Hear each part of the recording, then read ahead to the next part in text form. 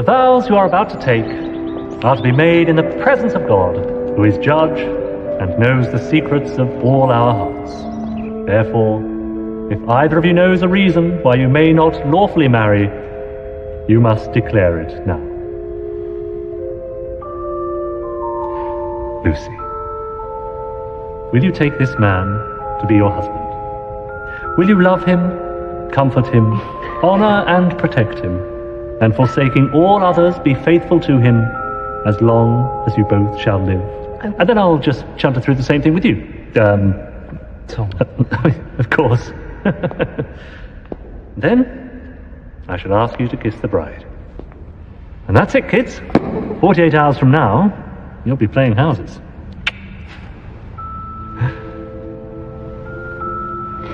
Yes, I think. If there are any problems at all, you'll give me a ring. Sure, yeah. I'll see you guys Saturday morning then. If I don't sleep in. Don't even think about it. See you later. So I'll keep the gates open from 9 o'clock in the morning. Dad, see you back at the house. Tom and I are going to go for our last meal, boyfriends and girlfriends. Right, Jeff. I'll see you at the altar. Thanks. Bye-bye. Nice, my father. You're welcome. Tom. Just a minute. All right. Before you step up onto that altar on Saturday, I want you to promise me one thing. Sure, Jeff. Anything. Promise me that you'll check your flight. I'm in trouble now. Oh, what do you say? Don't worry about it. Man things. Okay. I'll drive, shall I? No, I'm driving.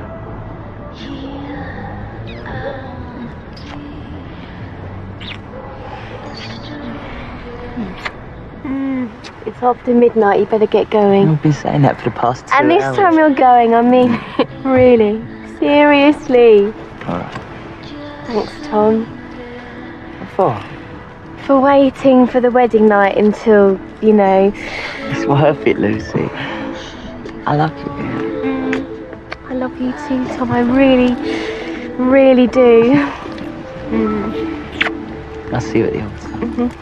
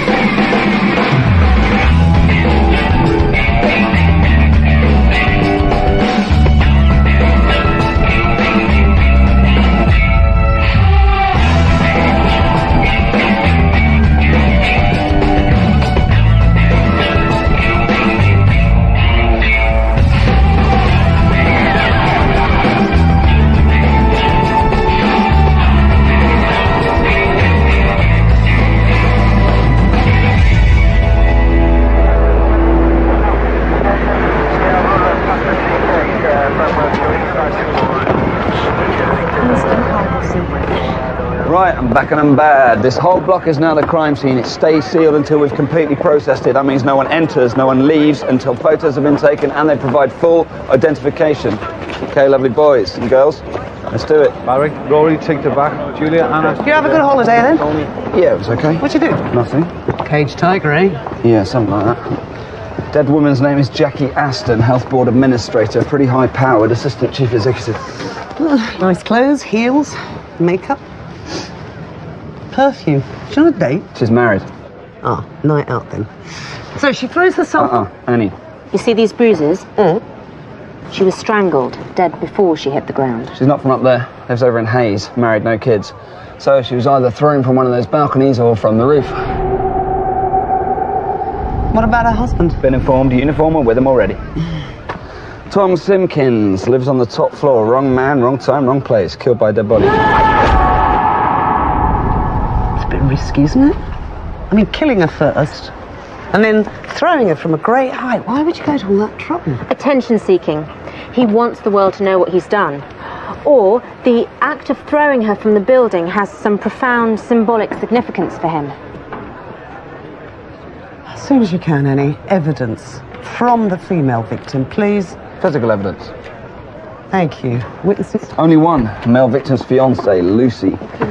They're due to get married tomorrow. Neighbour found her sitting in front of the bodies at 12:45.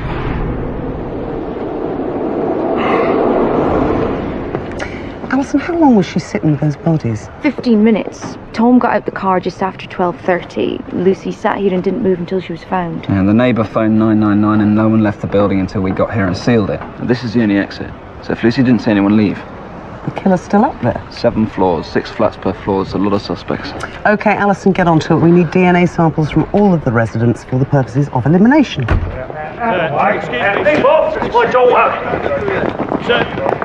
you. Mr. Chalmers? Are you okay? I'm Detective Inspector Susan Alembic. I'm in charge of the investigation. Well, I don't understand. What's happened? Some silly cow jumped off? We don't know what happened yet, but we do need to speak to Lucy. Lucy, after you found the bodies, you definitely stayed over there. You didn't move away. Dad, I just want to go home. In a second. I just need to be absolutely certain you didn't leave the crime scene or turn away. Do you not hear what she just said? I heard. I just need Lucy to... What did you not hear this, man? Why don't you lost it? Easy. Dad, I just want to go home, please. Yeah, it's all right. Let him go home. Martin. This way, sir. Come on. I'm not wrong here, Susan. We shouldn't leave this too long. Luke, we will get a statement from her when she isn't in shock, OK? Meantime, concentrate on the woman. She is the intended victim here, and when there is an intended victim... There's a trail of evidence. Yes.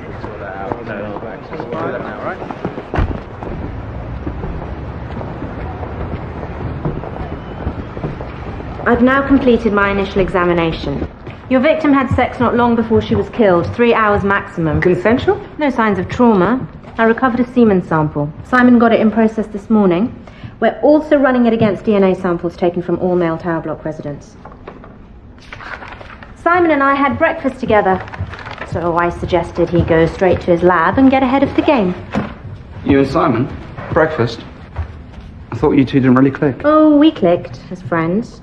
We've become quite close, actually. How close? What is this? Speed dial on your mobile? You see, Luke, some men see women as more than just breast delivery units. I'm talking about men with a high emotional IQ. Simon's got several female friends. And he never trusts a man with female friends. Why not? Simon, I presume you're here because you have a result? Yes, it's negative, I'm afraid.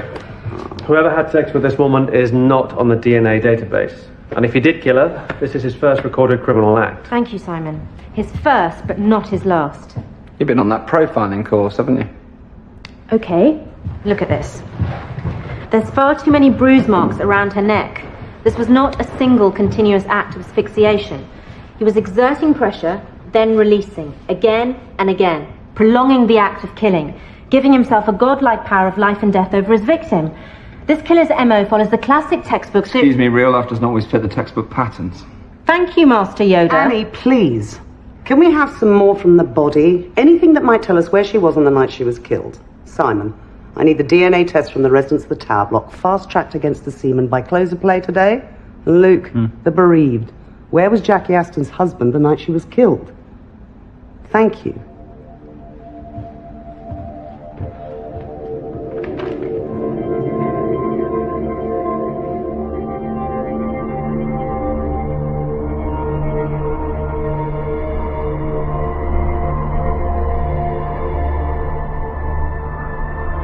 How long had Jackie Aston worked here?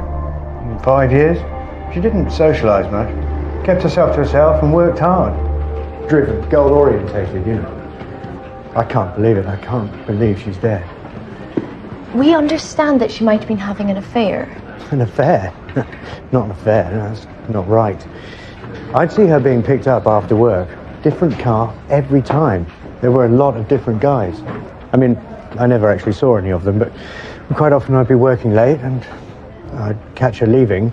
She'd be really dressed up, you know, dressed to... Well, this was her office.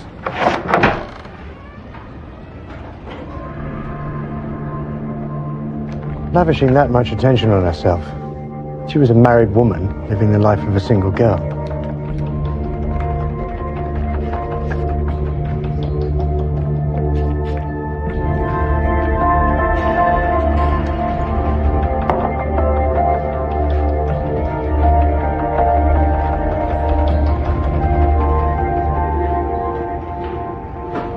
I'll leave you to it. Thank you.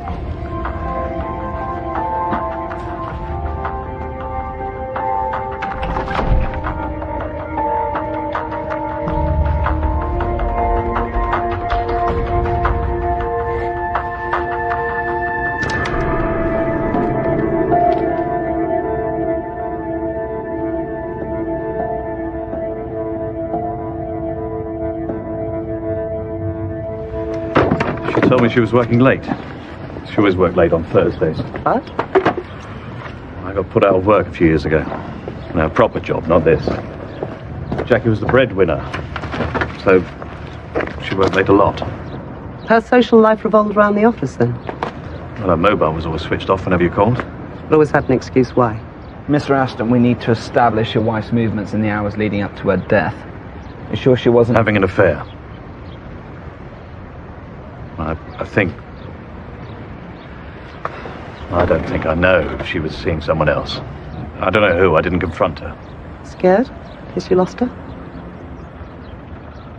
I've lost her now, haven't I? For good.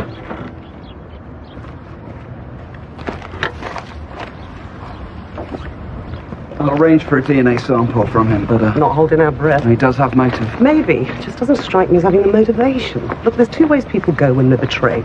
Either they get angry and strike back, or they feel worthless and become passive. Yeah? Yep. Which would you be? What?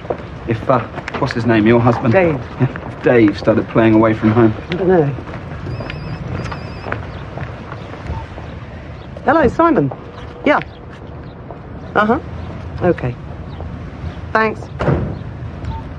DNA results from the residents of the tower block. No matches to the rogue seaman. Which means the killer must have left the block while Lucy Chalmers was still there.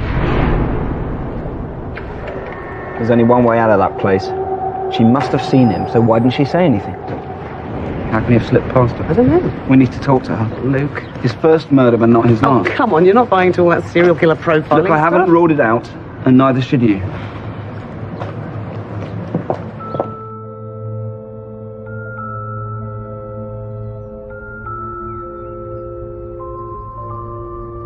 I haven't seen her like this in a couple of years, and it scares me. It really scares me.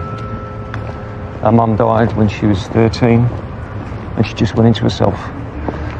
I thought it was never going to end, and then she met Tom, and she was happy. Now, Christ, that look in her eye again, that blank, dead look. Yeah, but Jeff, what's she doing in there? That can't be very good for her. Well, she insisted. I mean, I couldn't stop her, could I? I've always tried to bring her up the best way I could. But I don't think that she can handle this. I really don't. You go easy on the ears. Of course. You keep him under control, right? Don't worry.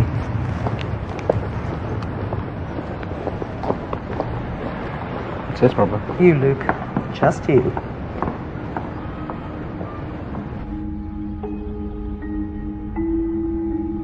Do you know what it's like to lose the one person you love more than anything else in the world?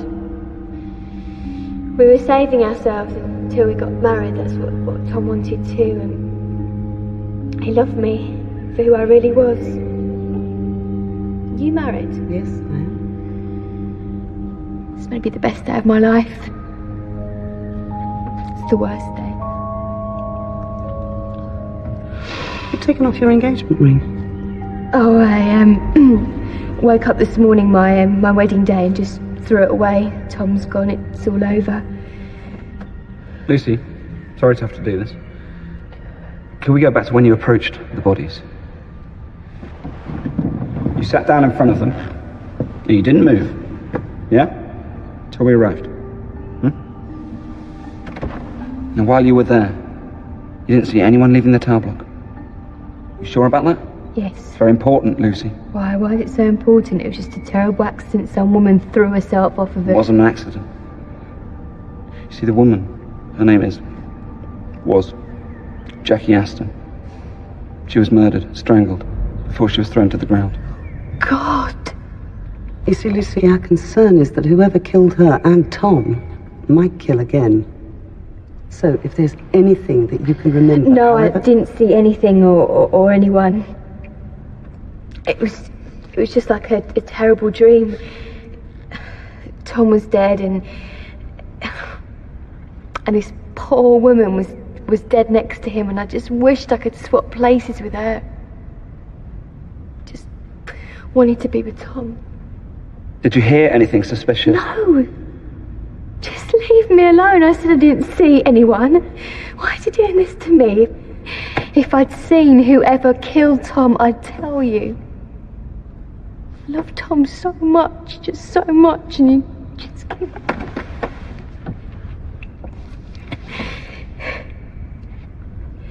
Sorry. It's okay. Jackie Aston, very secretive, covered her tracks. She definitely wasn't working late Thursday night, the night she was killed, but I got this from her desk drawer. Attached, married, seeking excitement and romance? To join Club Libero, call Henry. It's an interesting concept, a dating agency for married people.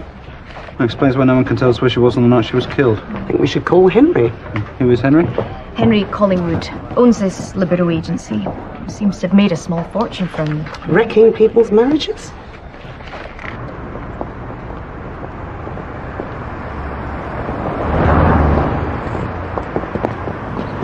It's not Nurse's Night at the Star and Garter, is it? Come on.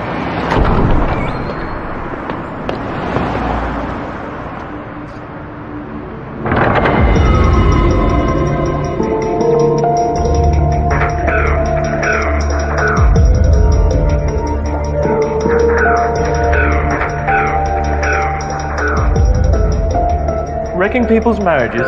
Quite the reverse. I'd say my club lib parties provide an outlet, a safety valve. Fact is, I probably saved a lot of marriages. What, by allowing a lot of men the best of both worlds? Listen, 65% of my inquiries come from women. Married, frustrated, bored, restless women. This vital social service of yours, how exactly does it work? Well, people respond to my advert, I have a chat with them, interview if you like, weed out the perverts and the nutters, and clients come to the parties I host here every Monday and Thursday evening. Thursday? Yeah. And how much does this service cost? £300 to join, another £200 per party. My clientele are upscale, high-achieving professional people. They feel safe if they pay that kind of money. Did this woman attend your parties? That's Jackie Aston. She was murdered, strangled. Last Thursday night. Now, you really don't need us turning up mob-handed at one of your little soirees, do you? Discretion's your currency, after all. Yes. Yes, what? She was here Thursday night. Thank you. What time did she leave? Early, about 8ish. She leave alone? Who'd she leave with, Henry? Mark Drummond. Mark Drummond. Yeah, look, Mark's a good guy. He's, he wouldn't... You got a number for this Mark Drummond? We'll need the numbers of all your other clients as well, past and present. No, look, I don't keep records. People almost always pay cash. You go through my incoming calls, you'll find most of them come from payphones or workplace phones and false names are used. I mean, Mark Drummond's probably not even his real name. Adultery is a very secret world, by definition. Dear Stone, a word, please. This Henry Collingwood character, when's his next party? Monday night, 7 till 9. 7 till 9? Well, makes sense if you're promoting adultery. Party finishes at 9, you can get a click and a quickie and still catch the last train home to the wife and kids. One can only ponder the sanctity of marriage. Talking of which, You may benefit from Dr. Parvis's recently and expensively acquired expertise in psychological profiling. Good morning, Doctor. Good morning. Morning, Dr. Parvis. Right. Statistics put this kind of killer in his 30s or 40s. He's likely to be white, consider himself heterosexual, and more often than not is a member of the professional classes. Well, that lets you out of the frame. It already sounds like this Drummond fellow. On the surface, a man like this will appear strong, smooth, probably very tidy and ordered. Under the surface, however, he's an isolated loner. If Drummond was at a Club Borough party, he's married. Hardly an isolated loner, is he? A man can be married and still alone. He's intelligent, but he has a high regard for his own intelligence. In fact, he's vain, believes himself to be cleverer than most people. His inner life is likely to be tormented in constant turmoil, driven by demons. He feels weak and insecure, especially when confronted by strong, independent women who are sexually proactive. Faced with women like this, he has a compulsion to exert control, to subjugate, hence his chosen method of killing, strangulation, slow and controlled. Well, that's the shark we're hoping to hook. Get on to Collingwood. Irritate him into cooperating. Well, hang on, are you suggesting some kind of undercover sting? Quick setup. Short, sweet and simple. Dr. Parvis bait. A woman with the profile of our victim. Early 40s, attractive, intelligent, a highly motivated, career-orientated female in a position of some authority. Well, this Henry Collingwood might be the scum of the earth, but his DNA does not match the semen found on the victim. No justice, is there? What? What's that? Susan, dig out your bingo dress. You're going undercover. Undercover work. Subterfuge. Adventure. Made a man of me, you know. Being someone else. Best way to find out who you really are.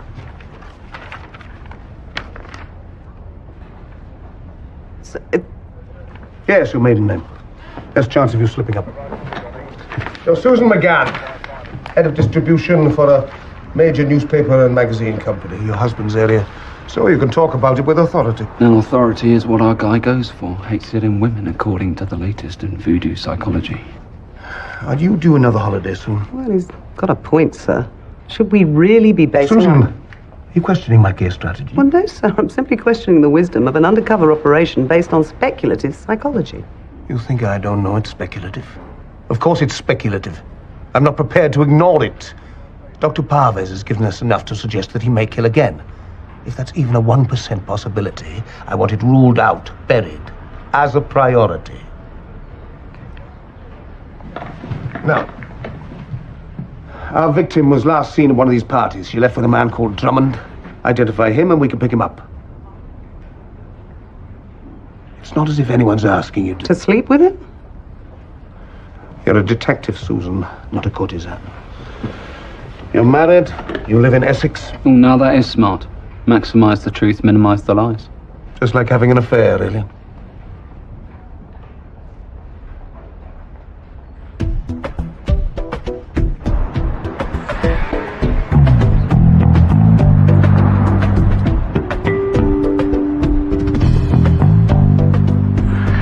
Well, I hope you two can hear me. I'm about to go in.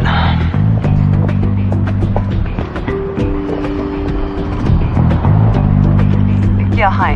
Susan McGann. Right. Wish me luck. Scrubs off well, doesn't she? Ah, Henry, how are you? Richard, how are you? Nice to see you. Good to be here. Come on in. Hi. Susie! Come in. Come in. Gang's all here? Glass of bubbly? Love one. Thanks. And Drummond? Not here yet. Look, Mark Drummond is not...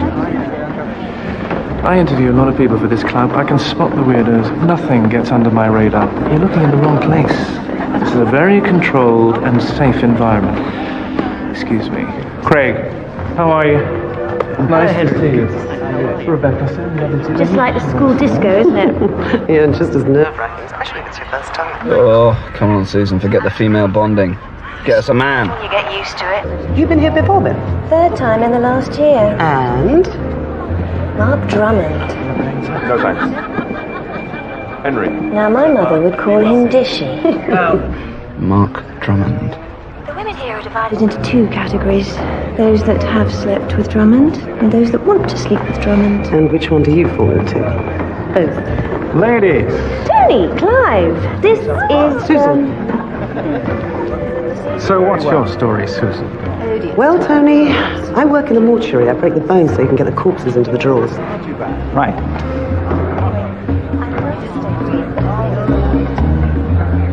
Where did Susan get a sense of humour? Birthday present?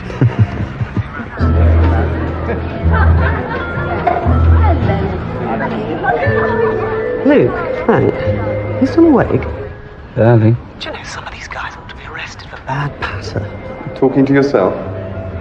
First sign of sanity. Mark Drummond. Married professional male, late 30s, non-smoker, good sense of humour.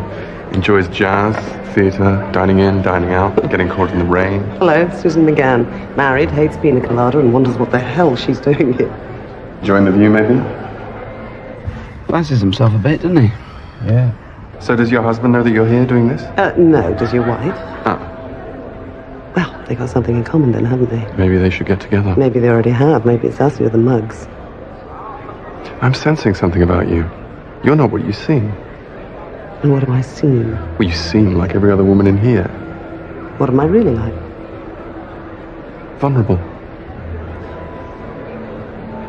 I'm thinking of suggesting that you give me your number. No.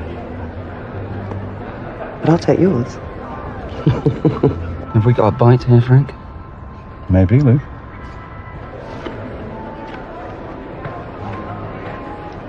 This doesn't commit me to calling you, no?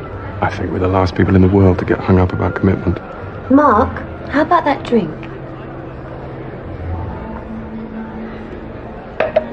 Good night, Mrs. McGann. Good night. Sylvia. Hi. How are you? I do hope I wasn't interrupting anything. You're looking very determined this evening. Get me a drink, would you?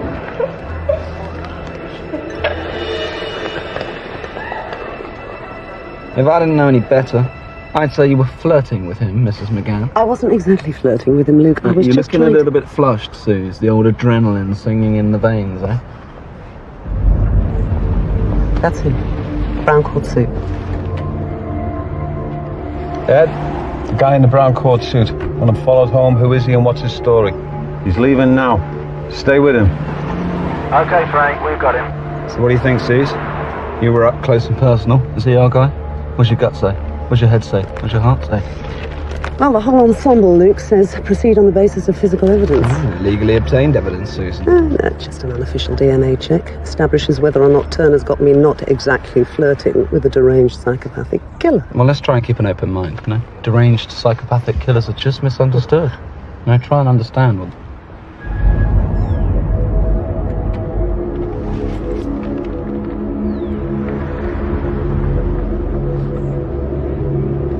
It's Jeff Chalmers. Lucy's father? What the hell does that mean? I'm not sure. Okay, talk to him. Yeah, I know. Proceed on the basis of physical evidence.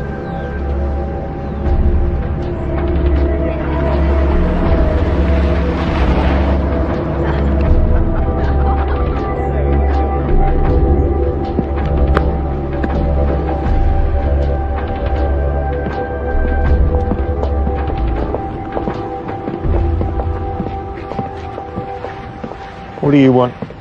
Club Libero. Yeah, what about it? It's one of my contracts. Really? Yeah. I've known the guy that runs it, Henry Collingwood, for a lot of years now. We used to play rugby together. He's helped me a lot as Henry. Got me my first couple of contracts when I come out of the pub business. He's practically part of the family. He's a nice guy. Knows how to handle people with tact and sensitivity, unlike some. So he uses my cars for his Club Lib client. What's this about? Jackie Aston. The murdered woman thrown from the tower block. Yeah? So what's your problem? Oh, my problem, Jeff, is that she was someone's daughter too, and she was at a Club Libero party the night she was killed. So, last Thursday, where were you? My daughter's wedding rehearsal. No, it's Thursday afternoon. I'm talking about Thursday night. Well, I came home on my own. I don't understand. What do you want from me? DNA sample, so we can rule you out. Or in.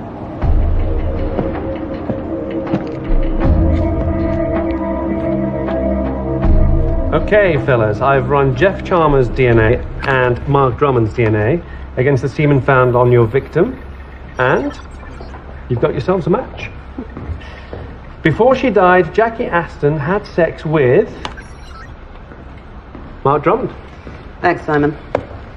Okay, but it doesn't rule out Jeff Chalmers. Sorry, Luke, but for the moment, it does rule him out. Until I've got some solid evidence, I am not prepared to harass a man whose family life's just imploded. No, you prefer to harass Mark Drummond, Mrs. McGann.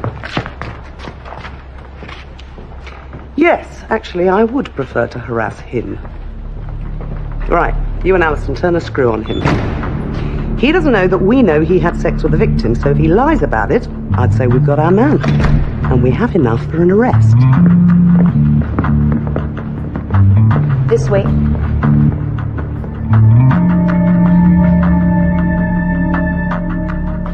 Mark Drummond, 16 years married, family home in Winchester, no kids, works up here in the city. Little pad in Bayswater. His love nest. Double life of a serial adulterer. Or possible serial killer. Right, Luke, you're off the leash. You have my permission to get in there and wind him up. Let's see what's under the surface, yeah?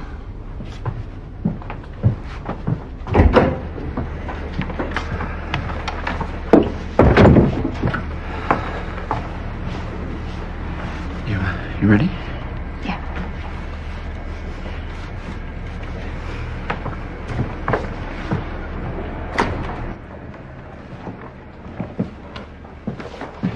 Thank you for giving up your time, Mr. Drummond. We do appreciate it. We'd like to talk to you about Club Libero. You attend Club Libero parties? Yes, I do. And you meet a lot of women at these parties, married women? One or two. One or two. Let's try one. Jackie Aston, do you know her? What's this about? Just answer the question, please. Do you know this woman? Come on, lie to us. Lie to the police. Yes, I know her.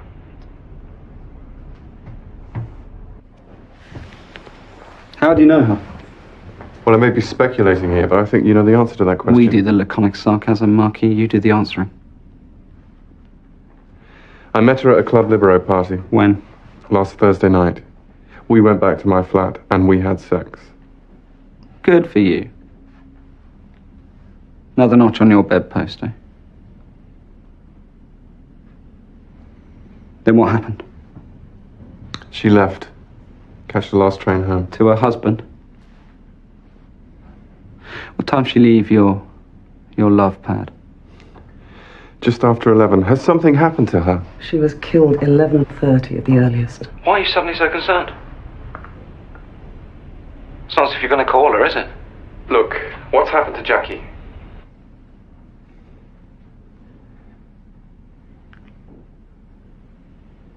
Right, we're done. You can go. What? Off you go. Back to your Cointreau-ad lifestyle. Yeah, it is funny. It is funny. The baggage-free affairs, the easy but sleazy sexual transactions. It's probably what you keep telling yourself. I don't know what you're talking about. Well, these women at Club Libero, they're not smart, are they? Or sassy, or empowered. They're a bit sad, vulnerable, desperate. And vultures, sex vultures like you, thrive on that. They sniff it out and take full advantage of it. But how does it feel once you're done? And once she leaves and you're left alone?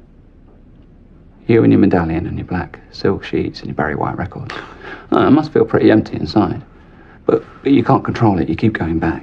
All that physical intimacy, but no closeness, no emotion. It's not real. You're not real. You're half a man, mate. That's what you are.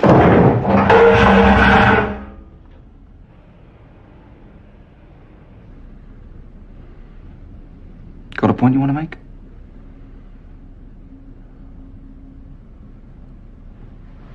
I'm sorry. I'm tired. I haven't been sleeping well lately. Trouble conscience? No, not at all. Well, he's only admitted what he knows we can prove. We have neither witnesses nor forensic evidence to nail him. Yes, but we do have enough for an arrest. We should go in hard, search his flat. It's only been 4 days since Jackie Aston was killed. Bloodless killing, Susan. We find hair, skin cells, clothes fibres, but nothing that actually proves he killed her. He's not denying that she was in his flat. I'm beginning to feel very expendable here, sir. You are, Susan. But your death would leave this place rudderless for a couple of days until I found a suitable replacement.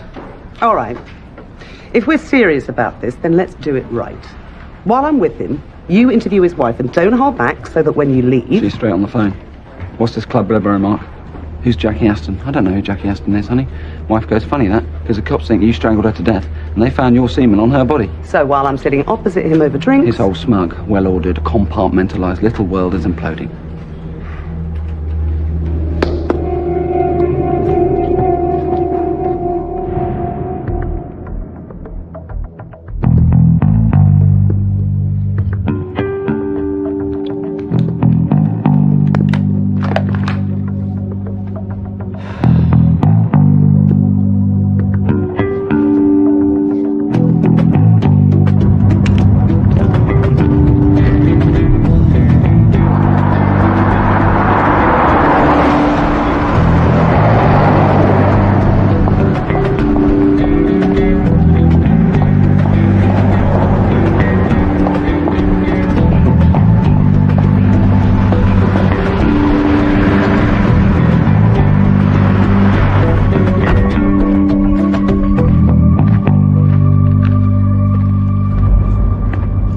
Mrs. Drummond?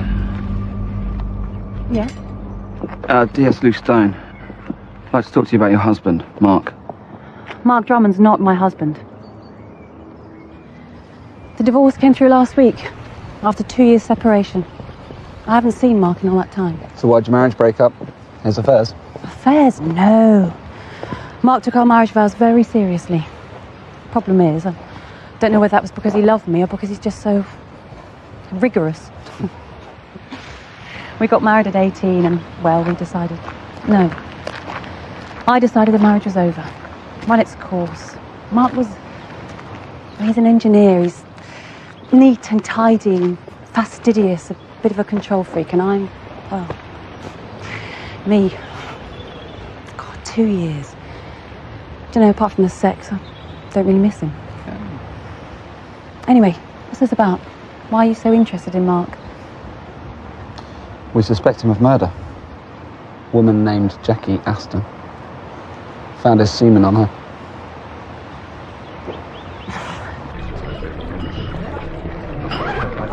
Oh, excuse me.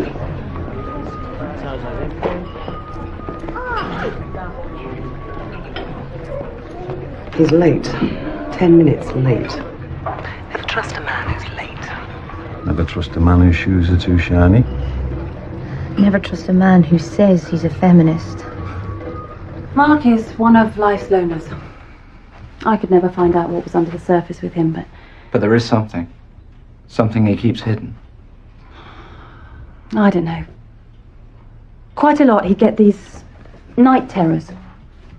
Waking up, screaming, covered in sweat, crying like a baby sometimes. Frightened and tormented. And he just wouldn't tell me what he was dreaming about. He wouldn't share it with me. 16 years. I didn't really know him. Is there anybody who really knows him? He used to drink in this bar every night, up in London. Funny thing is, he hates alcohol, but he'd sit with a couple of soft drinks and talk to the barman, night after night. Got a name? Yeah, I met him once, briefly. He was a nice guy. Had his daughter with him. She was a pretty little thing. Jeff. Jeff Chambers? Chalmers. Yeah, that's it. Jeff Chalmers.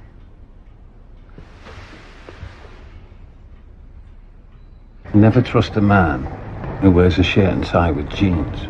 Never trust a man who calls a job a gig. And on no account trust a man who has female friends. Tell that's pathology, Annie.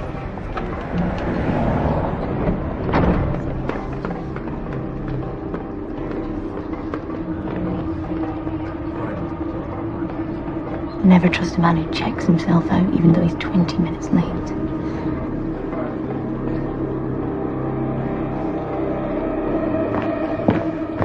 So sorry I'm late, Susan. Crisis at the office. Excuse me. Susan? Mineral water, please. Okay, 2. Thank you. I was afraid you might not turn up. Why not? Second thoughts? I've been to Club Libero, Mark. I think second thoughts are over. I've been thinking about you. A lot.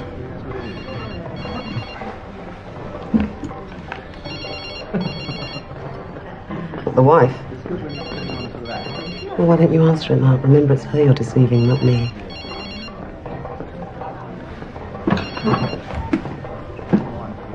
Hello? What?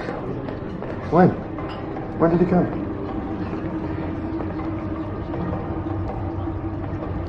No, I don't know why. I've no idea. Look, I can't talk. Can I ring you back? Yeah, soon as I can. No, I'm not trying to avoid talking about it. Yeah. She called him yet, Frank?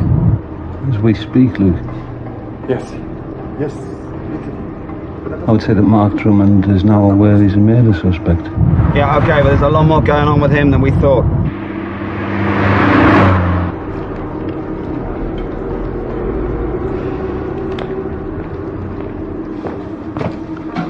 Want to talk about it? I'm not a talker. You did plenty of talking at the party the other night. That was small talk. You don't do big talk. It's not my thing. Well, comes a time in everyone's life. You really are not what you seem.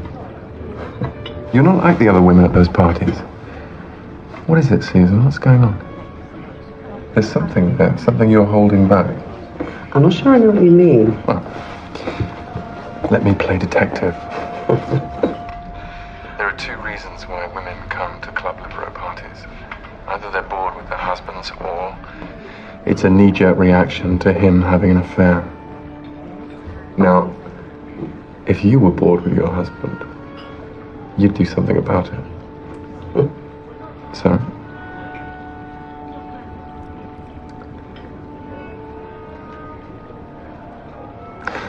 Come on, Susan. Secret for a secret. Okay, then.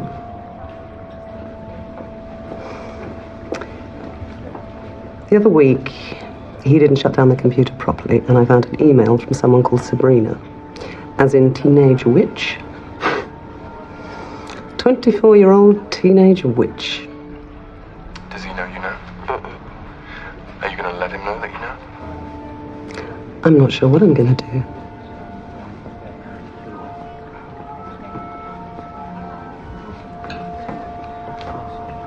Maybe it's a one-off. Maybe it will never happen again. Yeah, well, maybe he was drunk. Maybe it was the heat of the moment. Maybe it was something he had to get out of his system. I did not get married for my life to be screwed up by maybes. Right. Your turn, Mr. Drummond. What's the bill of health on your marriage?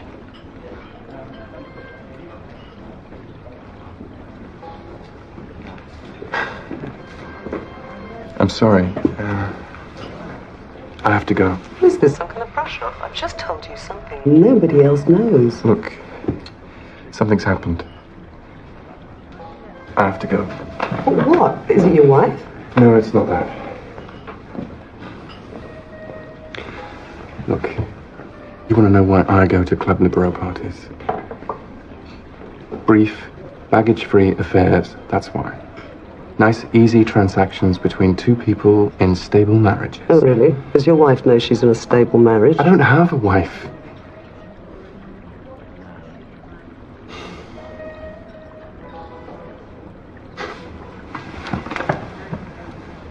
I'm divorced.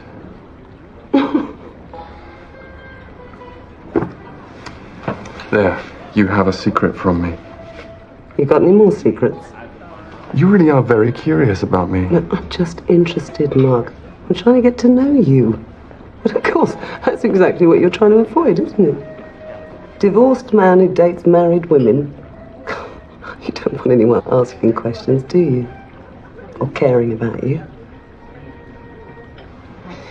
Okay, it's fine. I'm a big girl now. I'll get over it, and I'll get the bill. I have to go. I'll be at Club Libero on Thursday.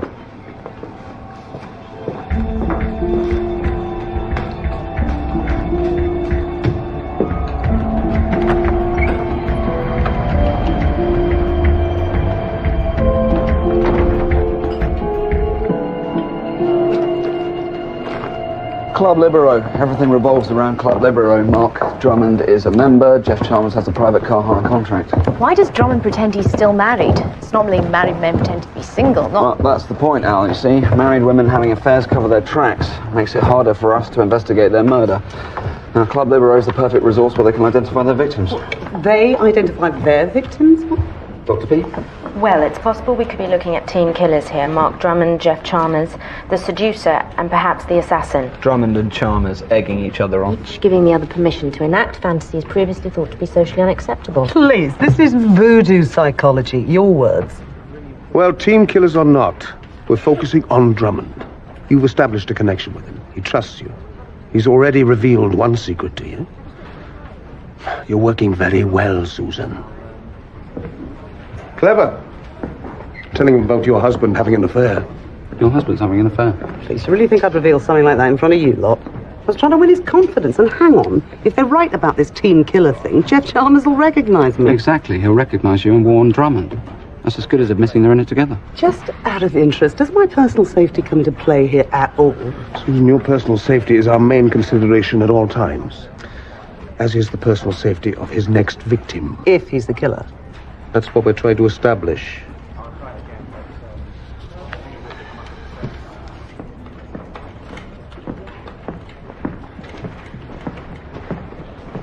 You don't think Drummond's our guy, do you?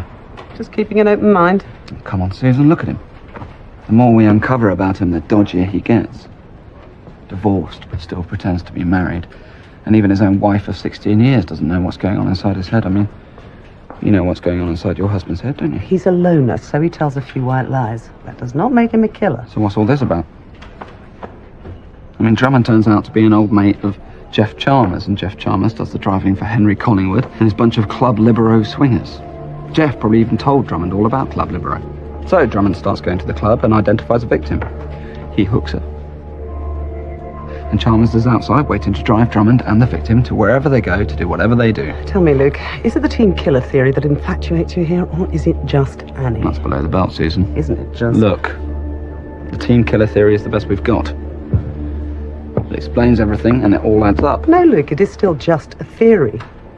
So let's prove it or disprove it, either way. What do you mean? Well, you're so keen to throw me out there as bait. Fine, I'll be bait. Let's see if they try their little scam on me. According to your theory, I am their perfect victim. So, Club Libero Thursday night. Well, that's as good as invited me anyway. Mark? Mm-hmm. You okay, Susan? This undercover stuff getting a bit too personal for you? I mean, Luke, if I wanted counselling, I'd go see a shrink. Okay, I was just... What is it?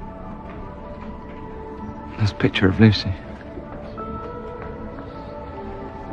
Yeah, it's at the crime scene. What about it? Dunno.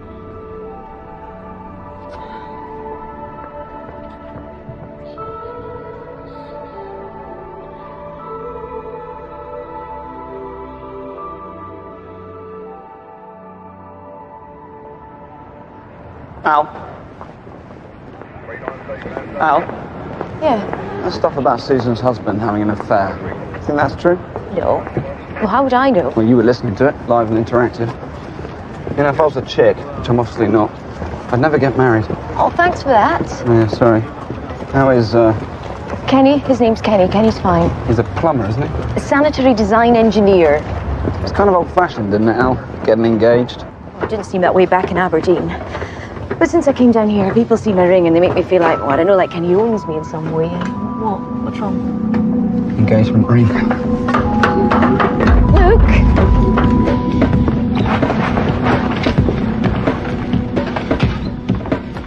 Crime scene pictures. Taken immediately after the murder. Right, okay, come on. Come on. Right, pictures of Lucy. There. See her ring, her left hand. She's not wearing her engagement ring. She hasn't got it on here. Your point is? Sorry, Al.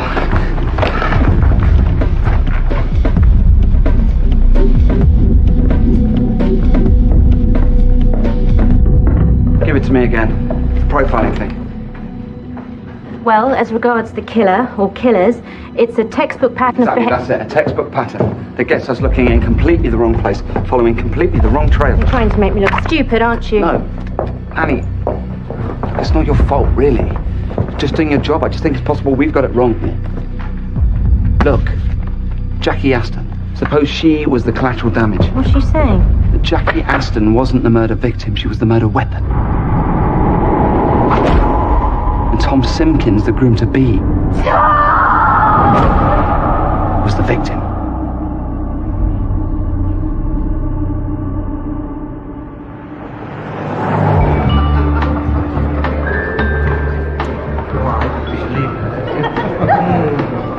Nice to see you, John. And you. On duty or just here for the cheap thrills? What do you know about Jeff Chalmers? Jeff? Mm-hmm. Guy does your car hire. Jeff's a good man. I've known him since we both had 32-inch waistlines. What happened to him and poor Lucy? It's... Only is miserable. Oh, shit. Sorry, guess to divert. The great thing about you is the Susan. Hi.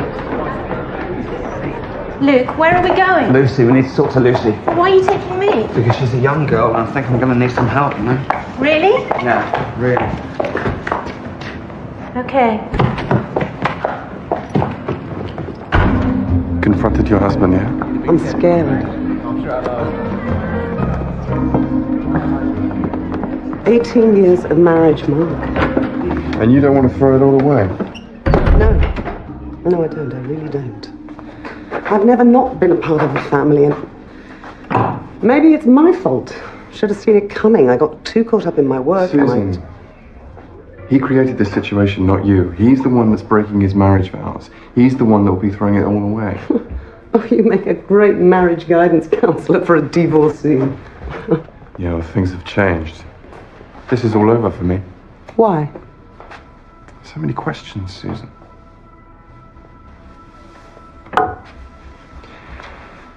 Do you ever wonder what it would be like to fall from a great height? What it would feel like? The things that would run through your mind knowing that you were about to die? And how it would feel that last endless second before you hit the ground? No, I don't have those kind of morbid thoughts, Mark. Let's hope he doesn't take her up on the roof and experiment. No, he wants sex with her first. Then he strangles her. Then he throws her off the building. That's the pattern. Right now, the pattern's not very comforting, Frank. Yeah, but that's the dream I've been having for years. The same nightmare. That I'm falling from a great height. It's a very common dream, Mark. No, you see, in my dream, I don't wake up before I hit the ground. I die. I hit the ground and I die. Maybe that's what brings me here. The idea that one night I might be with someone, the right someone, and maybe I won't have that dream. You're here for the no strings affairs, remember, Mark? Yeah, well, that's over. And before you ask me why, maybe it's over because I've found the right woman. Oh, I don't do redemption, Mark. Drinks, dinner, theatre, yes. Redemption, that's a little bit out of my league. I'm talking crap, aren't I? You've been talking crap since I first met you. I'm sorry, it's the effect you have on me.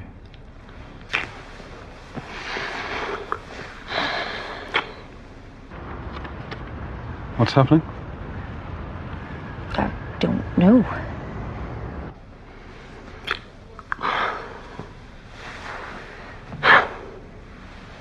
Susan, come home with me.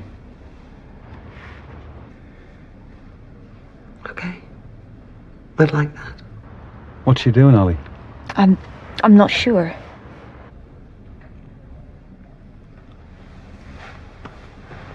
I'm sorry, but I still don't see how Lucy's engagement ring can lead us to the murderer. Luke, are you sure you've got this right? 90%.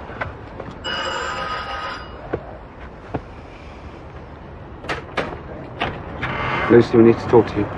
This is my colleague, Dr. Parvez. I gave my statement already. What do you want? Why are you... Where's your engagement ring?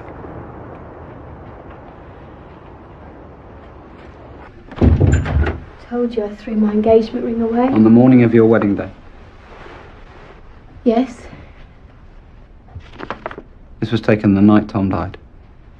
2 days before your wedding. You see? No ring. You're not wearing your engagement ring. But you told us you didn't throw it away until the morning of your wedding. He took it from you, didn't he? The man who killed Tom.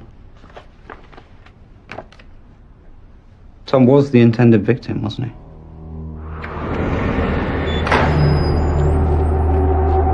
You know who killed Tom, but you've been protecting him. Why? Does he have some kind of hold over you? Is he trying to prove that you belong to him, that he'll never let you go? He didn't want Tom to have you, so he killed him, and he made you give him the ring to make you understand that you belonged to him. And that if you ever tried to escape again, he would punish you.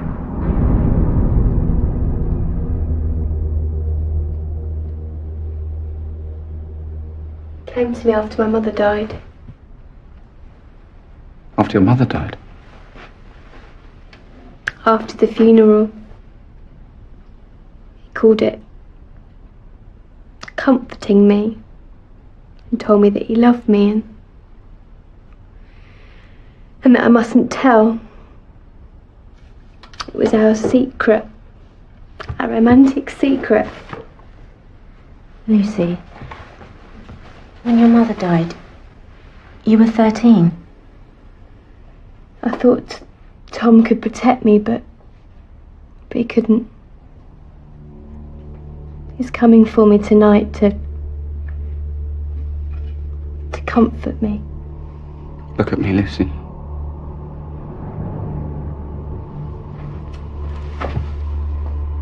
Look at me. He can't harm you. Not anymore, do you understand? You're safe now, okay? You're safe.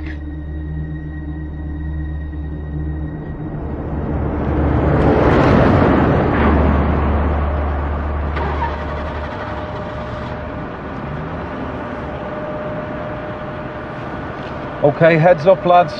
Looks like the party's coming to a close. Right, I want everyone keeping a sharp eye out for Drummond. Don't forget about that lunch. Yeah, that would be good. Not that way, Susan. But I thought we were getting a car. We are. My car. I didn't know we had a car. So where's he parked? Come on, it's this way. I still can't see them. Where are they? I'm not sure. Hey, hang on. Is this them? No, shit. Has anybody got them on a visual? Nothing, Frank. Nothing here. Anybody? Nothing. Just here. This way. Mark, Luke, what is it? I can't... I don't understand. Exactly where are you parked? I told you. Just down here. I've got my car keys right here. Yeah, okay, Luke, I get the whole picture, but... Why, you're not having second thoughts, are you? No, it's just like... What's that? An engagement ring. An engagement ring? You know what, Mark? I think I am having second thoughts. Why, don't you trust me? You can't trust anybody, can you? No one's quite what they seem, eh? Get off the phone, Sorry, Ali. Luke, gotta go. I was right about you from the start. You're not what you seem, but then maybe I'm not either. For all you know, I could be some kind of psychopathic killer. That's what the police think. They think I strangled a woman to death. Mark? Be careful, mate. She's a copper. What did he say? What did he say then? I didn't hear him. What did he say? Don't worry, Jeff. I know she's a cop. Frank, we're at the back of the... Dead, it's gone dead. Okay, boys, we need to go now. Round the back of the house.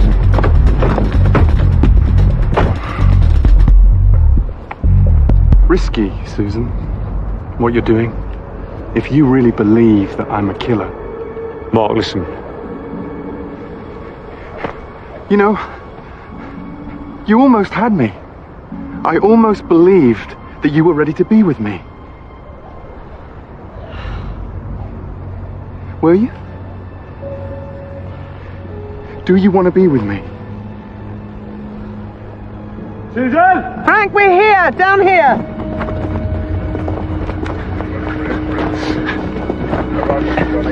You all right, Susan? Yeah, we're fine. Everything's just fine. Mr. Chalmers, you're free to go. And you. You still haven't answered my question, Susan. I said you're free to go. My car really is this way. Move. Move!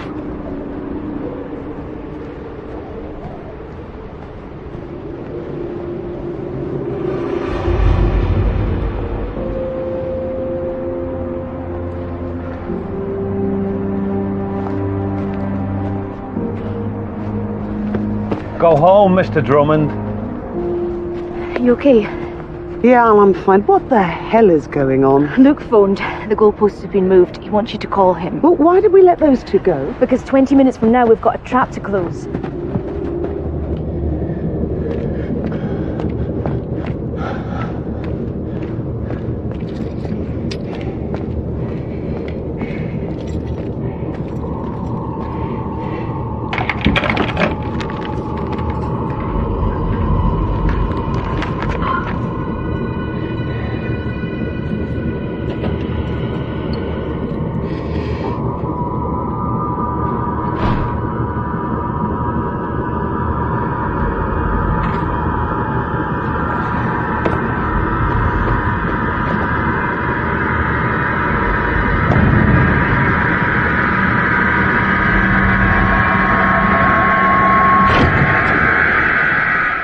Hello, Lucy. I don't need to touch me, Henry. Let's go upstairs. I'm not a child. No, Lucy, you are a child. Tom's dead. I told you your marriage wouldn't happen, didn't I? Tom wasn't right for you. I told you I'd stop it. You didn't believe me. But you believe me now, eh? You see how powerful I am, Lucy? I'm not a child. Lucy, you are a child. A child who doesn't ever tell, because if you tell, your dad will find out, and the police will find out, and they'll all hate you, and they'll think you're an evil little slut. Now, I know that's not true, Lucy. I know you're a sweet little angel, but that's what they'll think. They won't understand. That's not right. That's not true. We're going upstairs, Lucy. Now. No. Am I going to have to force you, Lucy? Am I going to have to force you? Force is not an option, Henry. No means no. I'd make you return Lucy's ring to her, but you don't have it, do you? And why haven't you got the ring, Henry? Because you planted it on someone else. Get us thinking Jackie Aston's the intended victim, following the textbook serial killer patterns from Jackie to the Club Libero to Mark Drummond. Until now. Lucy? Back off. Back off. You're pathetic. Look at him, Lucy. Look at this man. This is a weak man. A weak, pathetic excuse for a man. You're free of him now.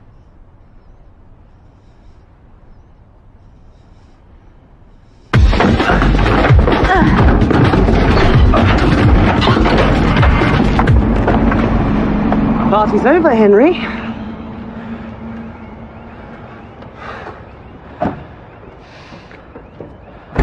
You follow us down, okay, sir.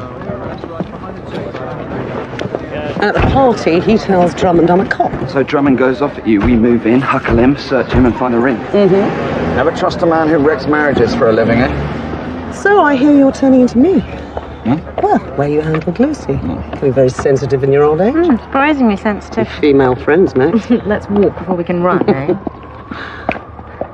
So I was never in any real danger from Mark Drummond. Depends what you mean by danger. Right. Gotta go. Susan? Mm-hmm. Don't you turn into me. Do something stupid.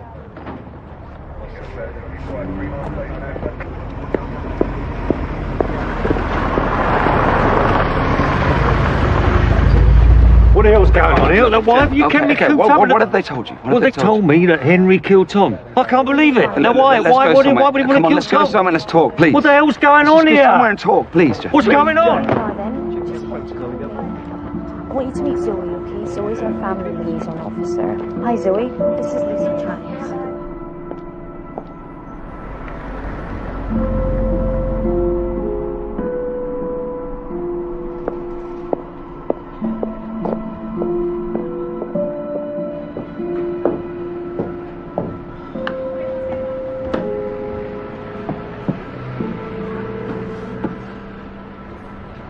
Collingwood set me up. Mm-hmm.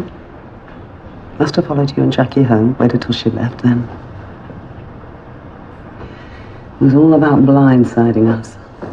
And about you blindsiding me. All that stuff about your husband having an affair. Sorry.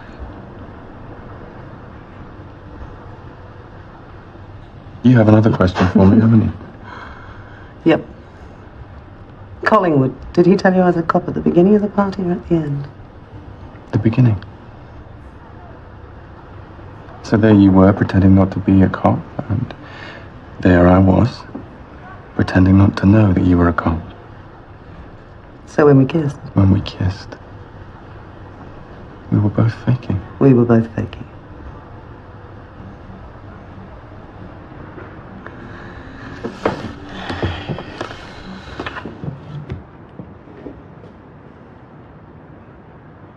In another life, eh? There is no other life, Mark. Goodbye. Goodbye, Mrs. McGann.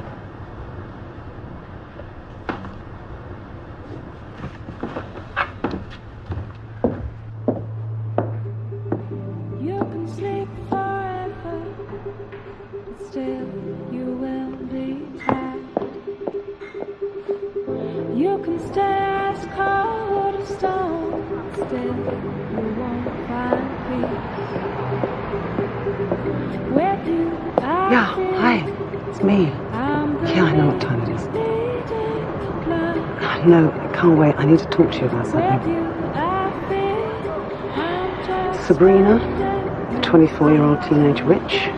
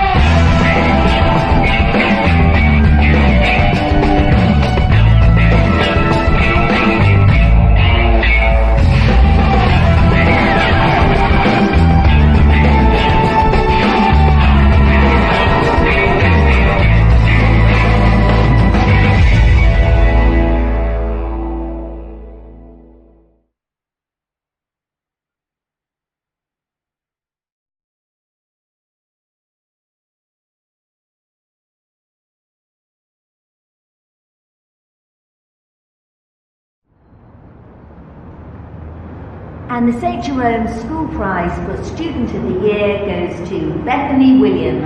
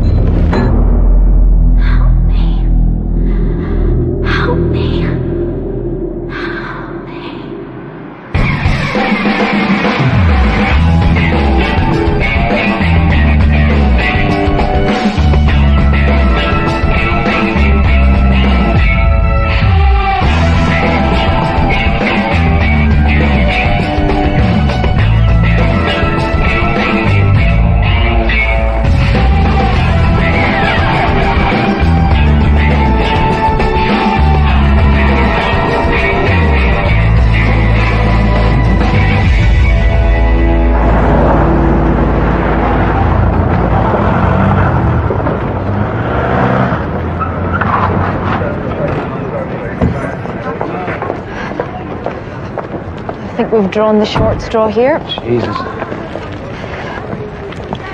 Luke, this is Julian McDowell, assistant head. And principal of English. And Mr. McDowell was Bethany's English teacher. Assistant head, where's the head? Maternity leave.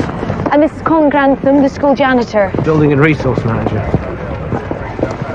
What's all the fuss about? Yeah, we heard it was a suicide. Now, we're treating Bethany Williams' death as suspicious. So I'm declaring the whole school a crime scene. You're going to have to send the kids home and shut the place down for the next 24 hours, okay? Okay, if you and Mrs. Mackin can start organising that, I think I ought to talk to Bethany's friends. Sorry, I'm going to have to control the flow of information here. Tell them Bethany's dead, but that's it, no more. You can use the gym, but the rest of the school's off limits. Also, I'm going to need the names of everyone who was at the prize giving last night, okay?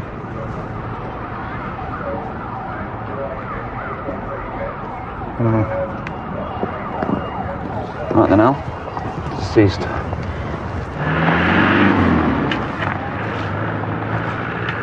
Obviously, they've left him in situ. Now, they think that the shot was fired from over there. Just about here. Okay, so close range, but, well, why not point blank? Got your victim tied to a tree, why not just stand here and shoot him? How many bullets in the body? That is the strange thing. We won't know the total until the forensic sweep's done. But up till now, we've got 6 shell casings. I got another one. 7. 7 shell casings and only 1 bullet in the body. So he's a piss-poor shot. Well, it's a bit odder than that. All but one of the shell casings is crimped on the end. So he, or she, was firing blanks. Why would I shoot her? Fire a bunch of blanks in one live round? Terrify him? Before they kill him? Yeah, possible. Right, let's ID him. Once Annie's done the PM, I want the live bullet and the rest of the shell casings fast-tracked to ballistics, all right? Yep.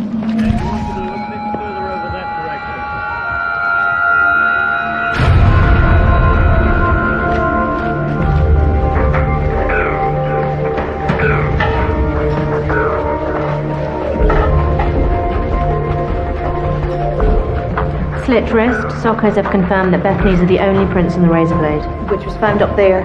So she crawled all the way down here after she severed her arteries. Why? Plus we've got all these footprints. It looks like trainers, average size, probably male. Not necessarily, Al. 300 people at the prize giving last night. That's a lot of suspects. Andy, what else? Well, with this cut, I would say it took her around 20 minutes to bleed to death. So if whoever was in those trainers was with her, they did nothing. He or she had plenty of time to summon help, but they didn't. Why? I believe it's your job to find out, Luke. Yeah, it is. Okay. Right, let's get the forensics in first. Establish the make and model of these trainers, plus any distinguishing kinks on the prints. Al, upstairs. 17 years old. What makes someone like that want to take their own life? Teenage girls, Luke. They're volatile and impulsive, and they think the whole world revolves around them. So the big dramatic suicidal gesture is never quite off the agenda. Well, there's enough here to suggest this is no straightforward suicide. Right, Al, we need to start interviewing family, friends, boyfriends. Anyone close enough to Bethany to know she was suicidal?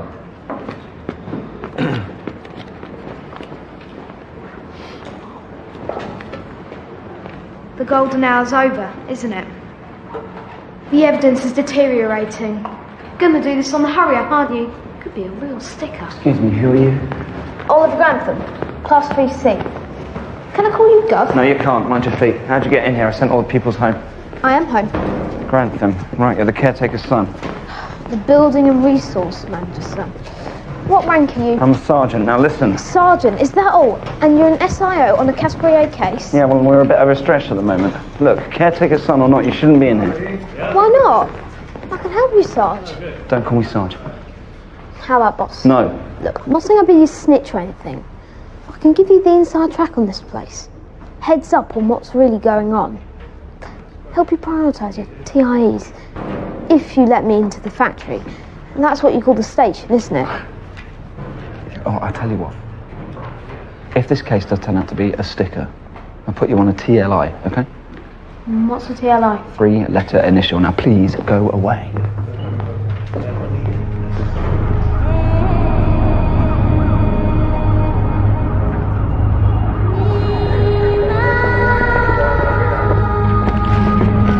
Simon!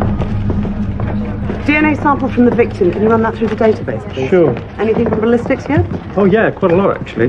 They're still searching the crime scene, but we're up to 8 shell casings already. Now, all fired from 7.62 semi-automatic weapons. Wait. weapons, plural. Oh, yeah, this is where it gets really interesting. Now, you see, all the signature striation marks are different. So far, 8 shooters, 7 blanks, 1 live round. Okay, Frank, we need to keep the search team at the crime scene. I mean, every blade of grass. We need an absolute and final count on how many shooters were... Shit. What? Well, I'm not sure, but... Okay, let's say there's a group of people who want someone killed, and they want to divide up the responsibility, like a lottery. We have 8 blanks and 1 live round. But no one knows who has the live round. So you're saying exactly... What I'm saying, Frank, is I think this man was executed.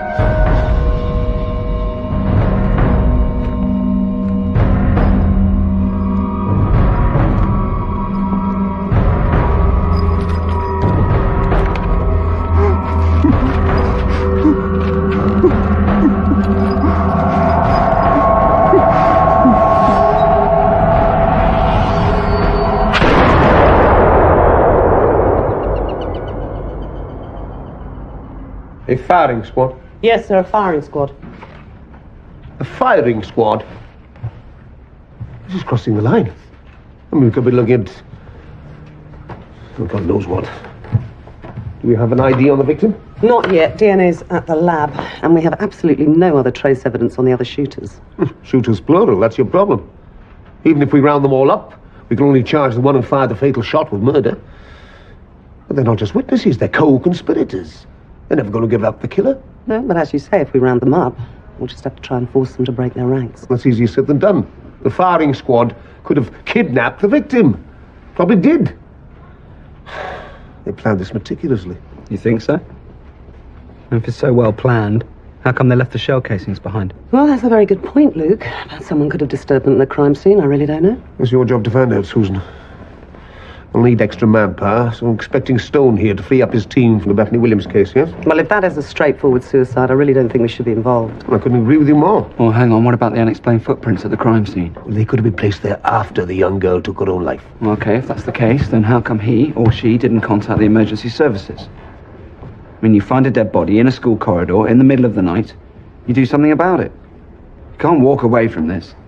It's a suspicious death, minimum. Minimum being the operative word. After you've explained the footprints, it's either murder or suicide, nothing in between, understand? Okay. And if it's suicide, you're on Susan's team. Right. My work here's done. Now bring me solutions, not problems, huh? Yes, sir.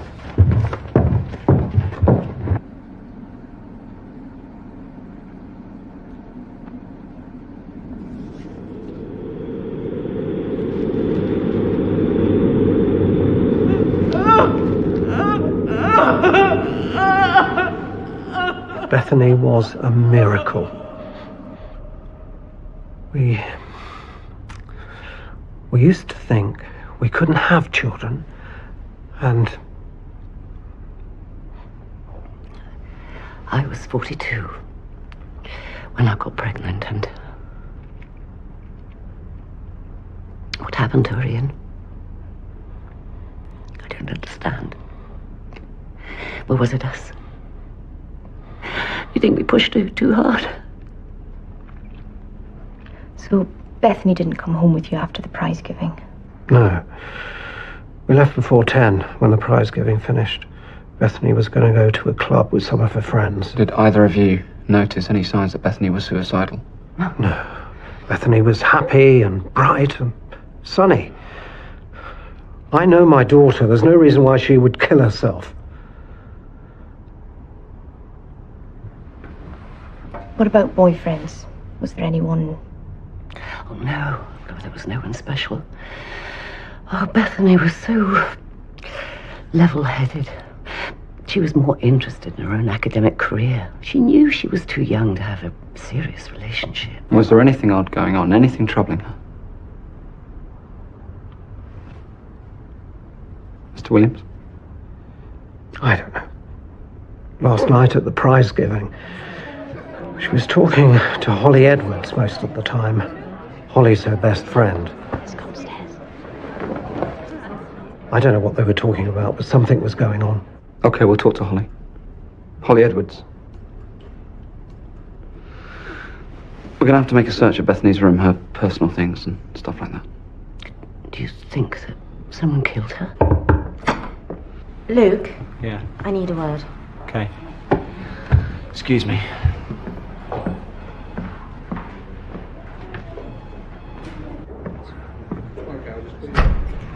You got something from Bethany's body? Yeah, 2 things from the blood test. First, alcohol, vodka in her bloodstream. A lot of vodka. She was very drunk when she died. The other thing? High estrogen levels. I went back to the body and confirmed it.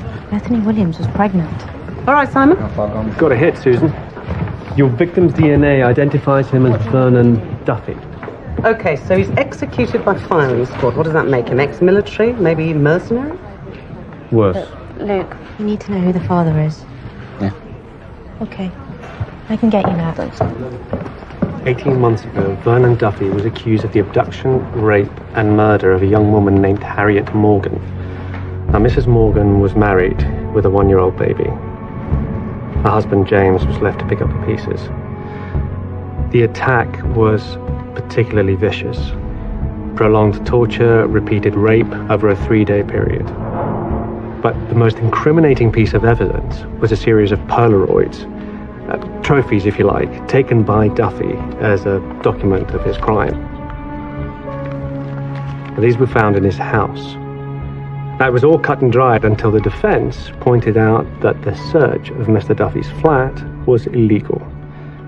A technicality, but the judge had no choice. He gave the cops involved the public bollocking and dismissed the case. Vernon Duffy walked. All right, Frank. We're going to have to look at Harriet Morgan's family, friends, and neighbours. A revenge attack, what are you thinking? Looks that way.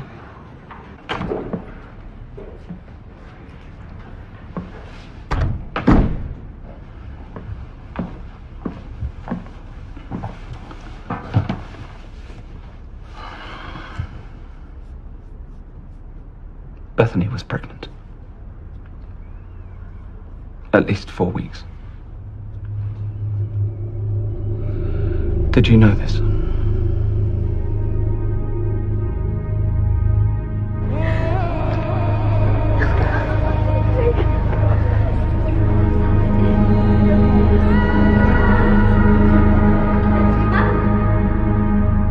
I'm sorry, Mr. Williams. I know this is difficult for you both. But we're going to have to take DNA samples from everyone connected with Bethany. Friends and family.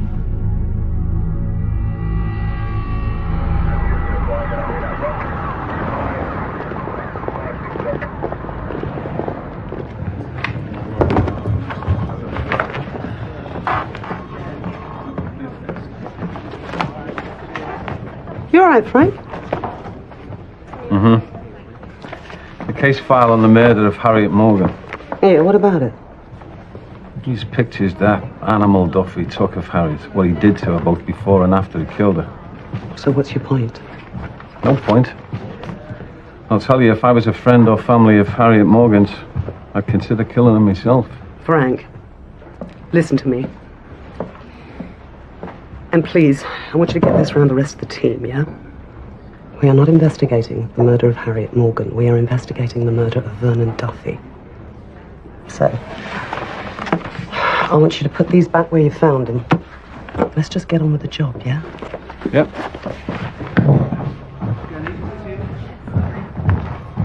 Right, Al. Now I'm going back to school, interview Holly Edwards, Bethany's best friend. What's all this? Personal stuff from Bethany's bedroom and her locker at school. Okay, did you get a mobile? She didn't have one. What teenage girl without a mobile? Seems Bethany wasn't like other teenage girls. Okay. You carry on with that. I'm going to interview Holly. See if she knew Bethany was pregnant. I know. Get in the car with Nanny.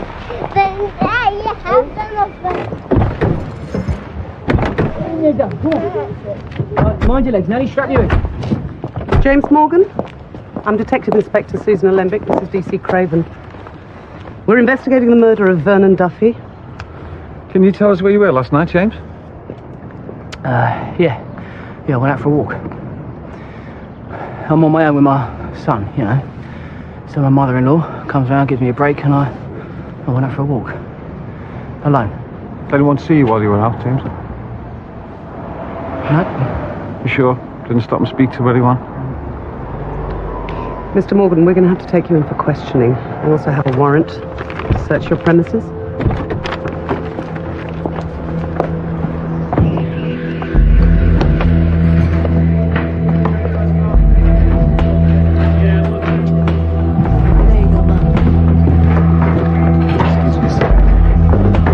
Through everything, Anthony. No. Thank you.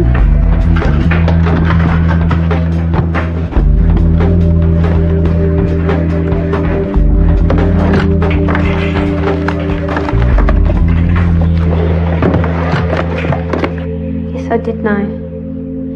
She told me last night before the prize giving. I was so gobsmacked. I thought Bethany, of all people, would have used some kind of contraceptive. So who was the father? Come on, you teenage girl. She must have told you who the father was. What do you know about teenage girls? Quite a lot. I used to be one. Look, you do that later. Look, Bethany was like at an emotional crossroads. Yeah, she needed her headspace. And I told her whatever she did, I'd unconditionally be there for her. Do you know who the father of her child is? Yes. I can't tell you. What? I made a solemn promise to Bethany. Look, it's possible that she committed suicide because of this guy. Yeah, but she's like dead. And that's even more of a reason why I've got to respect her wishes. We can use DNA to find out. Then find out. But I'm not betraying Bethany's confidence, okay? That's totally non-negotiable. What do you keep looking at my feet for? What's your shoe size? 4. Why? Did she discuss killing herself with you? Did she give you any indication that she was suicidal? No, what do you think we are, goths? Okay, alright. Did Bethany tell the father she was pregnant? She arranged to meet him after the prize giving. 10 o'clock up on the 2nd floor. That's when she was going to tell him. She was really excited. She had this glow about her. She was so in love. So what are you telling me here, Holly? That the father was in the school at the prize giving? What, parent, pupil, teacher? Look, what is wrong with you? I've told you I can't tell you. So get over yourself and deal with it. Can I go now? I've got an appointment with my grief counsellor. Yes. We need to have a look at this.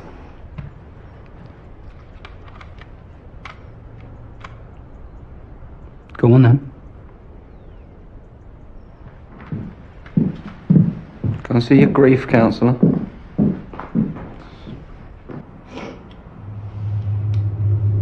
Cold.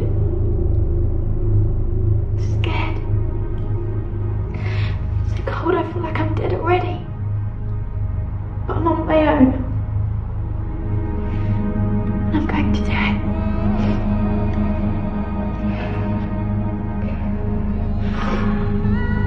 I can't.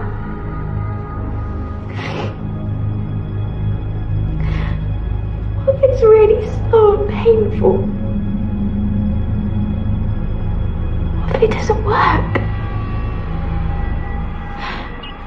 Found it among Bethany's stuff. Well, it was filmed the day before she died. Someone knew Bethany was suicidal. So who filmed it? Well, let's start with whoever's classroom this was filmed in.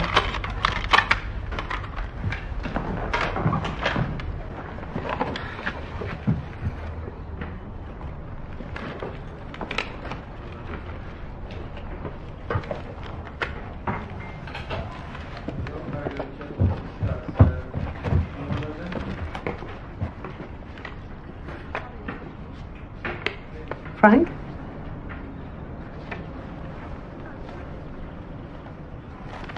Found these.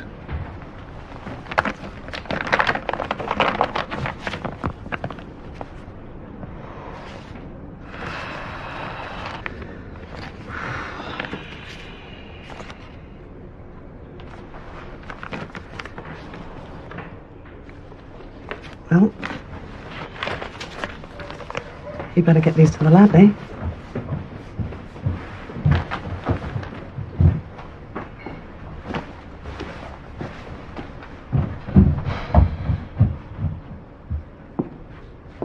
Bethany was not the sort of young woman who would commit suicide. You seem very sure of that, Mr. McDowell. I am. Did you know her well, intimately? What exactly are you implying? We're implying you're lying. That you knew she was suicidal. I'm sorry.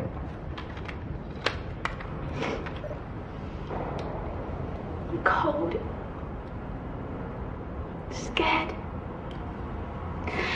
So cold I feel like I'm dead already. I'm on my own. Something funny. You guys really ought to brush up on your Shakespeare. Sorry, you've lost me. Obviously. Excuse me? Excuse me? Do you have some kind of a problem with us?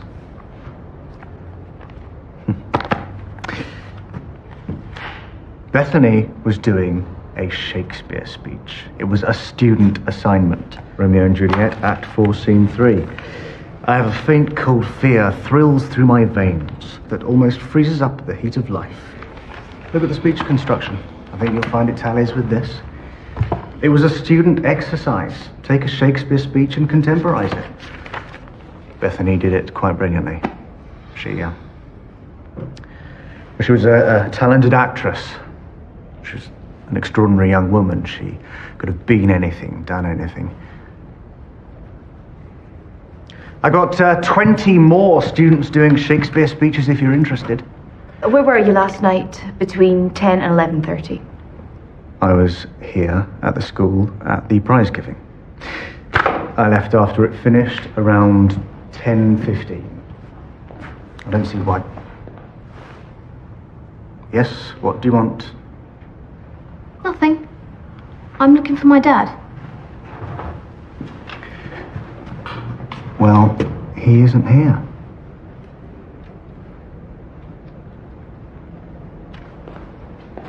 We want DNA samples from everyone who was at the prize giving, including yourself. Why? Why is outside your remit, Mr. McDowell?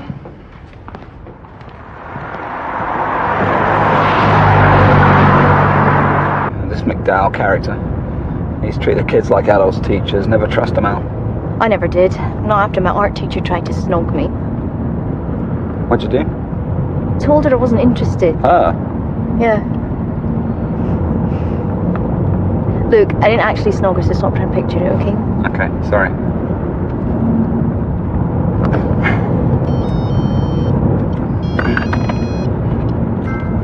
Yeah. Okay, all right. On our way. Cheers. Bye. Right, that was Simon. He's got a result on the shoe prints. Yeah, that's good. Oh, Frank. Yeah. I got something you might like. Thanks, Elaine. Let's have a look. What do you got, Simon? Well, we've got James Morgan's prints all over these pictures. Okay. Well, that proves he handled them. It doesn't prove he took them, does it? True. And this doesn't prove anything either, but it is an anomaly. This picture here was on top of the pile inside the envelopes. We got a number of prints off it, all James Morgan's, except for this one here. That is partial. Okay, and you've checked it against the database? Yeah, no hits. Thank you, Simon. Thank you. Okay. Frank Raven, man of bronze. Up yours, Luke. What's his problem? Oh, man on a mission, you know. Oh, right, guys. Okay, I've nailed you the make and model of the shoe print that was found in Bethany's blood. It is a Reebok Classic, quite well worn, with abrasions here, here, and here. Plus, there's a small slither of the heel missing from the right shoe. Okay, Al, we find these shoes, match them to this, and... We have a suspect. Okay, the photographs of the execution we got from James Morgan's house. Now, we've got a rogue print. Only a partial print, but it's not James Morgan's. Look, Frank, I don't care whose bloody print it is, okay? Right now, James Morgan is still our prime suspect, so let's just rule him in or out, okay? Yeah. 300 people at that prize giving last night. We can't exactly go back in time and see what each of them was wearing, can we? I don't know about that. School prize giving, big night for children and proud parents. What do proud parents do? Take photos. I'll get round to everyone who was there last night and get their snaps, okay? Susan. Yeah. How you doing? Hope you're not working Frank too hard. Is he okay? He's all right. Heart's in the right place. It's just every time he looks at me, he feels like he's my bloody conscience. Are you okay? This is one ugly, messy case. This lady a gov, Sarge? Yeah, this is, DI Susan Lembic. Susan, this is Oliver. Hello, Oliver. Nice to meet you. Oliver, how'd you get in here? Told one of the wooden tops downstairs I had an appointment. You know, we do not refer to our uniformed colleagues using that kind of inappropriate language. Sorry, Sarge. Uniforms are our eyes and ears on the street, eh? Oh, yes, they are. Right, well, I'll leave you and your mini-me to it, shall I? What do you mean by that? Dunno, Sarge. Got some intelligence for you.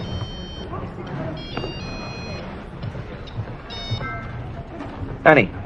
Hi. Okay. Okay, on my way. Who's that? It's Dr. Parvez. She's got some... Dr. Parvez. What's she? Your pathology bunny? Look, haven't you got any mates you can play with? No. No mates. Have you got any mates? Of course I've got mates. Who? Well, you know, there's Grubb, there's Brian Bird, there's Sophie O'Neill. Does it really matter? Mr. McDowell, he's been lying to you. When you asked him where he was, when Bethany Williams got killed, He said he was still in the school until 10:15 after the prize giving finished. I saw him leave school just after 9 o'clock, before the prize giving finished. You should be careful about what you're saying here, Oliver. McDowell's lying. I saw him leave the school about 9 o'clock. I'm prepared to make a statement. Did he kill Bethany Williams? Hang on. How did you know about the alibi that McDowell gave us? You were listening outside the door when I was interviewing him, weren't you? Sorry, Sarge. Intelligence gathering. Oliver, do me a favour. Go home and watch Scooby-Doo or something, will you? I hate Scooby-Doo. Too easy to guess the culprit. Greg, can you kindly show this young man out, please? Right. I was only trying to help. Why? Why? I'd better go.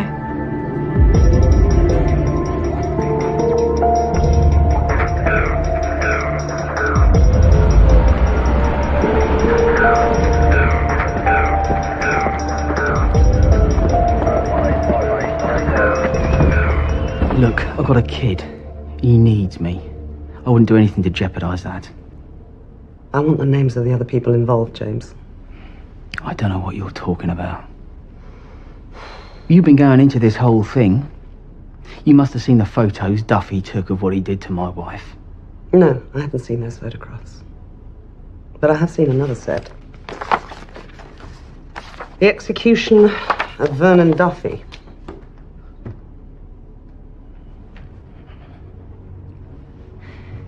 Duffy deserved this. He murdered my wife. Only he didn't just kill her. 3 days he kept her for. 3 days she was alone with him, with no one to save her or help her. And he humiliated her, brutalised her. You can't even imagine what she suffered. Hi. Hi. What have we got? The identity of the father of Bethany's baby.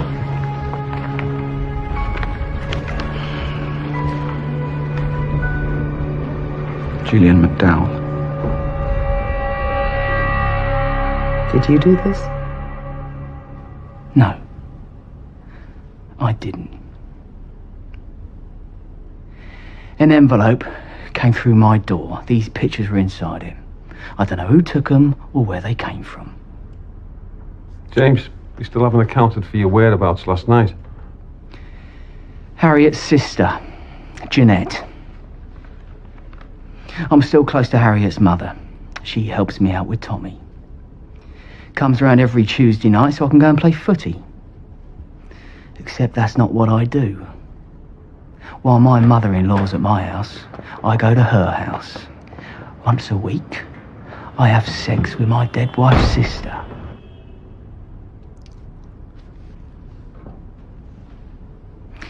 Look, the family don't know about it. It's not particularly healthy for either of us. But it's just sex.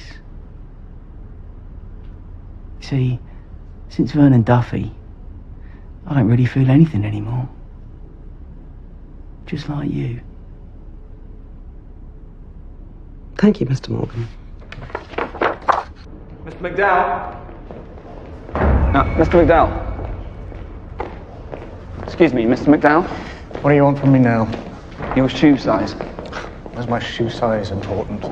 Oh, because someone was with Bethany when she killed herself. Someone who didn't report her suicide, which leads me to speculate that this someone, who may have had something to gain from her death, encouraged her to take her own life. Assisted by copious amounts of vodka. That's the new computer installed, Mr. McDowell. Thank you, Colin.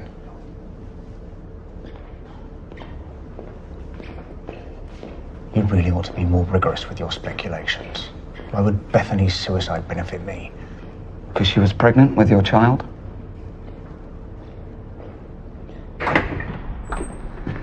I didn't know she was pregnant. It had nothing to do with Bethany's death. So why have you been lying to me? You told me you were at the school until the prize giving ended, but that's not true. We have an eyewitness who saw you leaving the school at 9 o'clock while the prize giving was still going on. Now, Mr. McDowell, when someone lies to me, it usually means they've got something to hide.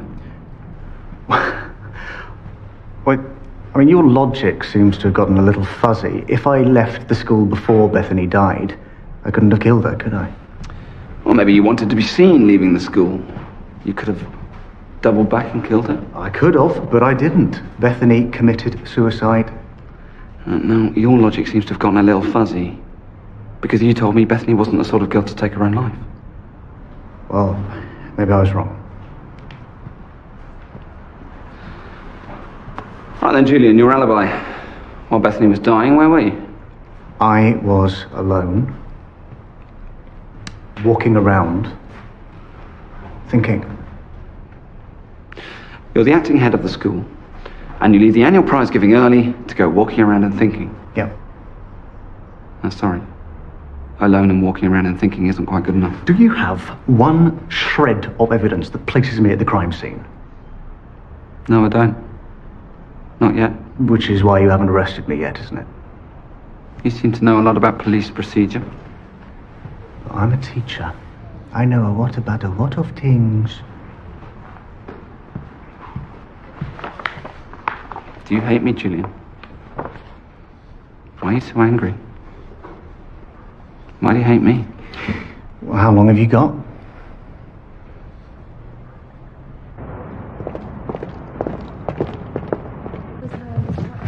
If he's telling the truth, we've still got the raw partial fingerprint of the photos of the execution. Now, that could possibly be the people who sent them. Yeah, if he's telling the truth, Frank. Now, come on. Check his alibi out first and then run the partial through the crime scene database, yeah? Sure. Frank. Yes. Look, I'm just trying to do the job here. Do you understand? Yeah. Oh, and you were right. I shouldn't have looked at those photos that Duffy took. You start looking at that and it is easy to lose your way. So thank you. No problem. Al, get me a search warrant from McDowell's house. Let's see if he's the owner of those trainers. No need. I got some parent snapshots from the night the prize giving. Found the Reebok Classics. McDowell? No, there. Colin Grantham, the school caretaker. Oliver's father. What's happening? What's going on? Where's your husband? Outside. Now I can see that.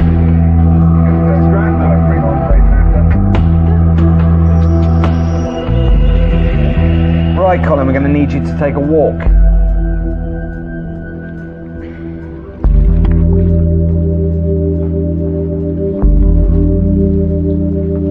What's this about? Please, Mr. Grantham, just step off the ink and walk across the sheet.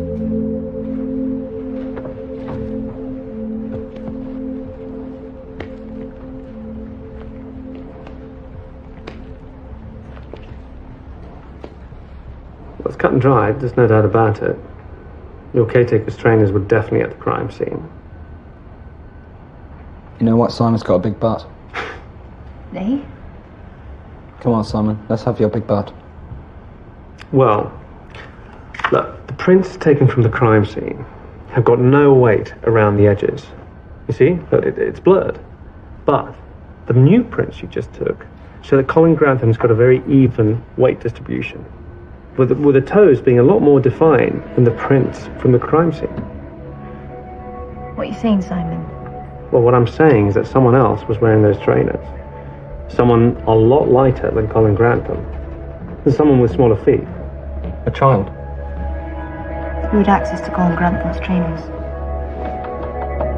Oliver.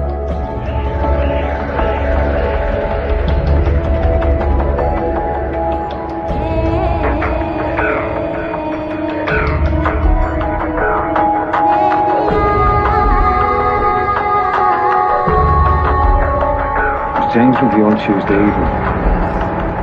You're sure?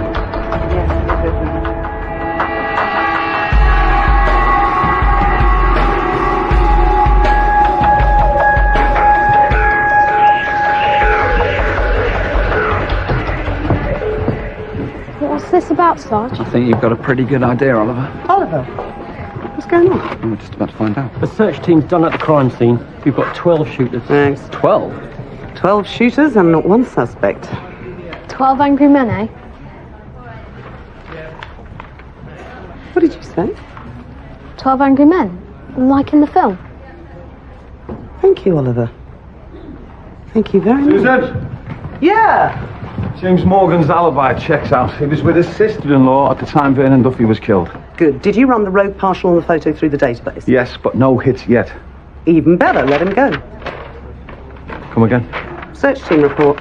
We now have a total of 12 shooters. Well, think about it, Frank. I'm not following you, Susan. 12 angry men? It's the jury. Frank, I think Vernon Duffy was murdered by the jury.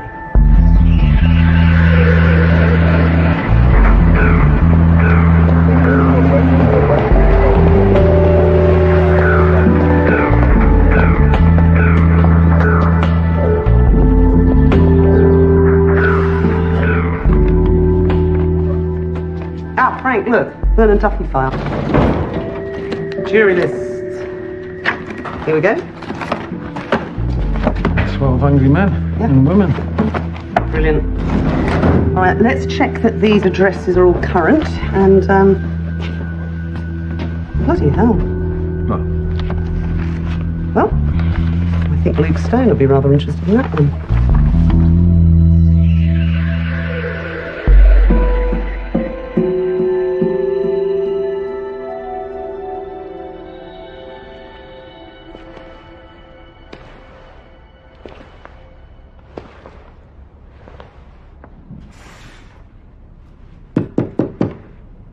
Footprints. Taken from the pool of blood around Bethany Williams' body. Trainer prints. Taken from you wearing your dad's trainers. Pretty conclusive, don't you think? It's not what you think. I was wondering about the school. In the middle of the night. Yeah, he does that a lot. I found Bethany's body. She was dead, and there was all this blood.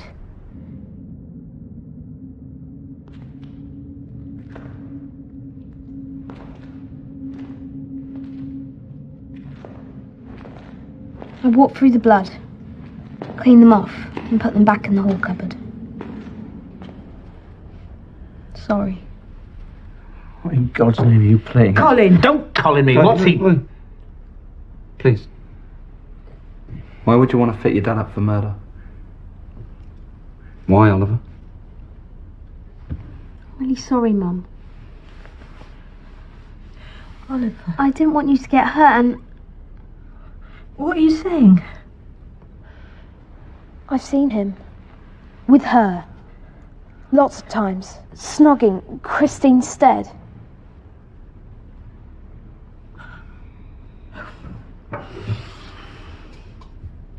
Christine's dead? Yeah, the science lab technician. Is this true? Look, I'm sorry, you're going to have to sort this out later. I've got more questions for Oliver. No, what? Like having physical evidence connecting him to the crime scene. No, I didn't kill her. It's McDowell. He's been lying to you, hasn't he? Will you shut up? You've caused enough trouble. I didn't. It was about 1 a.m. when I found her. Yeah, but can you prove it, Oliver? Can you prove it to me? Absolutely. And beyond reasonable doubt. Okay, he's been an idiot. Don't call him an idiot. He's just a child. Look, I've been telling you that he needs to see a psychiatrist. He's got no mates, he's got no hobbies. His school report's terrible. He just creeps around the school at all hours on his own, nosing into people's It's business. just as well he nosed into your business, isn't it? Yeah, but we're not discussing that now. And I thought snogging was banned in the school. Oh, shut up! Mum. It's okay. It's gonna be okay, love.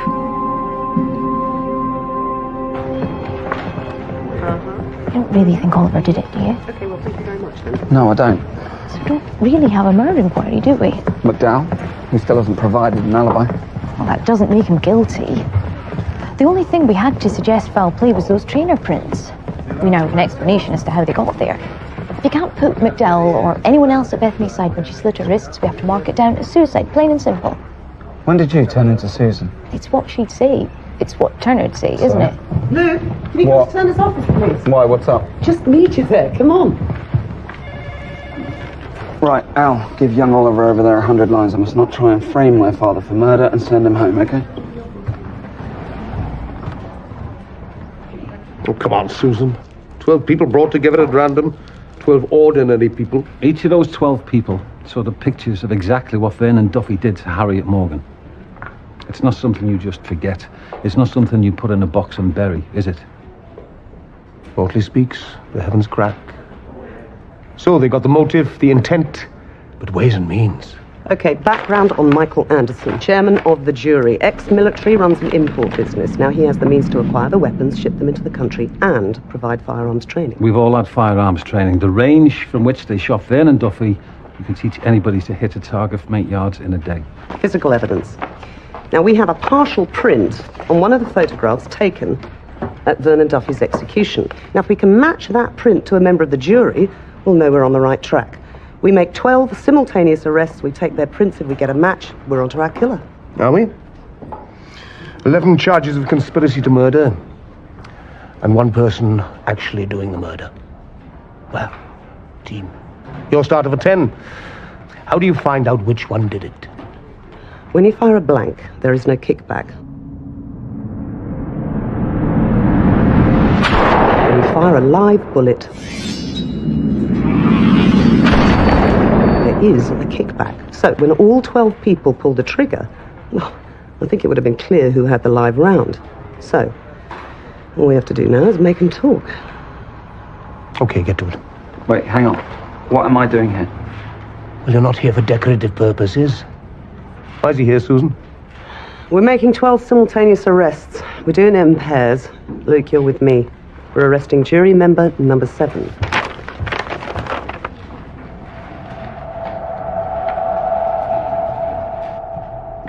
What is it that you want from me? I didn't kill Bethany. Prove it. Where were you when Bethany died? I told you I was out walking, thinking, alone. Oh, you didn't speak to anyone? You didn't spend any time with anyone? Nope. Not Michael Anderson. Or, Stephen Darnley? Craig Munro, perhaps? I don't know any of these people. Yeah, you do know them, Julian. You served on a jury with them. The Vernon Duffy case. Vernon Duffy? Well, let me refresh your memory then. I don't know anything about this. No.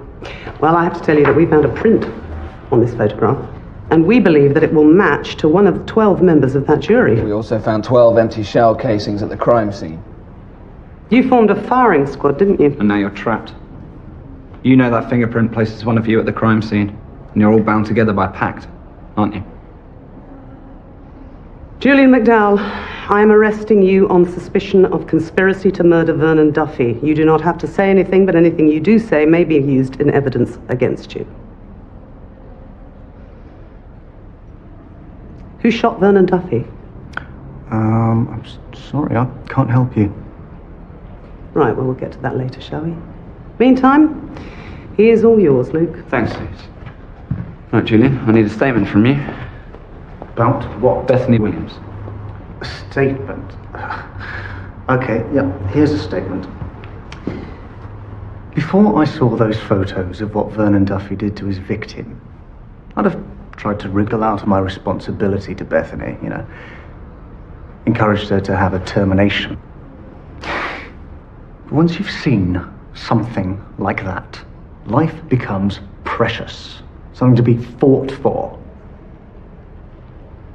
I would have done the right thing by Bethany. How chivalrous. Now take off your oxygen mask and climb down from your moral high ground. I need some hard information from you. Bethany Williams, you've just gone from prime suspect to key witness. I want to know everything you know.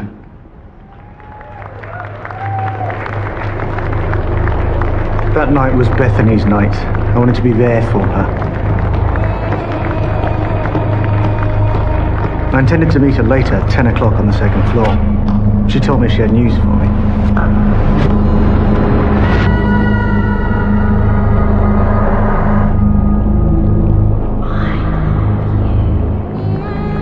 And I would have gone to meet her if Anderson hadn't called. I had no choice. I couldn't back out. We planned this, trained for it. I couldn't ignore Anderson. I don't know. Maybe if I'd known Bethany was pregnant, I'd have answered her calls, but... Hang on, Bethany phoned you? Yeah, a lot. I hadn't turned up to meet her. Well, I couldn't. So... God help me, I blocked her calls. She phoned you from a landline? I don't know, it was a withheld number. If you blocked her calls, how did you know it was Bethany? My voicemail. She was leaving messages for me, getting more and more distressed. And what time was her last call?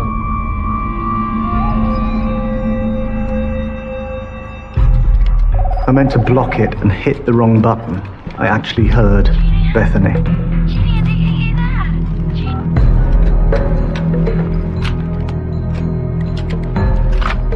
Right, so that was about 11:15, yeah? Okay, Julian, we need your mobile. Now, please.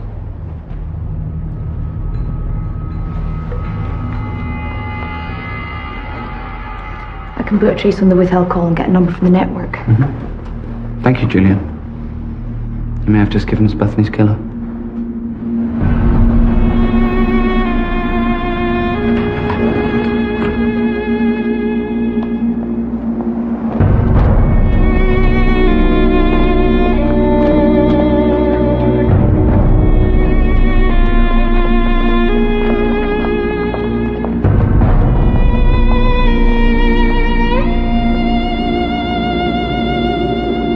We have 11 blanks and 1 live round. So, at least some of you know who the killer is. We also have several photographs of the execution of Vernon Duffy. We've got a partial print on one of these photographs. We've identified that print. Belongs to one of you lot, Michael Anderson. Mr. Anderson, did you send photographs of the execution of Vernon Duffy to James Morgan? Yes. Yes, I did. And you acquired the guns and you provided firearms training for all of these people? The things Vernon Duffy did to that young woman. We were forced to look at those photos that he took, his trophies. And we did look, because it was our duty. I couldn't sleep. I had nightmares. I was dying inside. And he was out on the street. Justice had to be done. He was guilty. And we were all agreed. What we did was right. We served justice. You see? We did what we believed was right.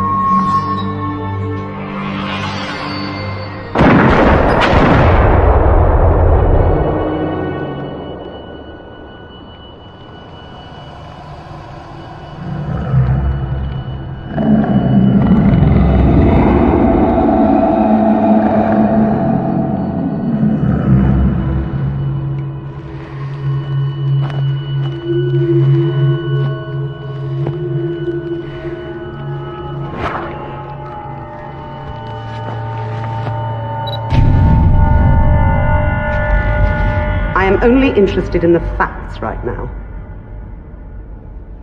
Which one of you fired the live round?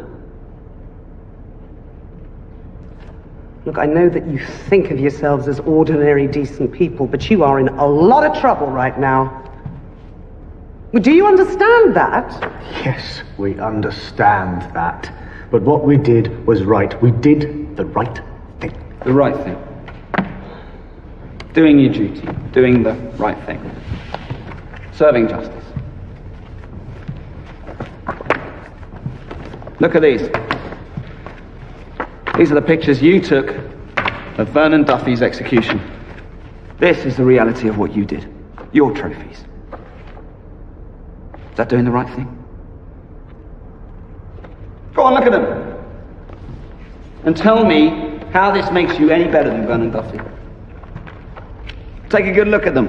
Look at the fear, look at the terror in his eyes. We saw the terror in Harriet Morgan's eyes. So you get it? Don't you understand? Revenge. It isn't right. Who do you lot think you are? Who the hell gave you the right to dispense justice? No human being deserves to die like this. Vernon Duffy wasn't human. But he walked free because you people screwed up. You let Harriet Morgan down. That is not your decision. It's not up to you. We were a jury, Sergeant. We are a jury. And we know exactly how juries work and how juries feel. And when we go on trial before another jury, justice will be done. We're good people.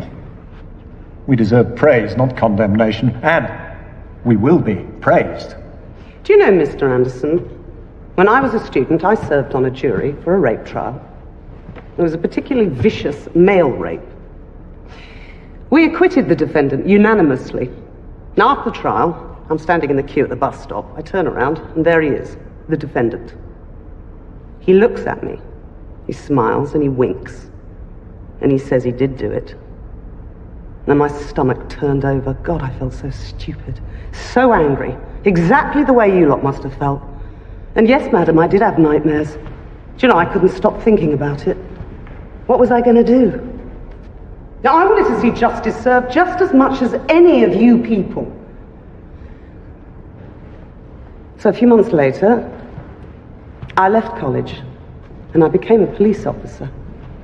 So yes, Mr. Anderson, I am painfully aware that the system isn't perfect.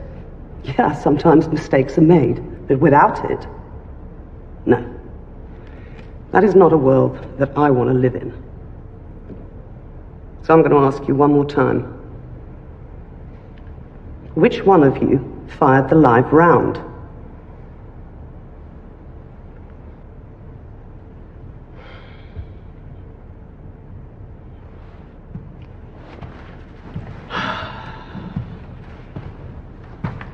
It was me. I shot him. No, it was me. I shot him. I shot him. I shot him. I shot him. I shot him. I shot him. I shot him. I shot him. I shot him. I shot him. I shot him.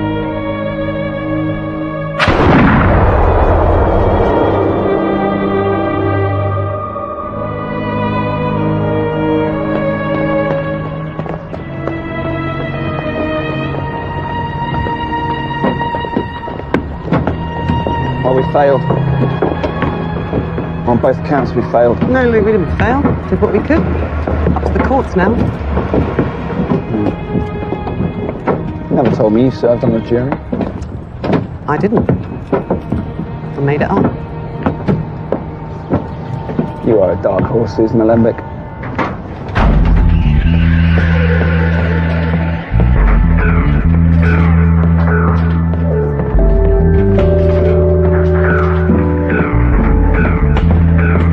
Julian's phone. Bethany's last call to him just before she died came from a mobile. And that's what I want to hear, Al, because Bethany didn't own a mobile, did she? No. Seems she was calling Julian using someone else's phone. I've traced the number and we have a suspect.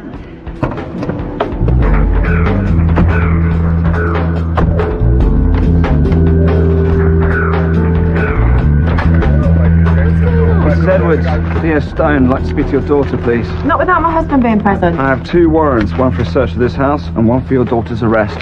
Right, guys, I want to go through this place with a fine-tooth comb, starting with Holly's bedroom.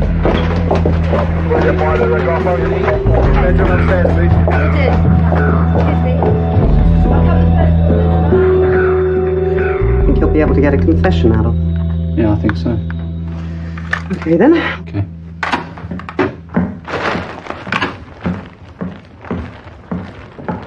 I'm not answering any questions until my lawyer gets here. Do you understand why you're under arrest?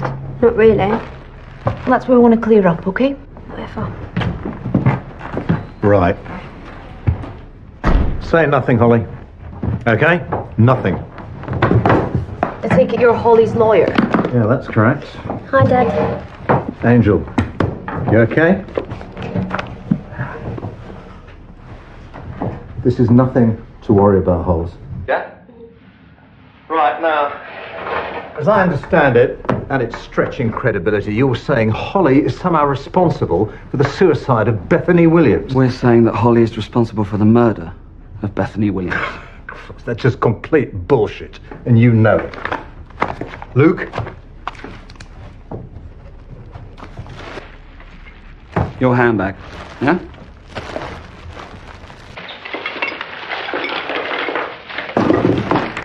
Vodka, which you shared with Bethany the night she died. Did I? We believe you were with Bethany when she died. No, I wasn't with her when she died. But the two of you were together after the prize giving. Yeah, I was giving her emotional support. I mean, she was in a right state.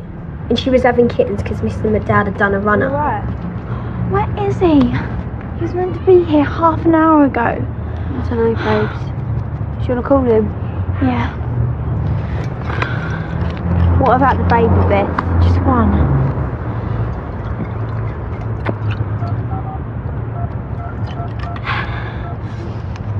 She was so uncool about it. She kept phoning him every 5 minutes. And it was so obvious he was totally blanking her. Oh, come on. You can't make a murder charge stick, and you know it. There's still another couple of points we need to clear up. Yeah, like what? Like, did Holly suggest to Bethany that she'd kill herself? No, of course I didn't. Suggesting suicide is not the same as murder, Sergeant. I didn't suggest anything, Dad. She was totally on one, and she kept knocking back the vodka and phoning him. And Bethany was so upset about Julian ignoring her that she got drunk, she went upstairs, and she slit her wrists. Yeah, but she did it on her own. I didn't suggest it. Right. Point cleared, then. And you weren't with her when she slit her wrists. Excuse me. She's already told you she wasn't there. Because if you was, you'd have helped her, wouldn't you, Holly? Yeah. So Bethany went upstairs to the second floor alone. Yeah, alone. How many more times she's got to tell you? And you left the school. Yeah, I went home What time? at 10:30.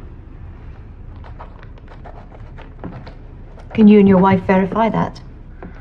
No, we were at a dinner until after midnight. But anyway, that's completely immaterial. Fine, okay. Holly went home at 10:30, yeah? Yeah. But we can prove that Bethany called Julian at 11:14 from your phone, Holly. Well, I lent her my phone, didn't I? Well, and then you went home and you left your phone with Bethany. And she took it upstairs, she slit her wrists, and she called Julian before she died. Yeah, I guess so. So how'd you get your phone back, Holly? A uniformed cop sealed the crime scene. There's no phone there. And yet here it is. There's only one explanation for that. You were with Bethany when she killed herself.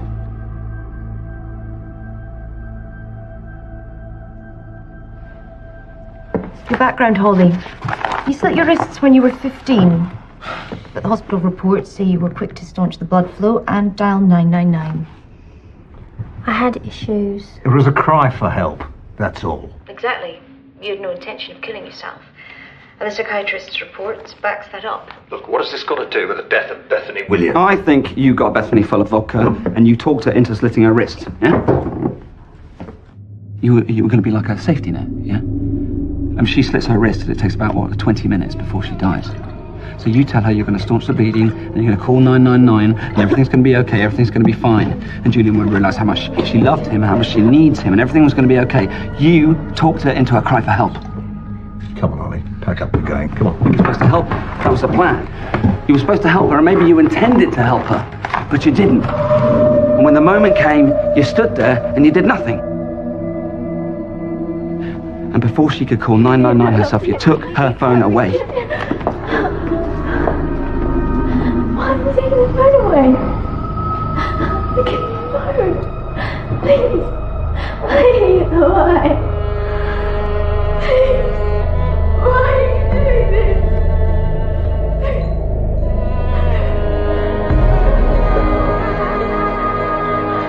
That's why she crawled down 2 flights of stairs, trying to get help. And you just watched her, didn't you, Holly? You stood there for what, 20 minutes? 20 minutes you stood there and you let her die.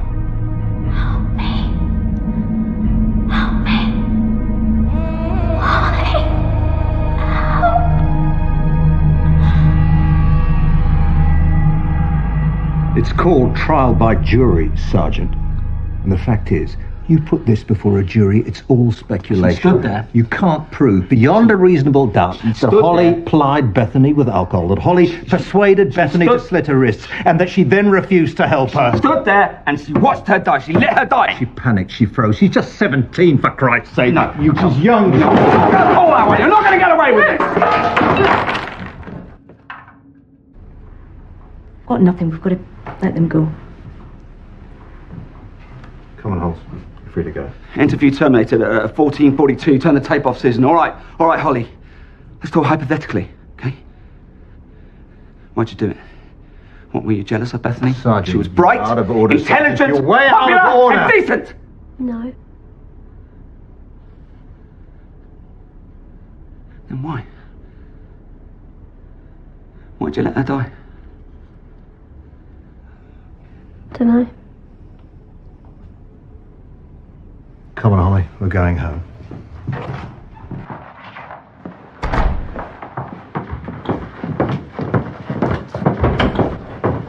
Luke, she committed this murder. She's not getting away with it. You need to calm down. There is absolutely nothing you can do about it. Come on.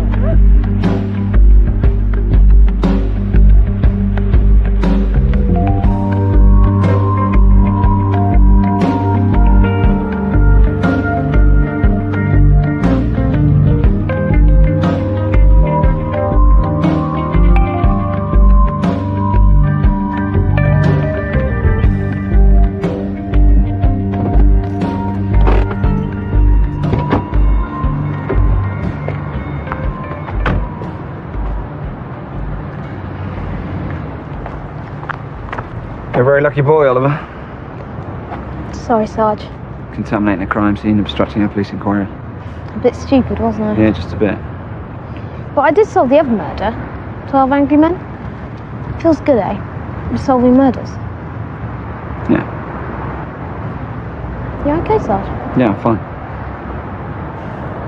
Not getting disillusioned, are you, Sarge?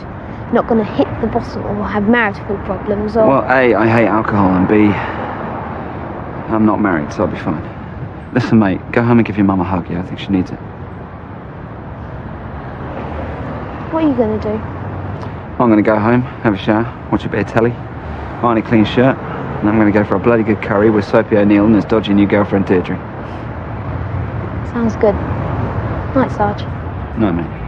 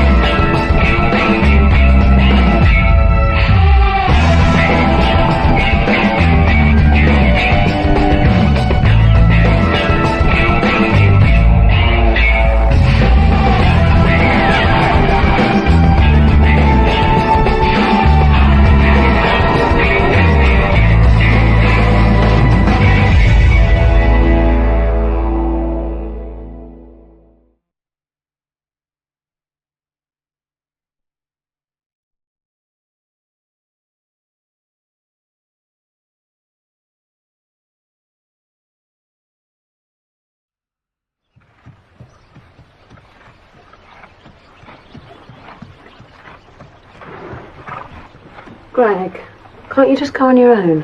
I thought it would be good for the three of us to go, as a family. Oh, you're heavy this morning, darling. Greg, it's 5:30 in the morning. Oh, come on, it'll be fun. Amy, would you like to go to the bakery? It's open early. We can get cakes and donuts and everything. Yes, I want to go. No, Amy. Greg, please, she's got school.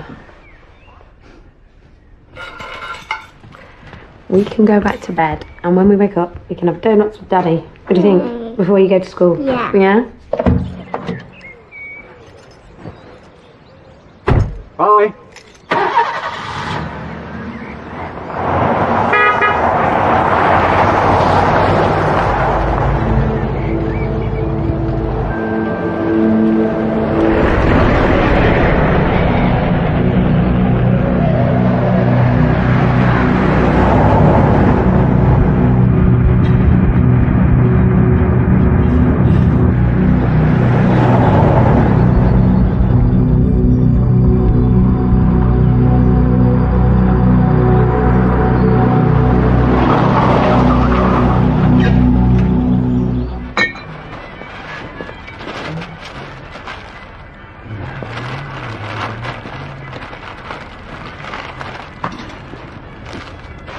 Cigarettes and alcohol. 9.90.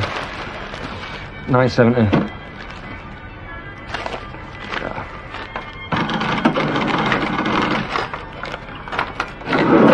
Yep. Thank you. Have a nice day.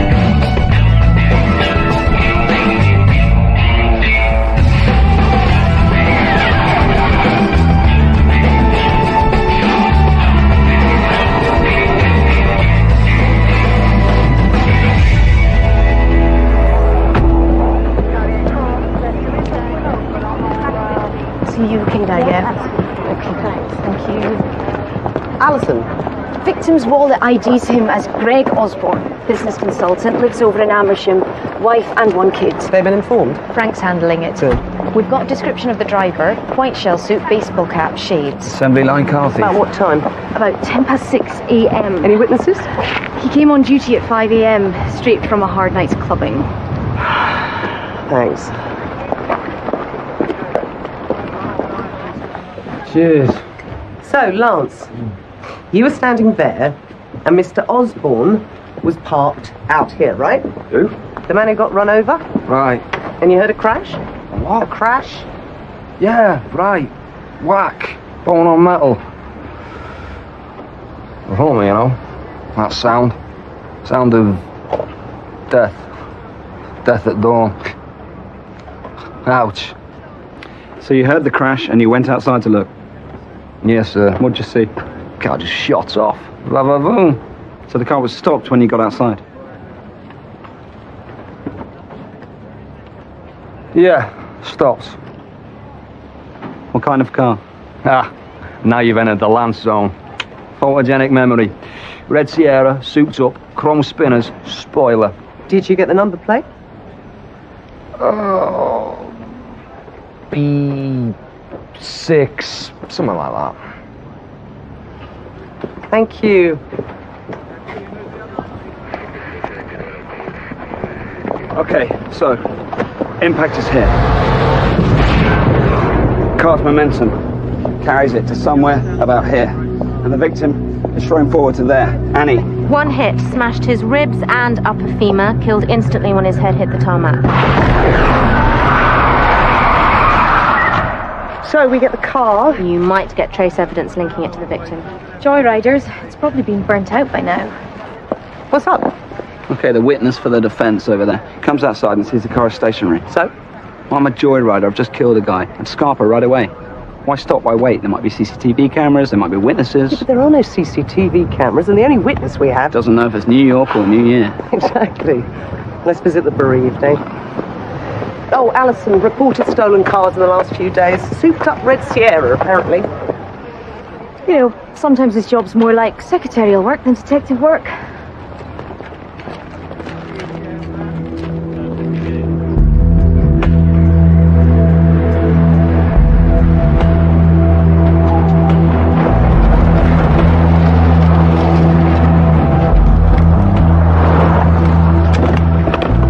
Luke, wait here. Frank's already inside. There is a crowd, yeah?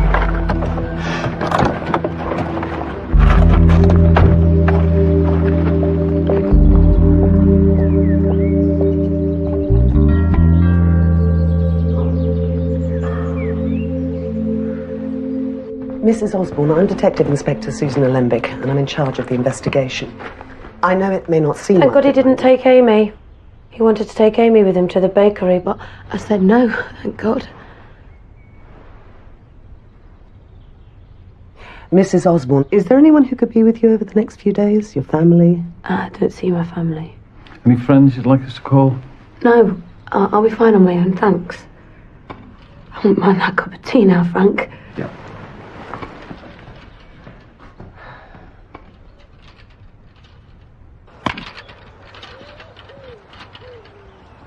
Hi. Hello.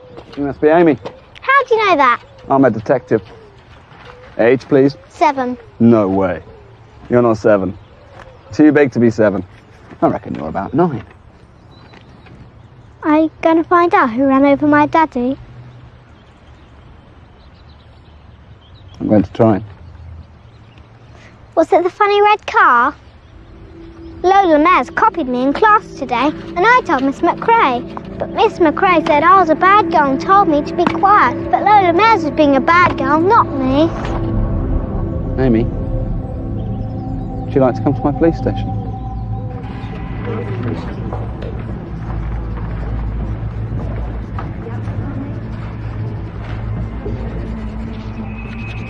Amy, you saw this car outside your house the morning your daddy got knocked over, did you?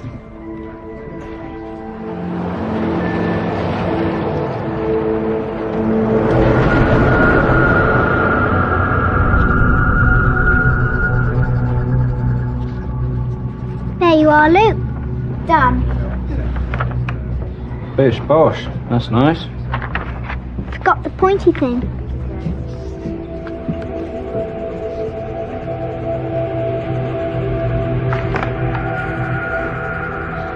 Amy, did you see the man who was driving the car? He had a hat on and sunglasses. Thanks, Amy. 2 options, either she's psychic Or Greg Osborne's death wasn't random. he was followed and deliberately targeted. Right, for the next few days, it's a war on 2 fronts, on foot and file. I want background on the victim. Yep, Prince Family Associates. Yeah, and anything that feels remotely like motive, flag it up to me, yeah? Then take an extra close look at the Merry Widow. No, don't be silly.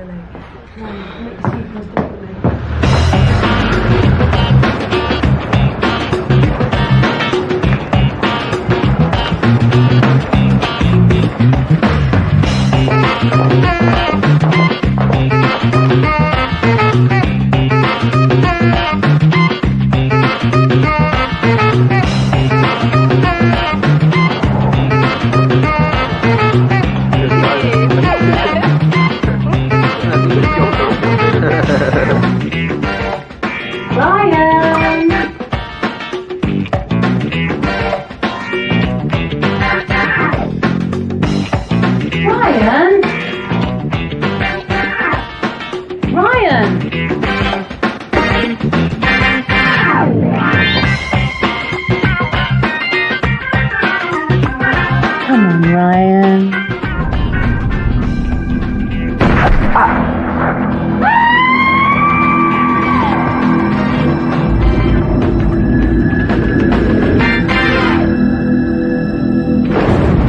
I need a trauma assessment and a full blood count now. Quick, people. Right, what have we got? Name's Ryan Everett. Found in his flat after a woman called 999 from a payphone in the hall. We got it on tape, but by the time the medics got there, she'd done a round. Keep him with us, Jan. Please. I need to see her. I need to see her. Quickly. I need to see her. Come on, excuse me.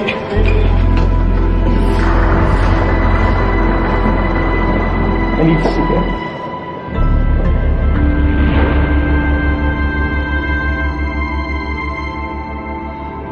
Okay, sis.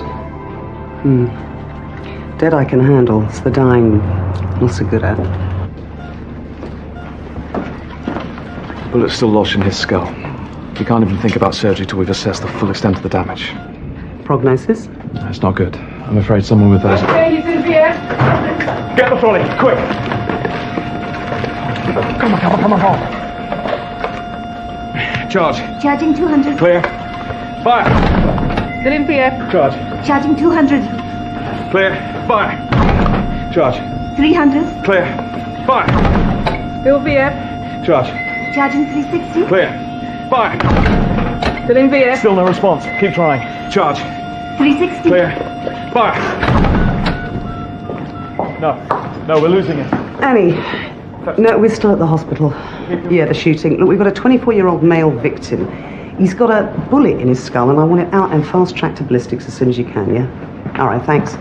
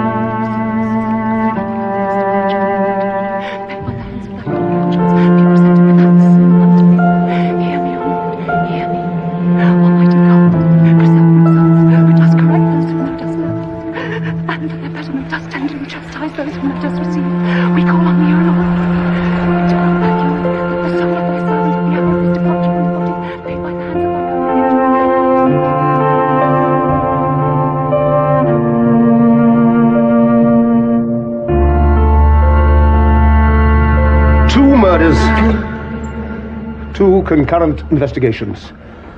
A challenge rather than a burden.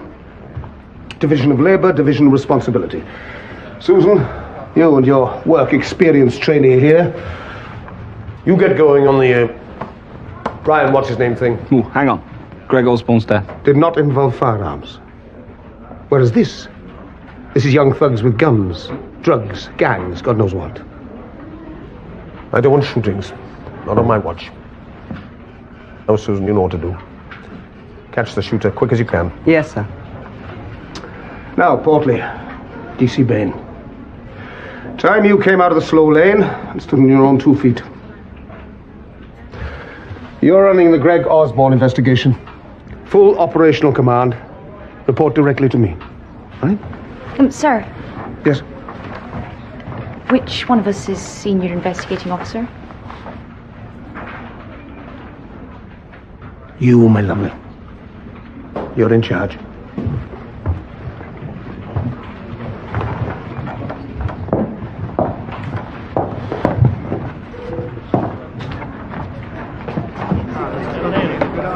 So this is where Ryan Everett lived, but no one around here heard a shot. And then this lot don't know whether it's Sunday or they're having a haircut. I mean, what's this? National Crap Witness Week.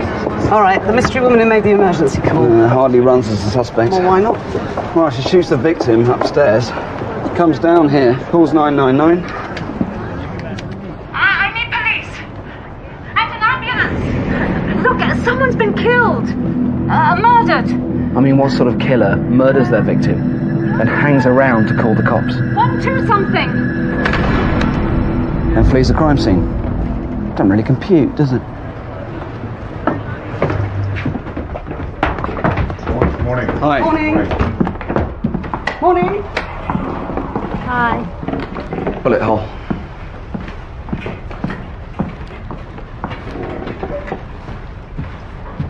shot fired from somewhere over there.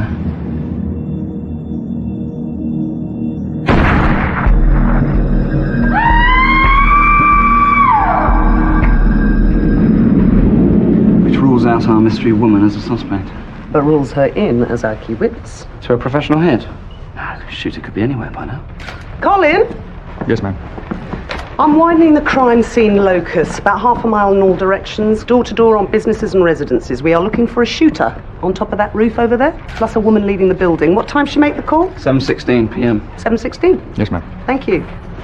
Right, Luke, crash that latex. Let's see what we got here. Catch.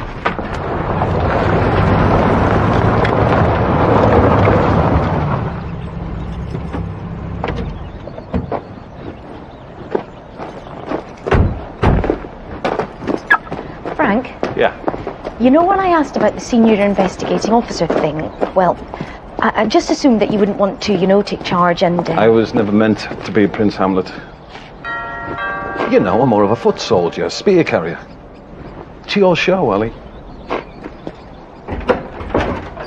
Frank. Helen, this is my colleague, D.C. Bain. Hi. Hello. Come in. Thank you.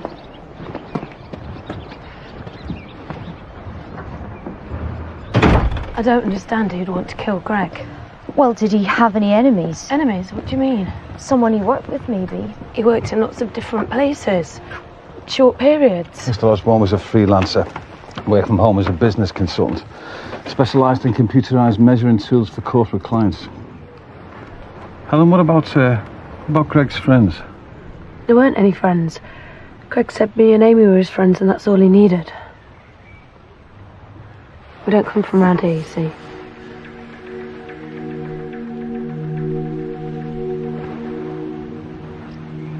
I've lived here 4 years, Helen, He surely. was always really happy and positive. Positivity, that's what he used to call it. Helen, are you okay? Listen, I'm really sorry.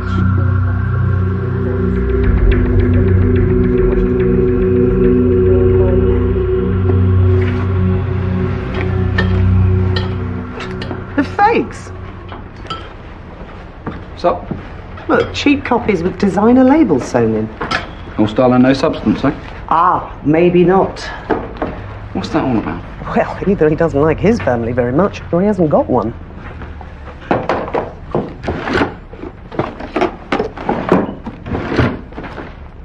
Hello. Okay. Not his doll money. Do you know, there must be about £3,000 in there. Turn that light on for me, will you? No switch. Try the flex. There's no flex either.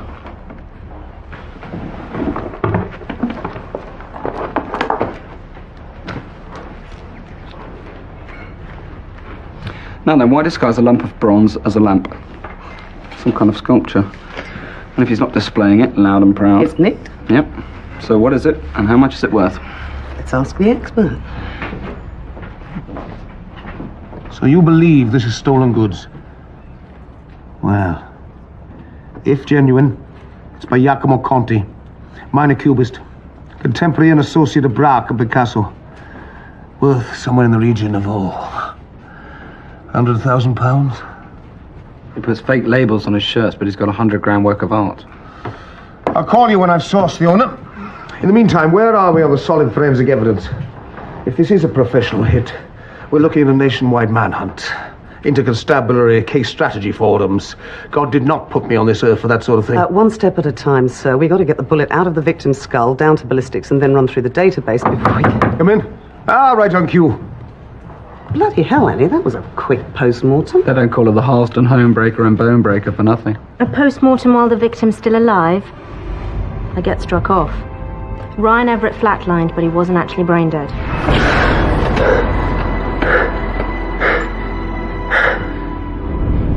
Well, if the victim isn't dead, there isn't a murder inquiry. Well, if he's been dead, I mean, the next murder victim is still a murder victim. Doesn't say anything in my employee handbook. Which you've read from cover to cover? 3 times. Doesn't say anything about us not investigating, ex-murders. If you don't put a sock in a metaphysical speculation, you'll be an ex-detective. Sir, if this was a professional hit, it's more than likely they'll try again. On your watch. Really don't think we can walk away from this. All right. Interview him. Make him tell you who tried to kill him. Then go and arrest them. Yes, sir.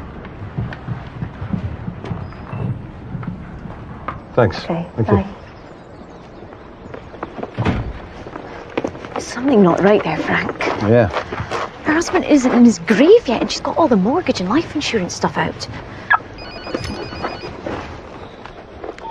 Yep. We've got someone reporting a stolen Red Sierra. Okay, what's the address?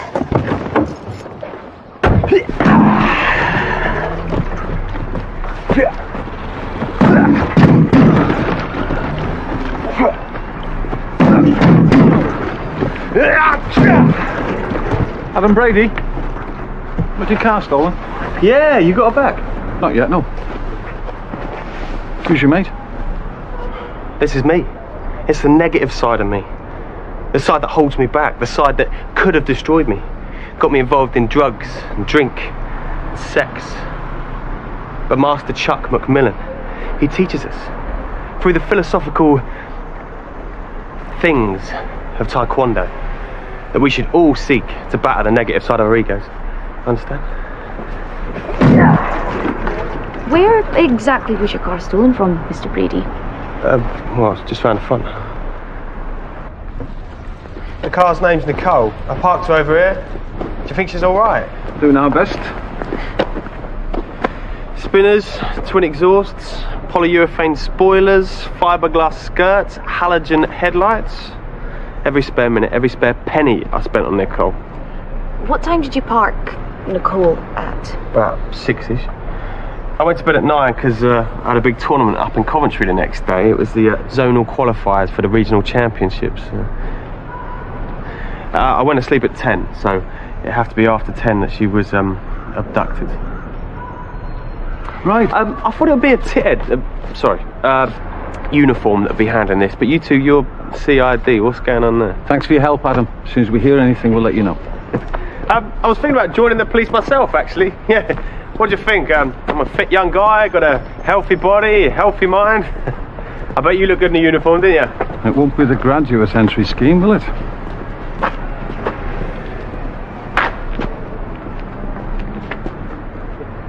It's remarkable, really. I've never seen anything quite like it. If I was religiously minded, I'd call it a miracle. What about the bullet? It's our key piece of evidence. I'm sorry, but at the moment, your key piece of evidence is unattainable. Right now, we're between a rock and a hard place. If we operate, I'd give him a 10% chance of survival. If we leave the bullet where it is, he's got a 25% chance. Well, yes, but isn't that going to affect him? The neuropsychologist has done all the orientation tests. Brain function seems perfectly normal. Short and long-term memory appear intact. Good, so we're okay to interview him. Yes, but gently. Thanks.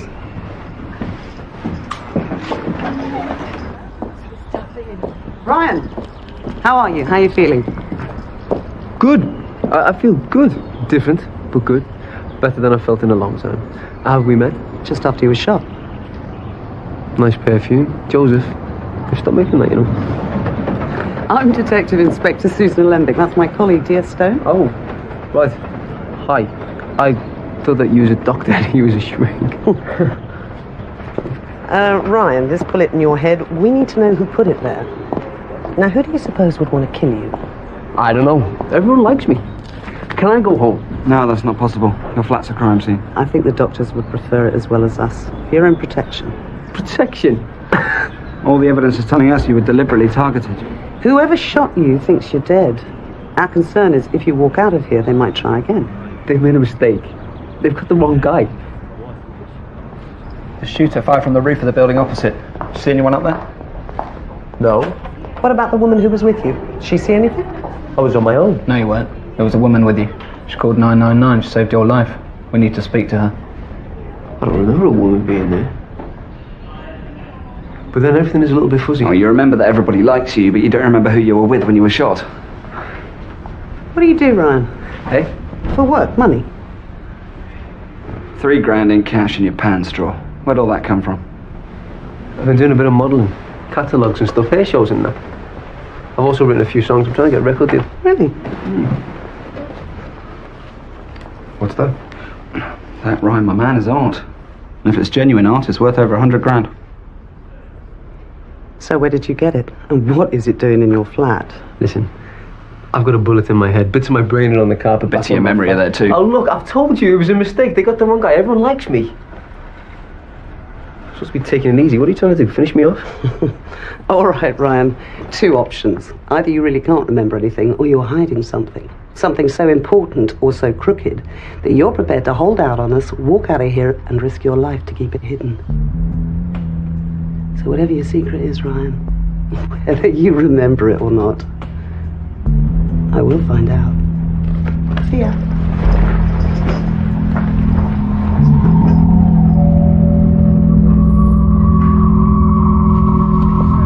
Ali, meet Nicole. Some kids found it here this morning. Serial number and chassis checkout. This is Adam Brady's car. So why isn't she torched? Joyriders always torch the car. Thief, possibly killer, was disturbed, maybe? Where's the glass? Excuse me? Well, if our thief, possibly killer, smashed the window, why is there no glass in here? Okay, so we wiped it off the seat. You'd still expect some glass in here. Unless we've got some sort of obsessive compulsive who carries a Hoover around with him. Where are you headed with this, Ali? Back to the crime scene. Back to the bakery?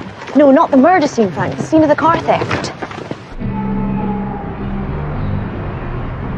No glass inside the car, and no glass out here either. Where did the smashed glass go?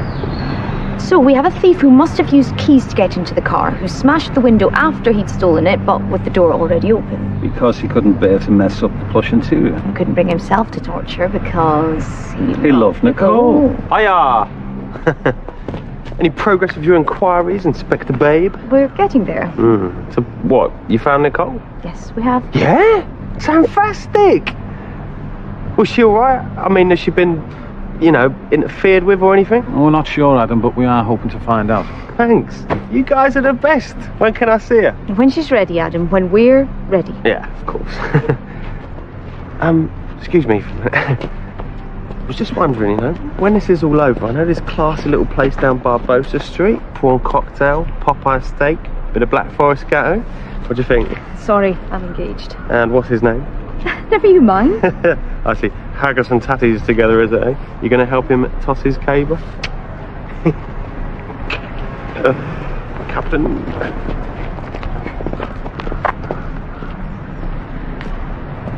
If, and there's still a big if, he's faked the theft of his own car and used it to kill Greg Osborne. I mean, he was obsessed with that car. Why part with it? He might if the price was right. And who would pay him? The person who's got most to gain financially from Greg's death. Helen.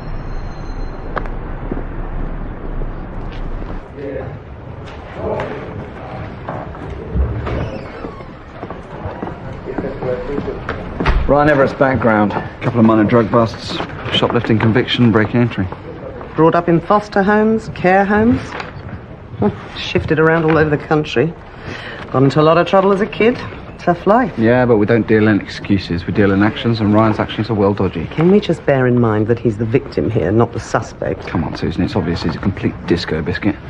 Find out what sort of nonsense he was involved in, we find out who shot him. What is your problem, Brian? I don't have a problem with Ryan. Well, you sound like you have a problem with I have a problem with people who lie to us. We don't know he's lying. Flirt with us. What? Well, flirt with you. Nice perfume. Joseph, stop making that, I mean, what kind of twit takes an interest in women's perfumes? Well, possibly innocent twit.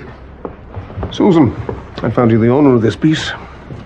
Dr. Simon Kramer, sex therapist. Ah, sex therapist. A sex therapist.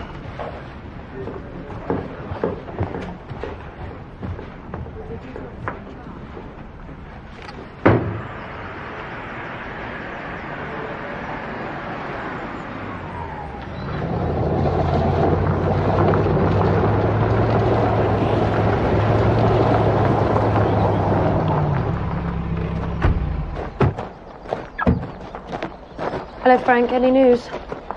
You selling the house? There's too many bad memories here. It's better for Amy if we move on. Where are you moving to? Abroad. The Algarve. Do you know this man? No. His name's Adam Brady. Did he kill my husband? I've been looking into your background. You're a bit of a reinvention, aren't you? I mean, your family. 2 brothers in prison for violent crime. Father an alcoholic. Mother dealt dope in the estate. Look, I don't have anything to do with my family anymore. You see, Mrs. Osborne, I think throwing in the sale of this place along with Greg's life insurance policies, you stand to gain 400,000. And now you're leaving the country. Greg was my husband. He provided for me and Amy. He was a good father, and I have done nothing. A good father, a good husband. He provided everything but I loved my husband. Did you love your husband? Did you love your husband? No, she didn't. Did you, Helen? Greg isolated you. Kept you well away from your family and your friends. Convinced you he was the perfect husband. Controlled you. Kept you in his world, his enclosed little world. And when you stepped out of line,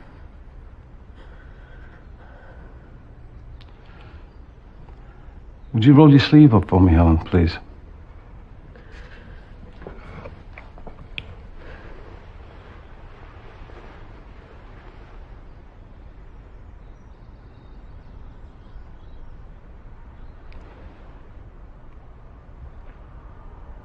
Greg hit you, didn't he? Frequently. Systematically. And what was this? I ironed his shirt wrong. You see, you're meant to iron the collar last, but I was stupid and I ironed it first. Ah! I'm sorry, Greg, I'm sorry. Don't die, Greg, die! Get it right!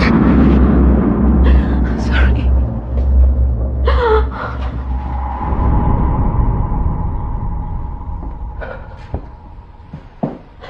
Just wanted the best for Amy, that's all. Amy. Did he hit Amy? No. Just me.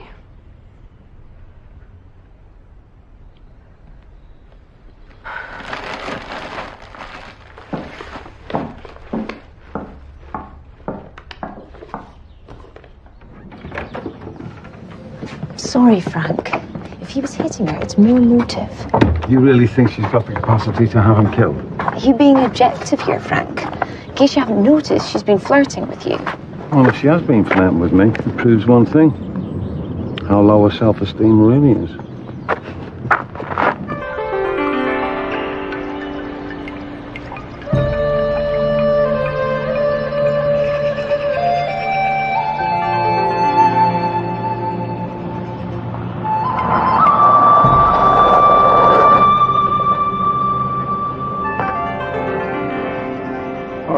Okay. So if Ryan's not bent, what's he doing with a 100 grand sculpture? Why do you think the worst of him? What, you're telling me you see something sweet and noble in him the rest of the world's missing? No, Luke, I'm just not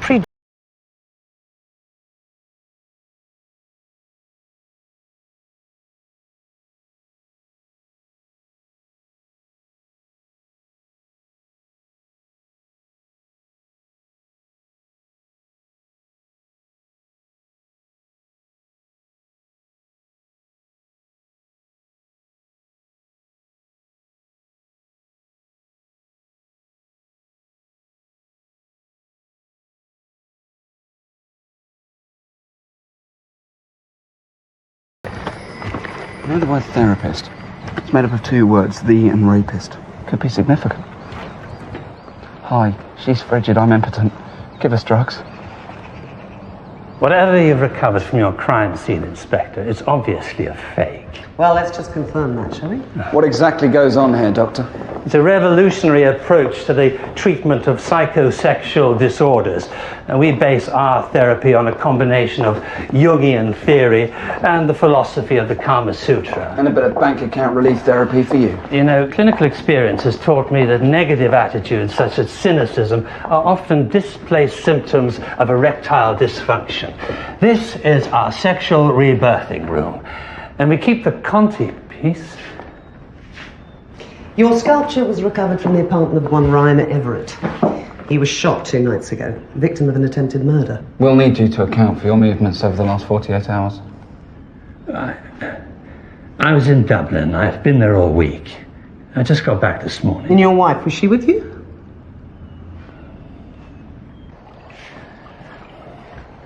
Angela? Mrs. Kramer. One phone call, and we'll have a 30-strong search team sweeping this house for prints and other trace evidence. Yes. He was here. Ryan Everett. I don't know that name, Angela. Is he one of our clients? No. He's not a client. If he's not one of our clients, Angela, what was he doing in our sexual rebirthing room? He was with me.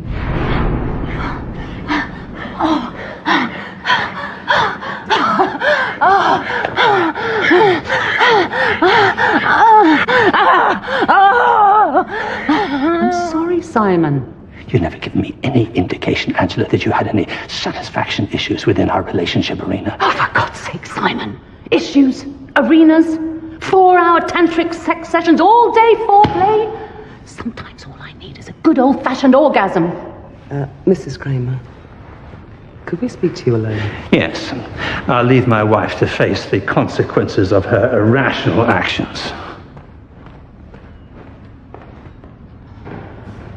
Cup of herbal and he'll be fine.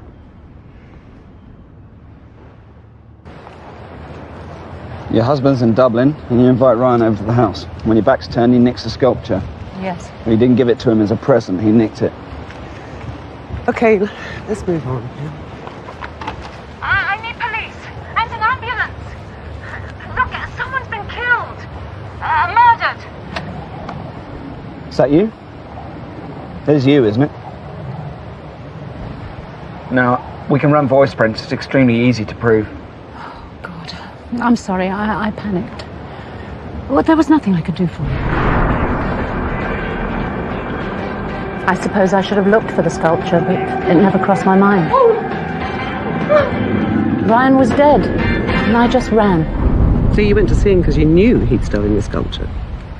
He called me, given the money, and I could have it back. So I did. And before I left, well, I just wanted one last time with him, you know. How much did he ask for the sculpture? £2,000 cash. It's worth 100 grand and he asked for 2. Not only is he a criminal, he's a crap criminal. Ryan's no criminal, don't say that. He's also out of character. I could see that even when I was giving him the money. He looked awful. He said he was sorry. Ryan wasn't a criminal. He had a good heart.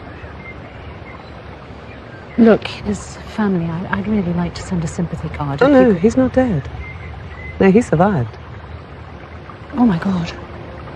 I prayed for him, you know. I came straight home and I prayed for him all night.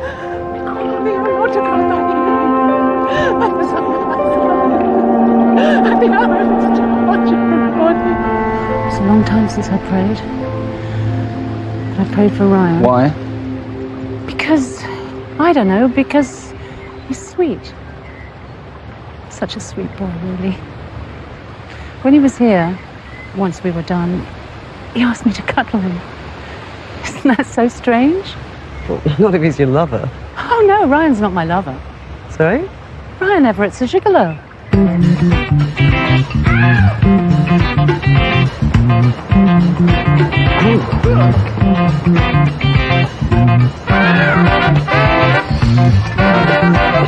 Take it anywhere.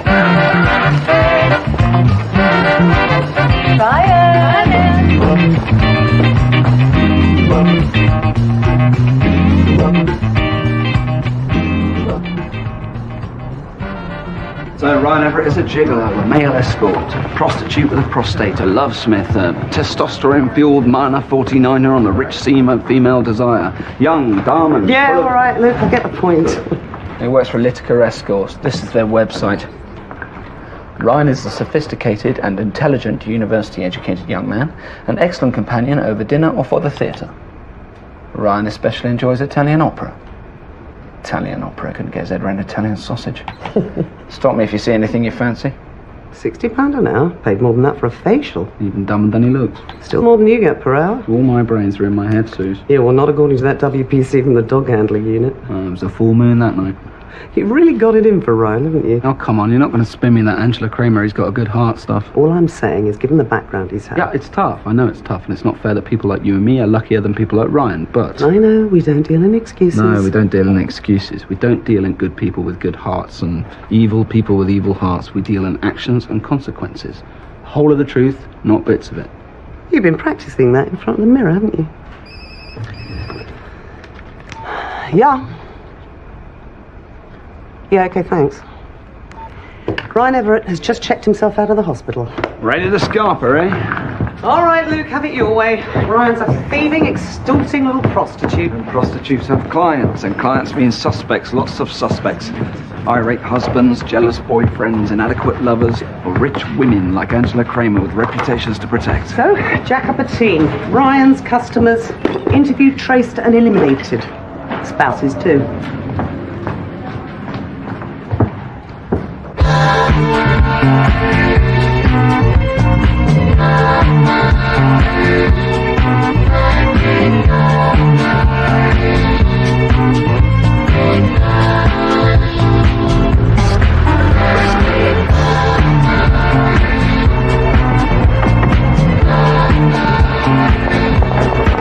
Ryan! Hiya. Hey. Coming in? Come on. Okay. How's it going?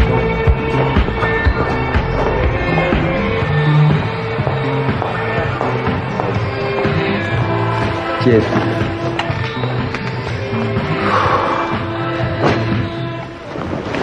Doing a runner, are we, Brian? Just a few days out of town. I know, I need a break. How did you know I was here? Well, you see those two blokes over the road? Call it protection, call it surveillance, call it what you want, Ryan. We're watching you round the clock. Why? Let's just say I have an unhealthy fascination with gigolos. Told you I'd find out all your secrets. That's not a secret, that's just information, and there's a difference. Brian, you are a male escort, an occupation that puts you on the edge of the law, and extorting money out of Angela Kramer puts you over the edge. Now, you lied to me. She was with you in your flat when you were shot. Is she pressing charges? Look, I know how to handle women like Mrs. Kramer. She won't be a problem for me. No, but whoever shot you, that is a problem. Oh, what? You scared now? Listen, I have sex with people for money, and sometimes they use me and they treat me like shit, and so I use them back. I'm a prostitute. It's what I do. It's all I'm good for. And I am good. I'm very good. What? Orgasm or your money back? No, multiple orgasms. Oh? Look, I'm sorry I lied to you about Mrs. Kramer, but I was just trying to protect her. She's a nice lady. Now, some of these other women, once we're done, they hate me because they hate themselves, and they've got husbands, boyfriends, families, and they probably tell them about me out of guilt or something, so I don't know. Maybe some of them would want to kill me. Really? Well, is there anyone you could think of in particular? Take your pick. I see a lot of women. I've got to go. Ryan, you need to be in hospital. Oh, like you give a shit. All you want is your evidence from in here. In fact, it would probably be better for you if I was to die right now, wouldn't it? Excuse me, I've been trying to keep you alive. Well, you can't keep me alive. I've got a bullet in my head. I've seen the way the doctors look at me, and I'm dying. No, there's a chance you could survive the bullet. It's the rest of the stuff, Ryan. A contract on your life, police on your case. Look, I can't help you unless you tell me the truth. Please. Come on, I'm not a bad person. Come on, just let me go, please. Please. I'm sorry, Ryan. I can't do that.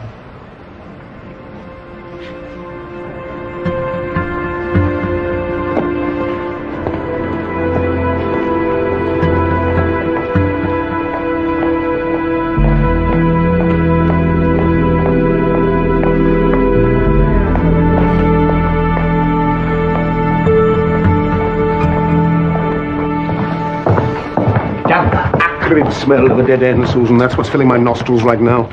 Dismal, isn't it? Ah, Portley, my Scottish friend. Undepress me. We believe Adam Brady stole his own car, make us think it was a joyrider hit and run, when actually he was targeting Greg Osborne. Why? The wife Helen is behind it. She's got motive and she's selling up and leaving the country. Suspicious, but circumstantial. Oh, come on, answer me back. A search warrant for Adam Brady's flat. We're looking at his phone records, any other evidence of a connection to either Helen Osborne or Greg Osborne. Oh, yes. My young Florida MacDonald. Give it a punch. Do it, Scottish girl, do it. Come on, Frank. Oh, that's what I call policing. You call that policing? Wait till you get your chops around this. Ryan's clients and their spouses, they're not suspects, they're victims, blackmail victims. Ryan's been putting the bite on them. Give me money or I tell your husband you and I've been. Blackmail gives them more motive, not less. Susan? Hang on. In the 3 days leading up to his shooting, Ryan was bonking for Britain. 8 clients a day, 24 women in 72 hours at £60 an hour. That's nearly 1,500 notes. I'd almost admire him if he wasn't such a tit. Thank you, Candy. Also, he tried and in some cases succeeded in blackmailing these women. Plus, he nicked Angela Kramer's sculpture and then tried to ransom it back to her. This guy is a moisturised, preening one-man crime wave. Can we have your conclusions, please, Luke, not your opinions? All right, here's your conclusion. All this criminal activity is the behaviour of a trapped and desperate man. A man who owed someone money, a lot of money, and needed to pay up quick. I don't know. Drugs, gambling. Well, who cares? This means he definitely knew exactly who shot him. Bring him in, Susan. Sliding tackle. Make him talk.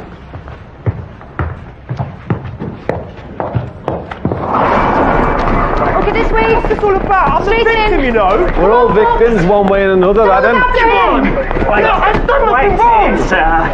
Hey, my car got stolen, actually!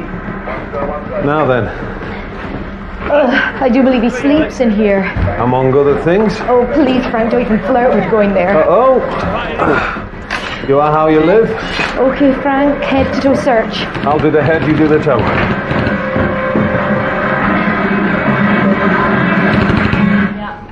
Ali! Ali! A little surprise under the floorboards.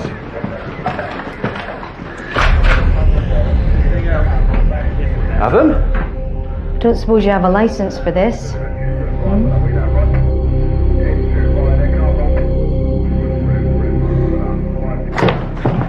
Okay, Ryan.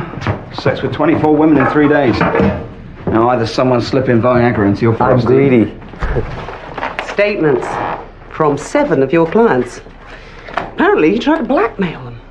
I don't know anything about that. I don't remember. We owe someone money. Who? I don't remember owing anyone anything. I've got amnesia. Look, I was shot. Oh, do you hear that, Susan? He remembers he was shot. You just forgot you had amnesia. I was dead, okay? I was dead and I came back to life. And you know what? I think that there's a reason for that. I think it was God giving me another chance. Look, I'm going to be a better person now. I'm leaving. I'm moving on. So I think we should just draw a line under the whole thing. Ryan, we can't draw a line under attempted murder. And listen, mate, you're out of options. Who do you owe money to? How many times? I don't know. You're lying. You know exactly who tried to kill you. I don't know. I can't remember, okay? I can't remember. Look, I'm sick. I'm dying. Can't you Please, just let me... Ryan, cut the emotional blackmail. It's just not going to wash anymore. We are trying to protect you. You're not trying to protect me. You're trying to do your job, get a gold star from your boss or something. At least if I do my job right, I get a bottle of champagne or something. Yeah, but it's more than just a job for you, though, isn't it? What do you mean? Well, a gigolo who likes to cuddle his clients. Oh, I don't have to listen to this. No, Ryan, you do have to listen to this. I'm just trying to help you. You're not making it very easy for me. Prostitution, theft, blackmail, extortion. I should do what he says. Lock you up and throw away the bloody key. Then why don't you? Because, Ryan, I was there when they brought you into hospital, and you might not remember this, but you grabbed my hand. I need to see her. I need to see her. I need to see her. And all I could see was this frightened little boy, lost, completely alone, and that's exactly what I'm seeing right now. I just want to help you, Ryan. Oh, my guardian angel, eh? Yeah, all right. Yeah, if you like. Oh, come on, Ryan. Just talk to me, please. Talk to me. Talk to me. Yeah, stop pissing us about and start talking. If there is a God up there and he actually got around to take an interest in you, then maybe he brought you back so you could tell us the truth. Oh, please, Ryan. No, I can't. Oh, for Christ's sakes, Ryan, just tell me the bloody truth.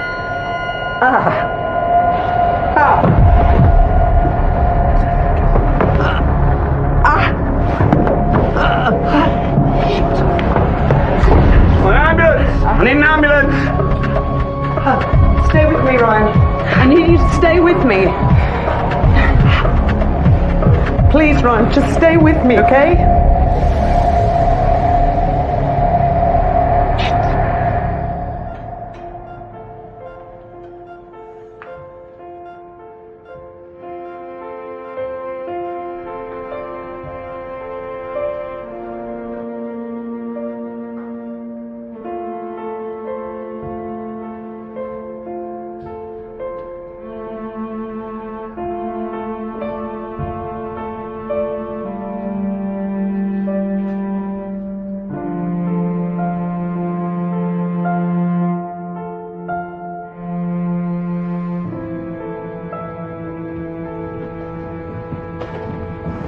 Here we are, Inspector. The bullet. And Ryan? The operation was not successful. He's dying. Not if, when.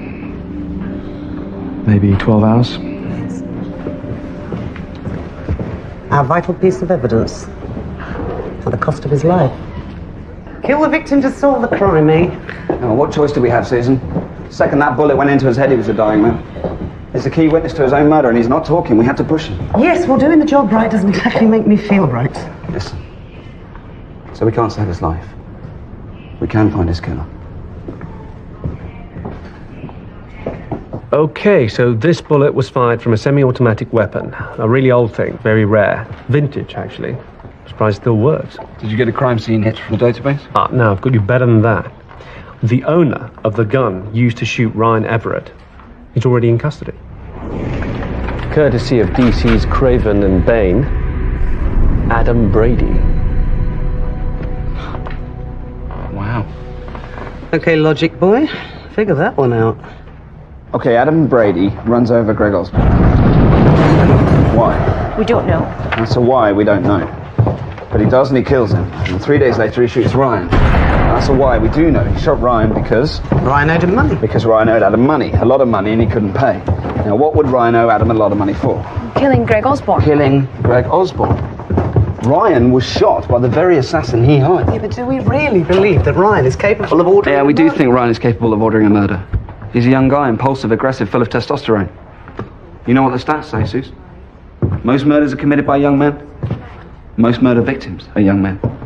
If we could round up all the young men, stick them in a rocket and fire them into outer space, can't Earth be a safer place? Does that mean we'll be rid of you, then? I'm not like that. Susan!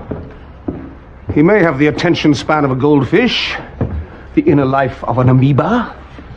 His worst nightmare may be crumbs in the bed. But in this case, I believe he's got it absolutely right. The evidence is telling us that Ryan Everett is capable of murder, so... Well, let's ring the bells. We're all working on the same inquiry. Most of the solutions provided by Portley and Scottish here. You and the ginger beanpole here better watch your backs, hmm? It's neat. It's tidy. It's level par on a sunny day in May. It makes me feel all warm and loved inside.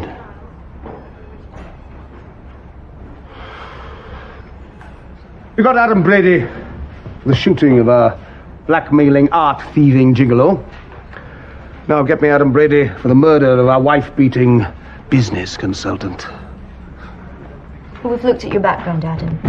You spent a little time with the Territorial Army. Yeah. And we know you're a desperate Dan at kickboxing or something. It's Taekwondo. And it isn't just the combat, you know, it's philosophy. Yeah, what strikes me is the morbid fascinations of a man who harbours a deep-seated ambition to kill someone. To kill anyone. If the price is right, eh? Look, you listen to me, Honey Bunster. I live by the principles of Taekwondo, okay? All life is sacred, from the smallest bug to the biggest monster, huh? Who would I want to kill? How about Greg Osborne, Who's that? the man who was run over and killed by your car? What? Them pikers that stole Nicole used it to trash someone. That's what you'd like us to believe. Look, I know about cops and the law. And if you could prove I'd done these things, then you'd be charging me. But you're not charging me, so that proves to me that you can't prove nothing. See, what you're trying to do is bolt the stable door after the horse has already run off and done one, you see? That's what your problem is. Hi. Oh, it's getting busy in here, isn't it? This is DS Stone. Yo. Yo yourself. And I'm Detective Inspector Susan Lembeck. I'm running this inquiry.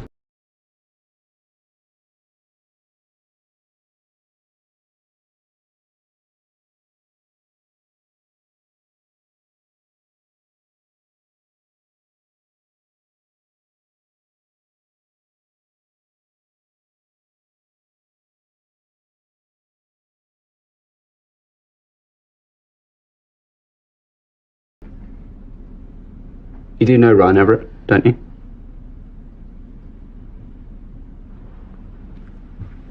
I know him a bit. Comes down to kickboxing gym, keeps himself in shape, but he ain't into the philosophy. He's not going to get into it either. 'Cause there's a bullet in his skull. Fired from a .22 caliber rifle that matches the .22 these guys found in your flat. Your prints are on it too. Adam, you're going down for this. Irrefutable evidence. It's all about length of sentence now, mate. Best you cooperate. Why did you shoot Ryan Everett?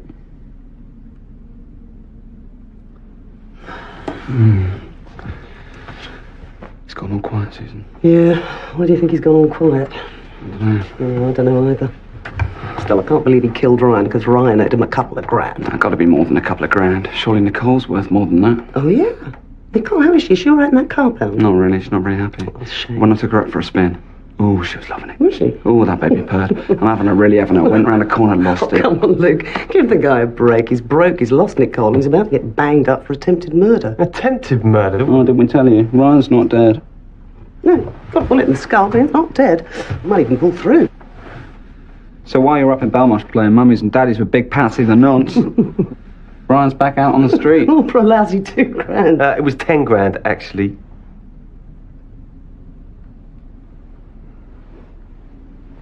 So you shot Ryan? Because he offered you 10 grand to kill Greg Osborne. And you did it. But he never paid. Yeah, 10 grand to kill Osborne, but it was all Ryan's idea. All right, why did he want Greg Osborne dead? Because she's his kid. What? A little girl. She's Ryan's kid, isn't she? I need to see her. I need to see her. I need to see her. I need to see her. Amy? Yeah, Amy. And Greg stole her from him.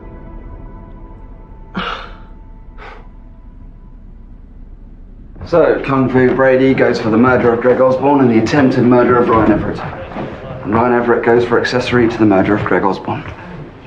Yeah, but we've only got his word for that. It's hardly the most reliable witness. Susan, Greg took away his girlfriend and his daughter. It's all the motive in the world. Adam, can you get the dry cleaners and pick up my shirt for me? Adam, I've got some at home. Can you go and get it for me and bring it to me, mate? Me and Helen met when we were 15 at a summer camp for deprived kids. And we kept in touch and I used to visit her a lot. Then we had Amy. I brought Amy up for the first 2 years. And then she left me.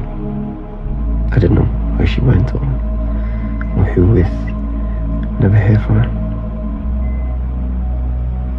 Till last week. First time in 5 years. She wanted to see me, and she was crying and upset. She was in a terrible state because Greg had been knocking her about. And Adam, the stupidest thing I've ever done, I got him to give me a lift down to where she lives. Then you offered Adam money. 10 grand to kill Greg. He just kept on at me. He wouldn't shut up.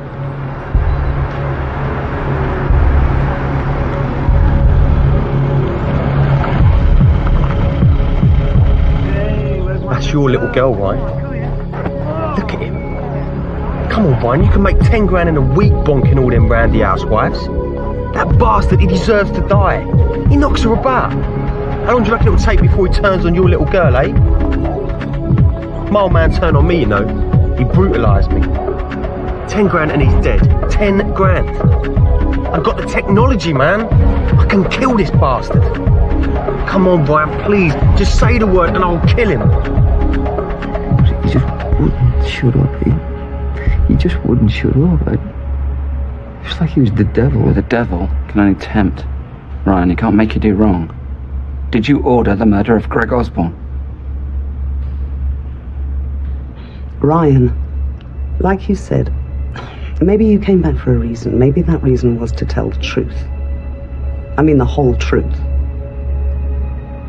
Yes or no, Ryan? So what are you waiting for? Come on, Ryan. It's an easy decision to make. Come on, Ryan. 10 grand, yes or no?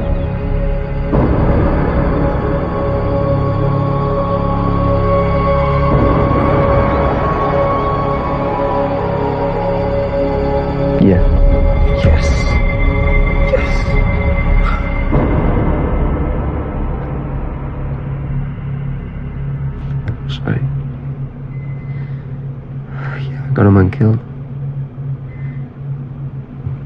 I deserve this.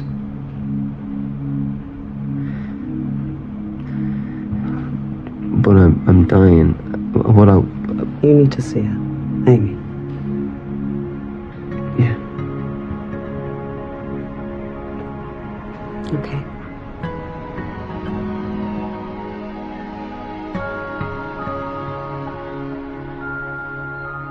No.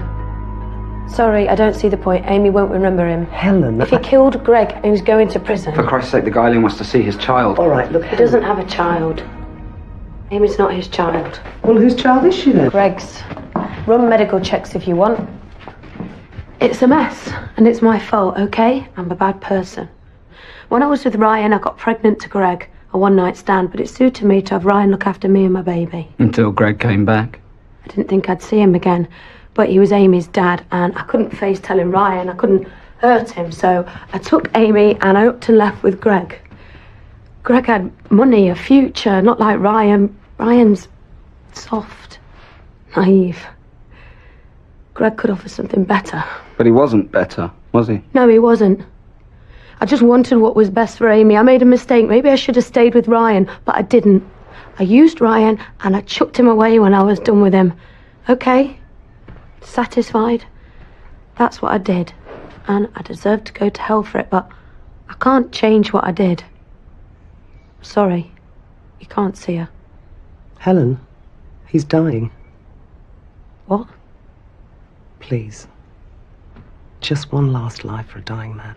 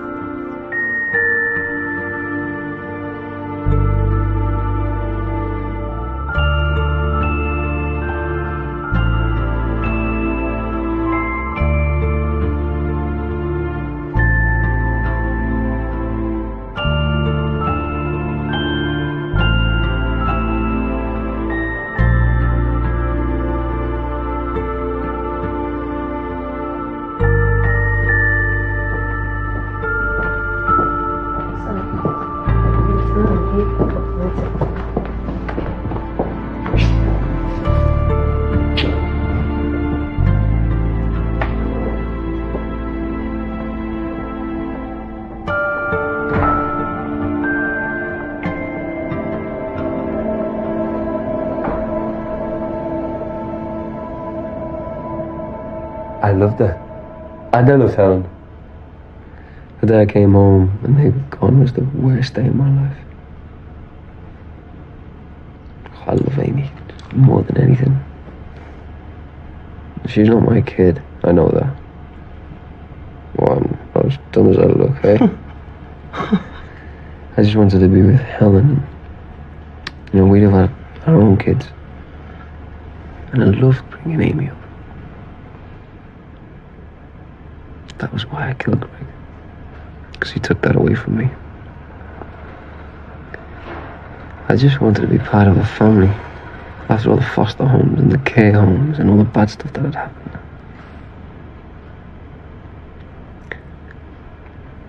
All I ever wanted was to be part of a family. Stupid, eh? No, it's not stupid at all. I heard this song once because I used to write songs. Yeah, you told me, remember? Yeah. I heard this song on the radio. I can't stop thinking about it. If I expected love, I first to be kissed. Then play. Ryan? Ryan? He's arrested. Ryan? Get this way, please. Call the neurosurgeon. Ryan? Get the trolley. Someone start chest Let's keep compressions, going. please. Come on. Check the IV fluids. Come on. Lubricate the pants now. Get it here. 1 and 2 and 3 and 4 and 5. Go. 1 and 2 and 3 and 4 and 5. 1 and 2 and 3 and 4 and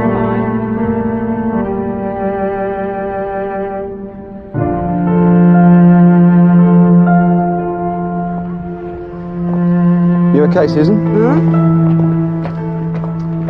I was wrong. He had a good heart. You know, just before he died, he tried to quote a song. If I expected love when first we kissed. Blame it on my youth. Yeah. If only just for you I did exist, blame it on my youth. If I cried a little when first I learned the truth, please don't blame it on my heart. Blame it on my youth. You said that like you really meant it. Blame it on my youth? Yeah. I prefer to blame it on the boogie, Susan.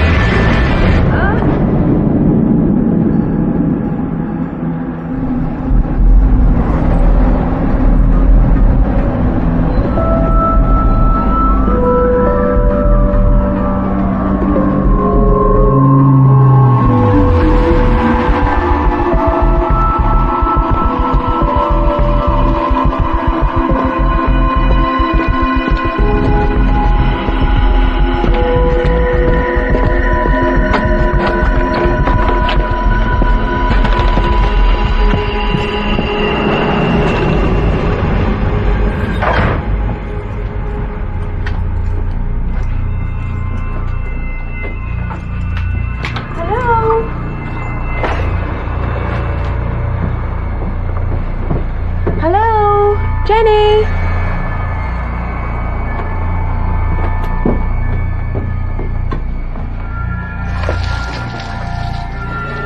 Jenny?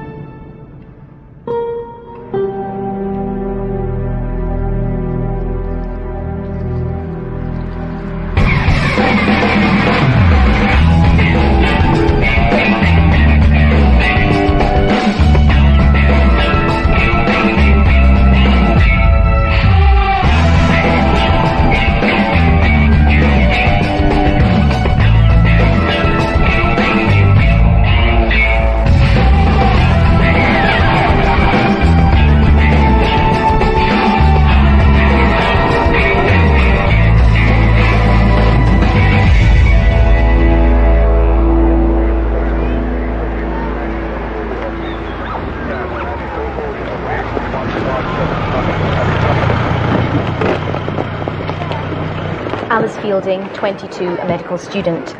Her body was found by her flatmate. She got back from her boyfriend's about 2 a.m. The victim had this bus ticket in her pocket, purchased at 109 Trafalgar Square.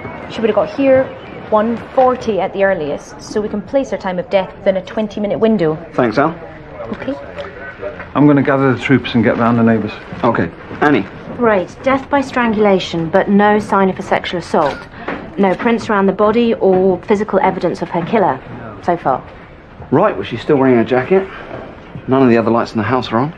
And she wasn't long home. So, killer must have been in and out again in a matter of minutes.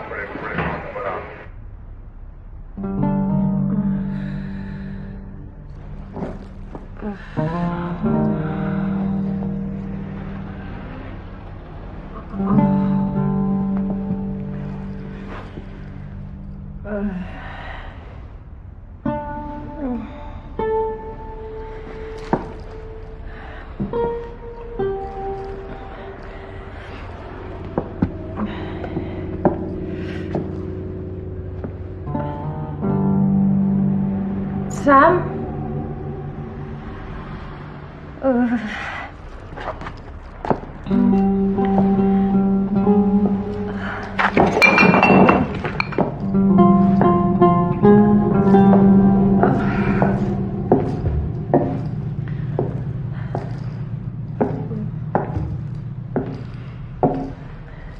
Sam?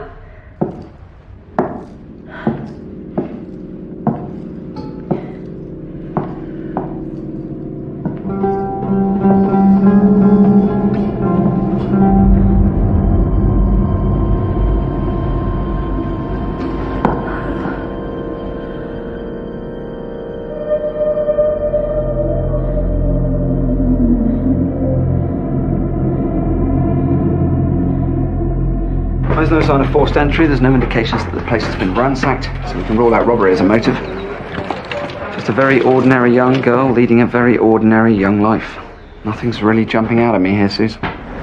Yeah, okay. I'm just about to break the news to her mother, so I'll see you back at the station, all right? Okay. See you there. Bye.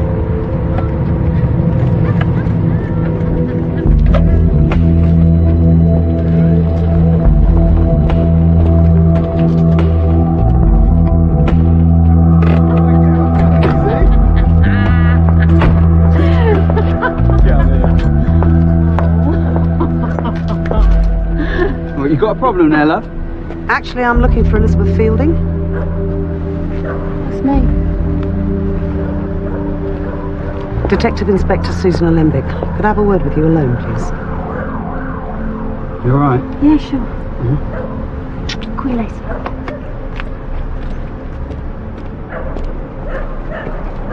So?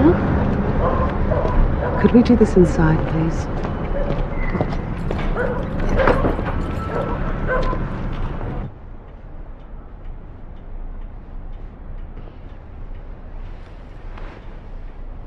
So sorry. Liz, I'm sorry to have to ask you this question, but can you think of anybody who might want to do this to your daughter? No.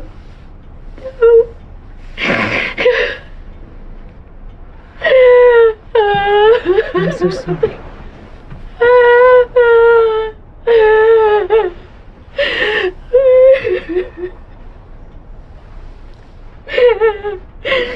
I've got nothing from the mother. She has absolutely no idea where Alice was last night. And we're struggling for trace evidence at the crime scene. We better check out Alice's fellow students, lecturers, get a list of her friends. Susan. Yeah.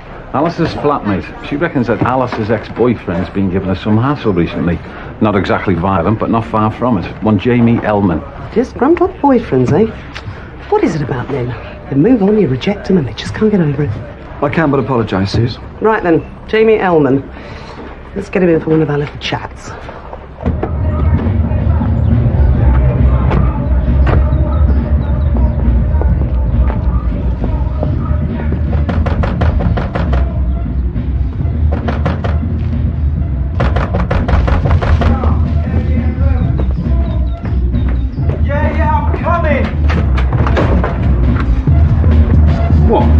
Well, hello again.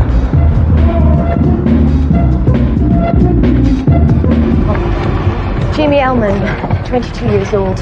No named employment. Dropped out of college 3 years ago.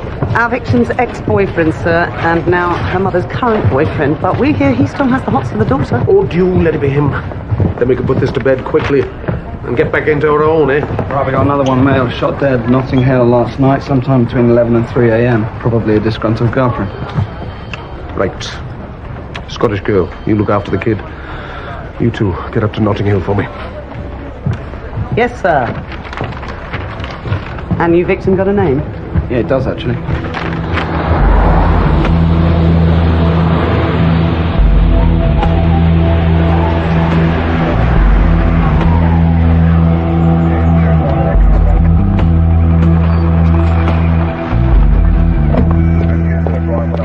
Susan, Sam Glazer, 31-year-old, unmarried businessman.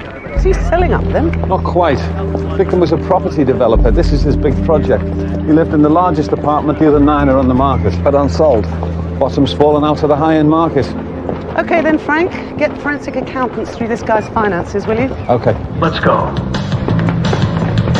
Grab the gun and fire. That thing goes off for a few seconds every 10 minutes or so. Hey, you want to play with that one, eh, Luke? No, I can't help it, Suze. It's the way I'm wired, you know, man the hunter and all that. Yeah, it must be very frustrating for you. Okay, cleaning lady let herself in, found him like this, 10 a.m. this morning, 1 shot to the head. It's a bit messy for a bullet wound. Yeah, that's because he was killed by a blank. Point blank range into the ear, ripping into the cerebellum, severing the brainstem. Death is instantaneous. So we can rule out self-inflicted death by accident or design? Yes. What? Where's the gun? No sign of a gun. All right then, Frank. We're knocking on doors. Find out what the neighbours saw or heard. Oh, and the victim's family and friends, yeah? Says. Yep. Yeah, we'll start by identifying those two. Luke, you're upstairs in the bedroom with me.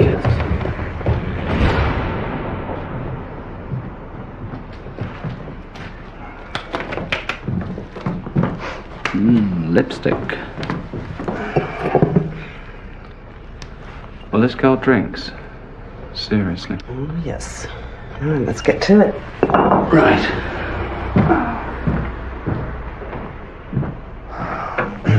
Everyone's read that.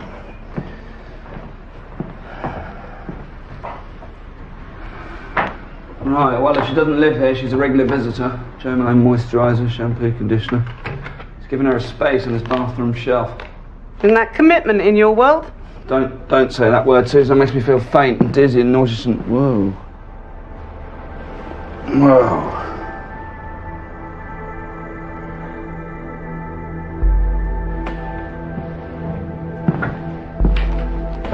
I think I've just found the killer's silencer.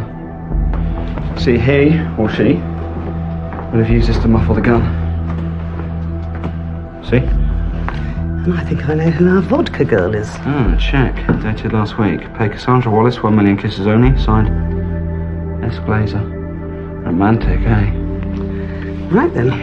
Cassandra Wallace. Okay, Jamie. Friday night, Saturday morning. Where were you between 11 p.m. and 2 a.m.? Hey, look, I was at the Tongue and Groove, yeah? Uh-huh. Hey, look, it's a nightclub up in Hackney. My mate's the DJ there. I was there all night. With my girlfriend. Liz Fielding, Alice's mother. Hey, look. I didn't start seeing Liz until Alice went off to India and Thailand. Look, Alice kind of changed, man. I told her, I said, just go out there, party, expand your mind. But she got depressed by all the poverty and deprivation and stuff. And I told her on the phone, I said, poverty and deprivation, that's just the vibe out there. But she wanted to become a doctor, make a difference, whatever that means. So when Alice came back, she'd changed, outgrown you, eh? Is that why you were pestering her, getting angry at her? Look, I didn't kill her, yeah? Now, I gave you my alibi. Can I leave, please? Yeah. But don't become a stranger, eh? Excuse me. And what happened there? It was Liz. You have a little tiff. Nah, she just likes it rough, you know? Maybe you don't. We'll be checking out your alibi, Jamie. Yeah, whatever.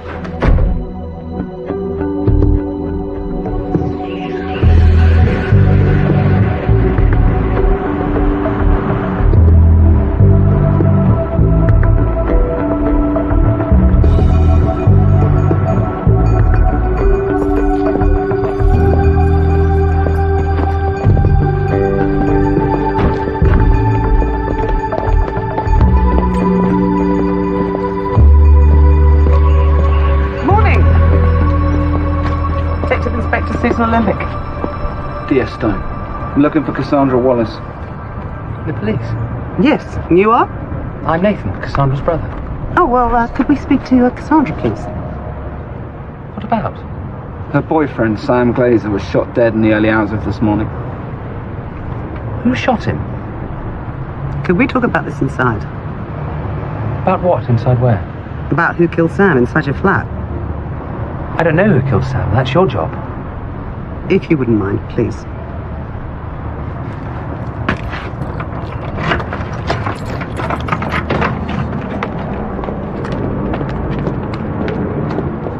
Do you live with Cassandra? No, I live with Aunt Mimi. I'm visiting Cassandra. She's 86. Aunt Mimi, not Cassandra, she's 29. Do you know where Cassandra is? Armenia. Armenia? When did she leave for Armenia? Last Monday. Do you have a number for Cassandra in Armenia? No, I don't. I've lost my phone.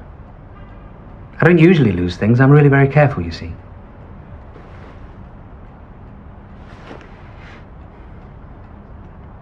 Is there anything else? Is there anything else? Susan? No, Luke. I think we have everything we need. So what do you think's wrong with him? Not sure. Do you think it's clinical? Or is he just not playing with a full deck? Background checks will soon tell us that. Yeah, well, from the state of the bedroom in Sam Glazer's flat, doesn't look like Cassandra left last week. Well, I mean, or otherwise. Please don't talk with your mouth full. Oh, sorry, but... In fact, don't talk. There he goes. Why can't you get one of those plastic cup holders? What for? I got you.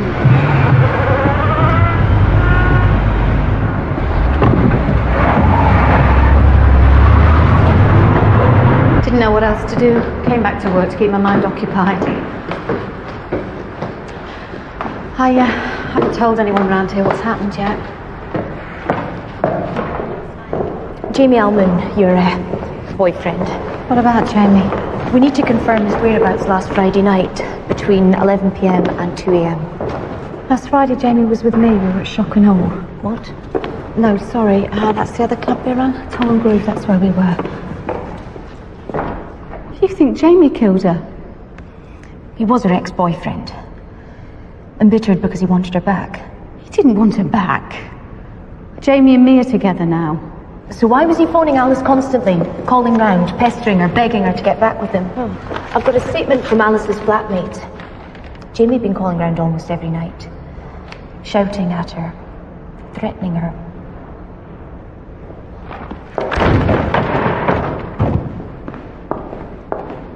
Oh, God. She was tiny. People used to say she was quiet and shy, but Alice wasn't shy. Alice would always speak up when she had to.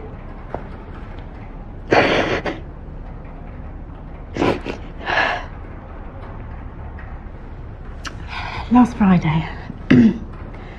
Sorry, it's all a bit hazy, you know. I wasn't with Jamie all the time. He could have left the club and come back, I suppose. Thanks. If he killed her... If he did it, he'll be punished.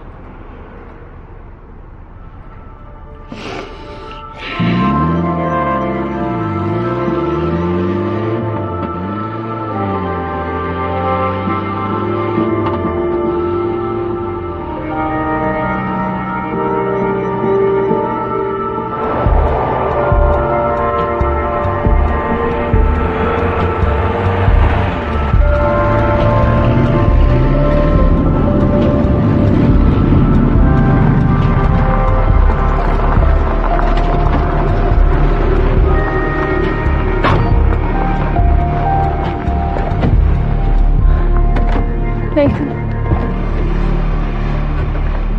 Detectives. This doesn't really look like Armenia. How do you know? Have you ever been to Armenia? Nathan, what is this place? This is Mum and Dad's house. Nathan, can you move over to one side, please? Luke, would you please put that gun down? I'm sorry, Nathan. I killed Sam. It was me. You love Sam? Why did you kill him? Can you prove that? I mean, prove to us that you killed him and we'll walk away and give you peace to blow your brains out. I mean, save us a lot of time and money, won't it, Suze? Oh, yes. You see, we've got other things to be getting on with. Like finding the maniac who strangled a young girl called Alice Fielding over in Drayton last night. She didn't want to die. So prove to us you killed him. And we'll wrap this up and move on. Cassandra, can you really not remember anything that happened last night? Oh, come on, Sue. She'd had half a gallon of vodka. How's she going to remember? I had beer last night. You know, 52% of convicted murderers are so hammered on booze they can't actually remember committing the crime. And that means there's a 48% chance that you didn't kill Sam. No. Those numbers don't actually work. No, I just made them up, alright. The point is, can you really look me in the eye and say you remember killing Sam? It is possible that he shot himself, Cassandra. If you shoot yourself, Cassie, what will I do? Aunt Mimi's 87 on All Saints' Day. She's going to die soon.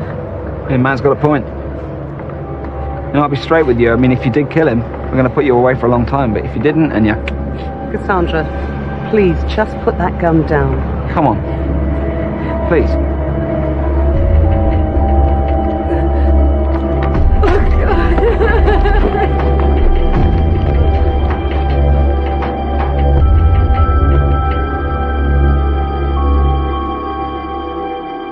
First, we found gunshot residue around here. This towel was definitely used as a silencer. What about the gun we recovered from Cassandra? Well, ballistics have confirmed it's the murder weapon. And there's one set of prints, Cassandra Wallace. Doesn't look good for Cassandra. Doesn't look good for Cassandra for a long time. Backgrounds on Nathan and Cassandra.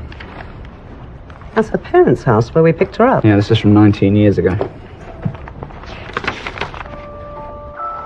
House of Blood. The tragic scene was discovered by two children at a remote farm. The youngsters, Nathan and Cassandra Wallace, returned from school.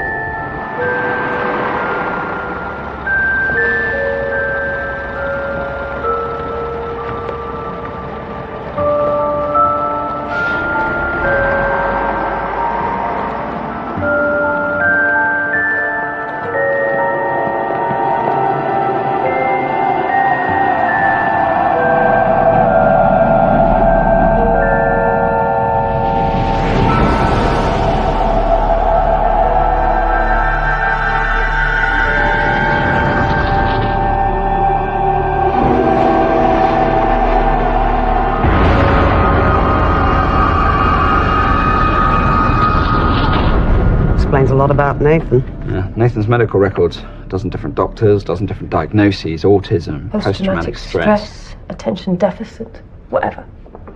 Doesn't matter. None of them can help him. Maybe it'd be better not to help him at all. After what happened to us, Nathan just shut down. He doesn't feel anything. He has no emotions. Wish I could be like Nathan. I'm sorry, I can't remember anything about last night. Okay, then. Well, let's start with what you can remember. This morning, I woke up. It was a lovely sunny day, and Sam was gone. so you took the gun and you left. Why? Oh, if you wanted to kill yourself, why not do it there and then? Because I wanted to see Nathan one last time. Where was the gun when you took it? Was it close to him? No, it was over by the pinball machine. That's too far from the body. Sam did not commit suicide. And last night, what time did Sam come home? I'm not sure. Maybe 12:45. He was on one of his boys' nights. Who with? Joe and Tony.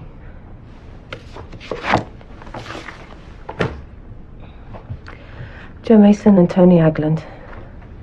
They've all known each other since they were at school. They don't like me very much, you know. I'm not very good for Sam. I mean, they never even tried to get to know me. But that's boys, isn't it? Same petty jealousies as women, they just bury it better. So Sam got home and then what?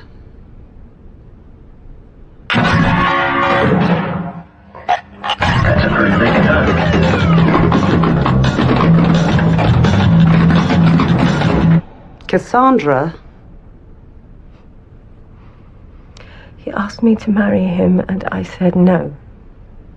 Nathan said you loved Sam. I did. I do.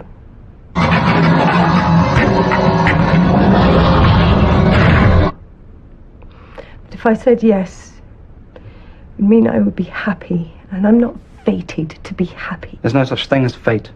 Isn't there? You've looked into my background. You know what happened to me and Nathan. Actions and consequences, Cassandra, cause and effect. Nothing else. You don't want to believe in fate. Oh, self-pity. It's boring, isn't it? Can't stand it in other people. Don't see why I should think anyone else would put up with it in me. Sorry. I'm ranting. I said no, okay. He asked me to marry him, and I said no, so we had a disagreement about that. You bastard! And then he turned around and said it was over. We were done. So you went into the bedroom and you got drunk. Look, is there anything else that you can remember after that? I don't know. I just know I hated him. That he could ask me to marry him and then just turn around and say it was over when I said no. I mean, he gave me a check for 1 million kisses. Grab the gun and fire.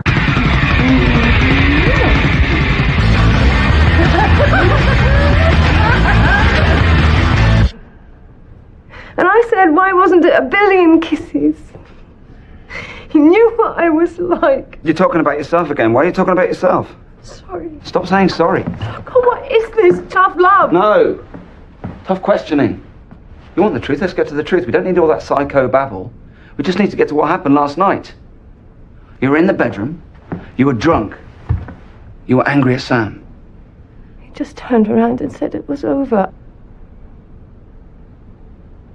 Why didn't he ask me again? He could have just asked me again. He could have got down on one knee. So he rejected you. He rejected you and you hated him. Hated him enough to go downstairs in a drunken rage and kill him. Come on, Cassandra, think.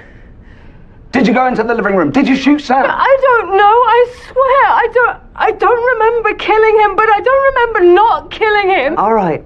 It's okay, Cassandra. We're done now. But look, if there is anything else that you can remember, tell the custody officer and we'll talk again, okay? Custody officer? Cassandra, you were in Sam's flat when he was murdered. Your fingerprints are all over the murder weapon. We have to hold you. We have no choice. Now, please, help me. I need the truth. You were a bit hard on her. Look, I promised her I'd get to the truth and I intend to. Look, whatever. The point is, I don't think she did it. Based on? Based on the fact she'd escaped a couple of bottles of vodka. I mean, do you really think she'd have the presence of mind to wrap a towel around a gun? Come on, Luke. We've only got her word for it that she was drunk. Thanks. Cheers. Susan, you saw the state of her room. Set up? Could be a very sophisticated liar. No, that girl is not a liar. Yeah, well, that's what you said about Rosa. And Geraldine and Bridget and Alicia. Who's Geraldine? Short, dark hair, long legs. Remember? One thing about Scandinavian jazz. Oh, yeah. Forensic accountants' reports on Sam Glazer's finances. The bank was about to foreclose, so he was going into liquidation with debts of 4 million. Who do you owe the money to? Those two friends of his. Tony Agland had put in over $500,000 into the project, and Joe Mason was the design consultant. And you see, Sam had been out drinking with those two the night he was murdered. Please, Luke, just keep your eye on the ball, which in this case is Cassandra. Come on, Susan. Look, I mean, there's a lot of money involved here. These guys have mixed friendship with business. That always causes trouble. We've at least got to rule them out as suspects. Okay. Thank you.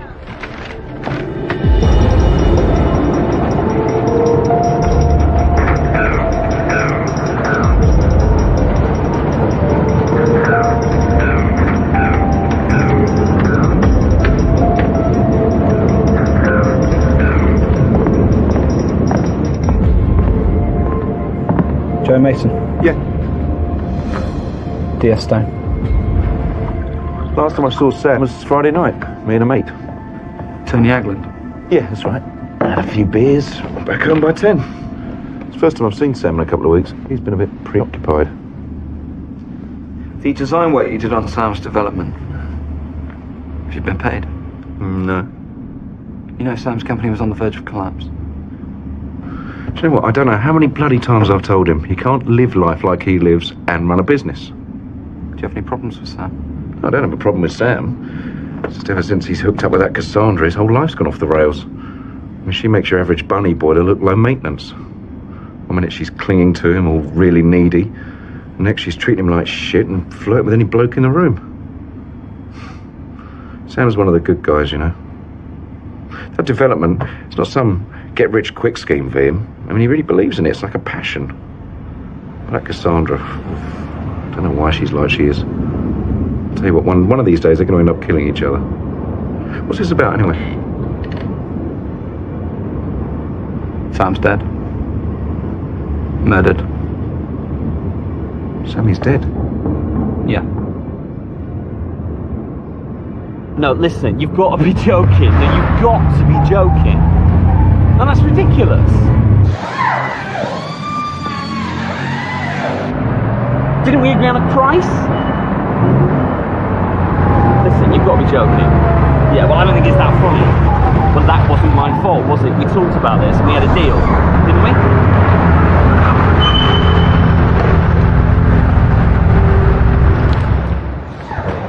No, you're not joking, you really are ripping me off. Well, can you at least wine me and dine me first?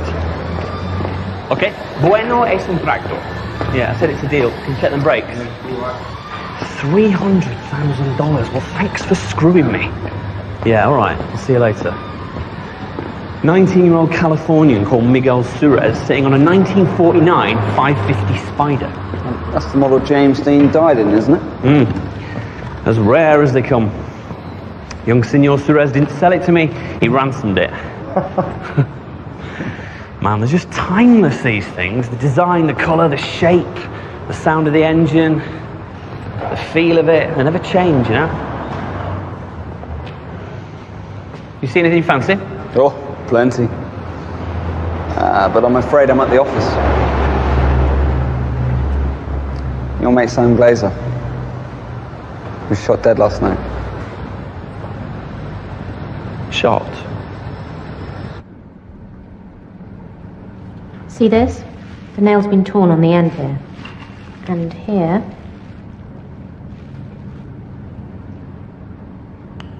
Skin. Human skin. She scratched someone. It was Liz. Thanks, honey. Now, I've spoken to your other mate, Joe Mason. Is Joe okay? Well, he's kind of where you are, you know, at the moment. Listen, he says that you and him last saw Sam on Friday night. Yeah. What time did you leave the pub? It's about 9:30. I was home by 10. Anyone with you? No, sorry, I just stayed in and watched a bit of telly. I was in bed by midnight. You'd invested a lot of money in Sam's development. The family silver. So you'll be aware that the bank was foreclosing on Sam. The whole thing was about to crash. No, I didn't know that. Look, what you're saying, that Sam screwed up? No way, that's not fair. I mean, the developments might have been in a bit of trouble, but Sam would have found a way out. He always did. Oh, if Sam was going off the rails, maybe this time he wouldn't have found a way out. What about Cassandra? Is she okay? Christ, what? You think she killed Sammy? I don't know. Neither does she.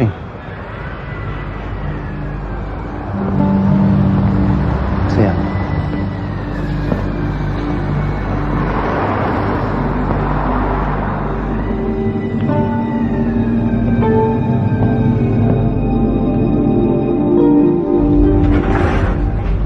Jamie Ellman has a scratch on his neck. If we match the skin samples under Alice's nails to Jamie's DNA, well... Susan! I really like the Scottish girl. Let's have more of her. Bring this Jamie, what's his name? Ellman. Bring him in. And take the ginger bean pole here with you. Not ginger, strawberry blonde. What you got? That's Susan. Right, now, Sam's mates, Joe and Tony, both of them stood to lose a lot financially when Sam's business went under, and neither of them had an alibi for that night. Well done. Hang on a minute. Take me with you where exactly? I thought it was on the Sam Glazer case. Strawberry blonde. SB, what do those two initials remind you of, Scottish? Do you know what, Strawberry? There are two types of people in this world. Those who think and those that do. I'm both, you're neither. So what I think, you do. And you do it without thinking. Savvy?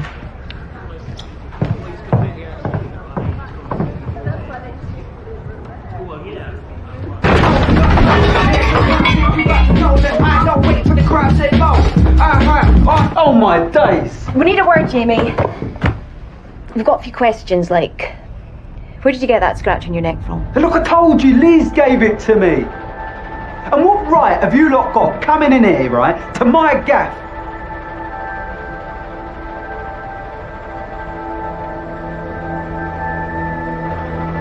Oh, for Christ's sakes!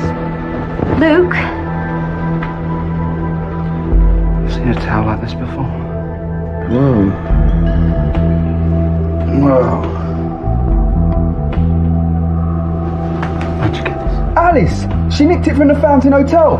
This towel's from Alice? Yeah. You're telling me this came from Alice? Yeah.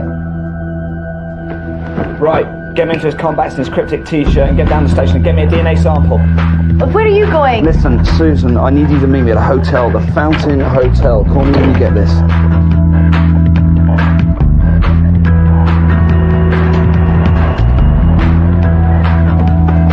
Suzette, suppress the devil's advocate within and do not speak. Follow me. Alice Fielding was working here in this hotel casually doing room service. Cash in hand, she was keeping it a secret from the taxman and us. She was on duty here on Friday night, the night she was murdered. Now, Jamie Ellman had a towel just like this. It belonged to Alice. She stole it from this hotel. It's a bit late to be arresting for theft, Luke. No, Suze, Sam Glazer also had a towel exactly the same. Remember the gun silencer? Yeah. He was also here on Friday night. Our duty manager recognised him from this. Uses the police a lot, apparently. So, he's here on Friday, but he doesn't check in using his real name. Now she can't remember the false name he used, but we've got a copy of the cheque for 1 million kisses that Sam wrote Cassandra. Now, I'll compare it to the signatures of everyone who was booked in here on Friday night. 2 murder victims from 2 separate, seemingly unconnected worlds. They were both in this hotel the night they were both murdered. Okay, we're looking for the person Alice scratched. Let's start with the guests who were here Friday night. If we've no joy with that, then we'll trace the ones who've left. Okay. Luke, you're on the Sam Glazer side of the mountain. What room did he use? And what did he use it for? Okay. Right.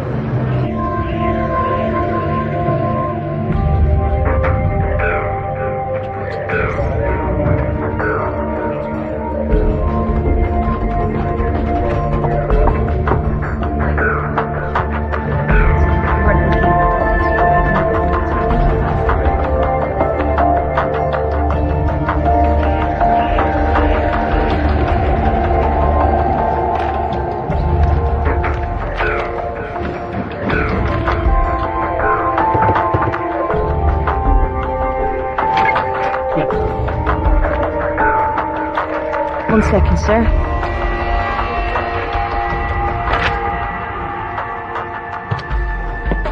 Got it, Sam Glazer, the penthouse suite. Thank you. Susan, you should get up here. Room 500. This was left in the penthouse suite Friday night. The lion goes from strength to strength. Thank you. Frank. Yeah? You trace the owner of this for me, please, mate? Excuse me, gorgeous, have you got an office I can use? Right, guys, I want this place processed for trace evidence. Anything that tells us who was here Friday night and what went on. Right, Skinner, you take the bathroom, you two take the bedroom.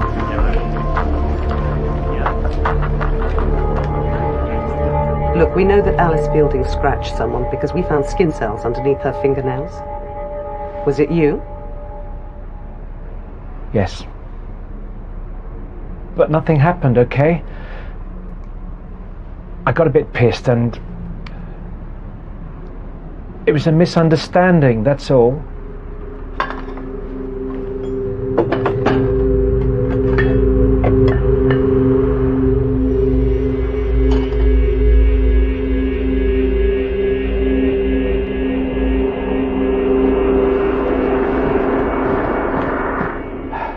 I've been very stupid. I'm sorry.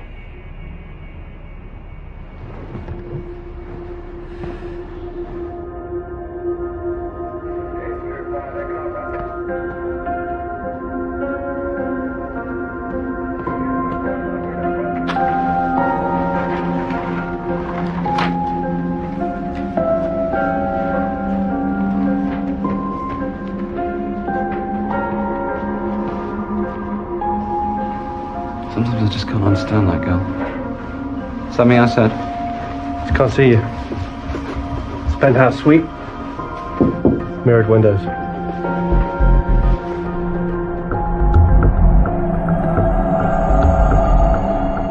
I didn't kill her, okay? After she left, I went to the bar. I was there till 3 a.m. Oh, right, I signed a few bar chits. Those things have got the time on them. Okay then, Mr. Harris. We'll need a DNA sample. Thank you very much.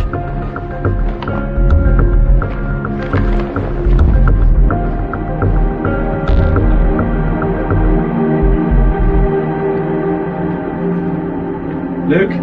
Yeah. What you got? Nothing. What? Absolutely nothing.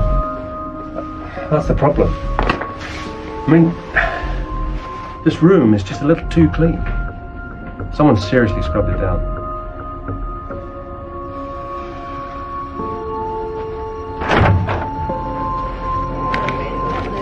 This is DCB.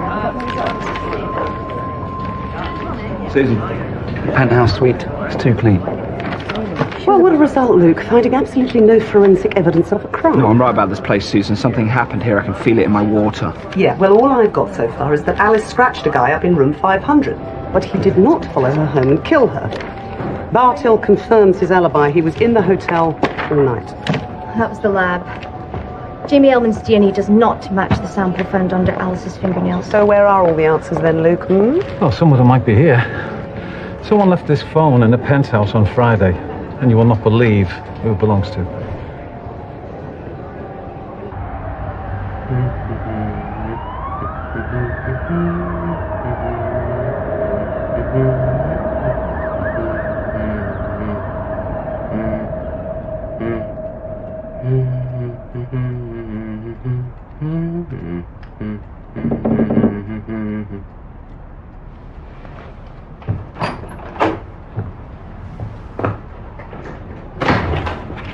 Hello again.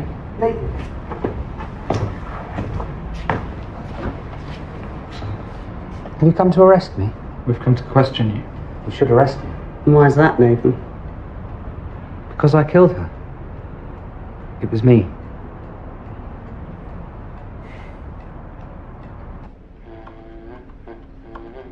Nathan. Lights on, doors open, but no one's home. Are we sure he killed Alice Fielding?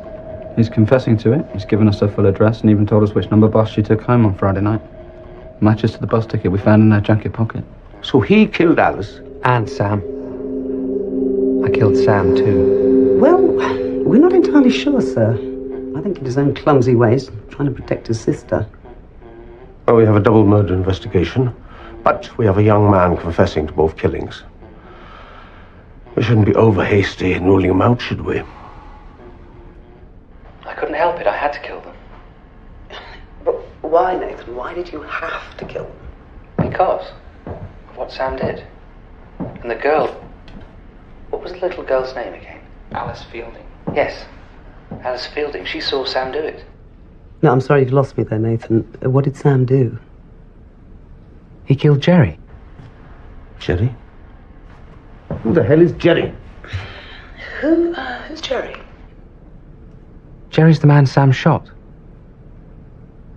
Haven't you found Jerry's body? No. No, we haven't found Jerry's body. Nathan, where is Jerry's body? I don't know where Jerry's body is, Luke. I was away killing the girl, Alice Fielding, you see. Oh, I see.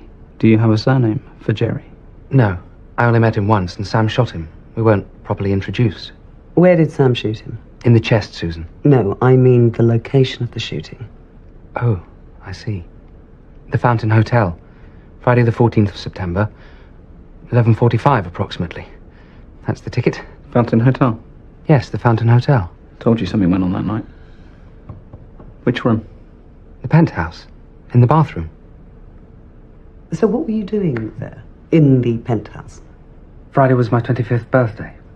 Sam told me to come to the hotel with his friends, Joe and Tony. Oh, wait. Joe and Tony were there? Oh, those two lied to me about that. They told me they went home early Friday night. Well, go on. We went to the penthouse and we had fun.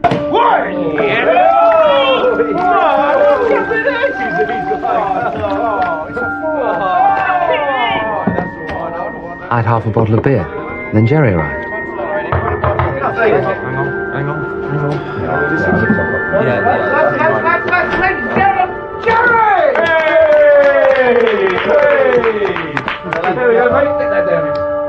And then Sam and Jerry were in the bathroom and they were shouting at one another. Yes, you did. Yes, you did. Yes, you did. Don't lie to me. Then Sam shot Jerry. Grow up. Me.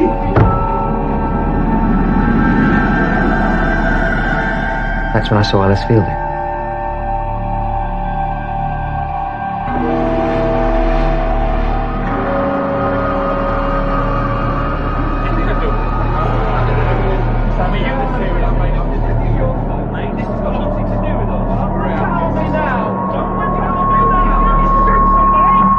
You saw Alice watching you from the other side of the courtyard.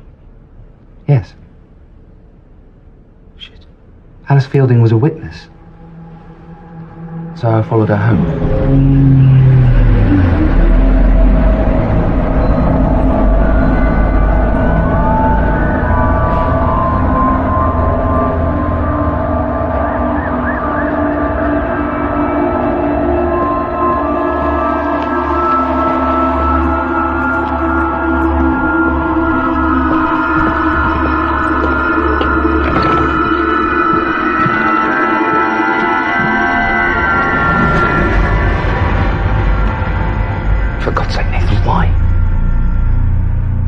Who shot the other guy? Why did you have to kill her?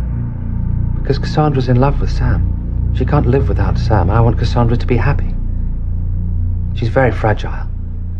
You see, Dad shot himself. Then he shot Mum. No, that's wrong. He shot Mum, then he shot himself. Cassandra's scarred inside, in her mind. Aunt Mimi says I have to look after her. But Sam's dead now anyway. You can't put a dead man in jail. So I suppose I didn't have to kill Alice Fielding. No, Nathan. You didn't have to kill her. Even if Sam was still alive, you didn't have to kill her. Luke, what is going on? Look, Susan, Nathan followed Alice home, didn't you? Yes. Nathan followed Alice home. Well, she'd just seen a man murdered, and yet she went straight home as if nothing had happened. Now, we'll put it this way. You won't find a record of Alice Fielding reporting a murder in the Fountain Hotel. So where are you going with this? Look, Nathan, look. What do you see? Me. That's what Alice saw. Yes. Me and Sam. No. She saw herself. Not you. And not Sam killing Jerry.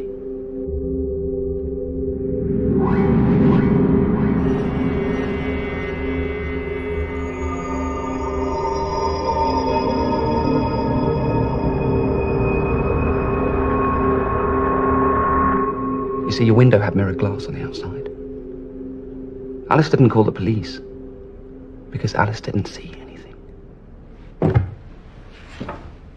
So I really didn't have to kill her? No. Oh. Okay.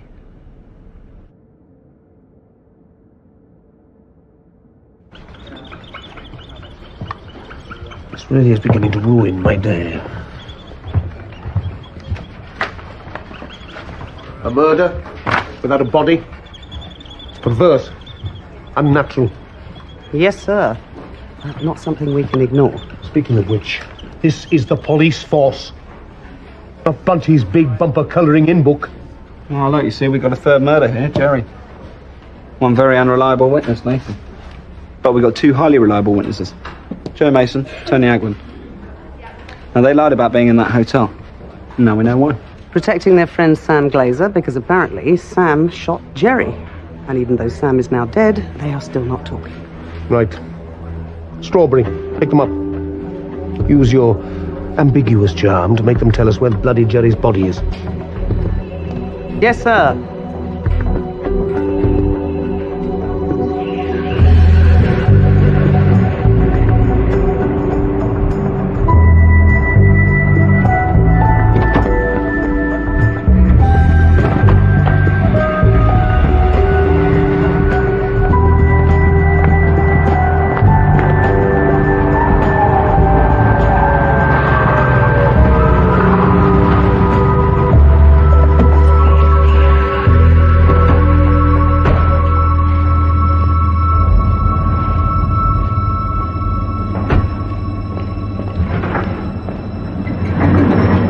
You two lied to me. Told me you'd gone home early from the pub on Friday night, but you weren't even in the pub. You were at the Fountain Hotel, weren't you? We were protecting Sam. Protecting Sam? Look, he was off the rails. And that night he was taking a lot of, well, substances, you know. Guys, I think you should know we've already talked to Nathan, and he's pretty much told us everything. Okay, look, Sam had this gun, a real gun. It was illegal. Yeah, with the legality of the gun is the least of your worries right now. Now, we're a bit more interested in what Sam did with this illegal gun. Oh, shit. Did he shoot himself? Oh, for Christ's sake. No, Jerry. Bathroom, penthouse suite. You find this amusing? No, I'm sorry, it's not funny.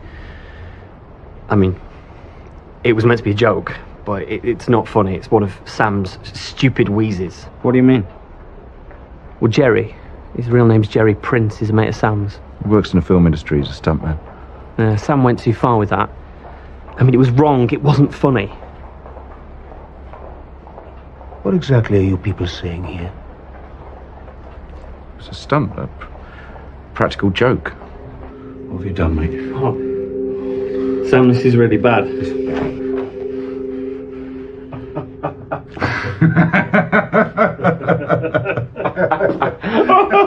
Look at your face. Admit it. We had you. This is funny. You think this is funny? You're so funny. You're so funny. I lost it with him. That was the final straw. We both sat Sam down and we tried to give him a bit of a bollocking. But he wouldn't listen, would he? Just told us to piss off. So we did. Left him and Jerry to clean it up.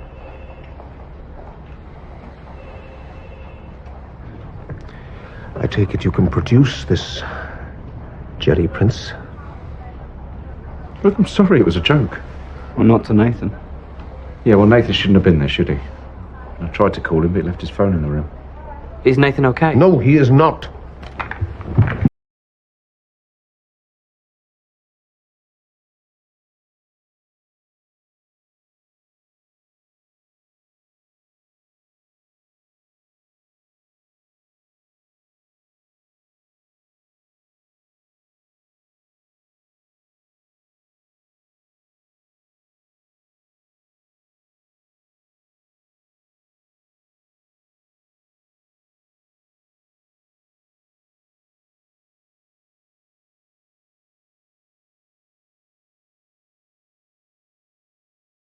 Because he thought she witnessed the murder of Jerry.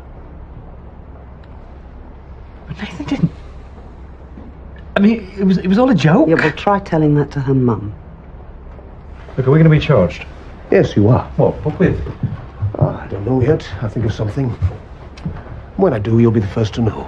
Now, get out of my sight, you pathetic idiots. Look, Get out.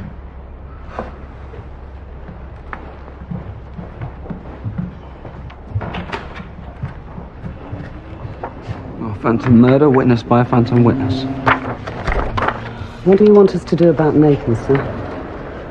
The lad has a right to know the truth, doesn't he? Yeah.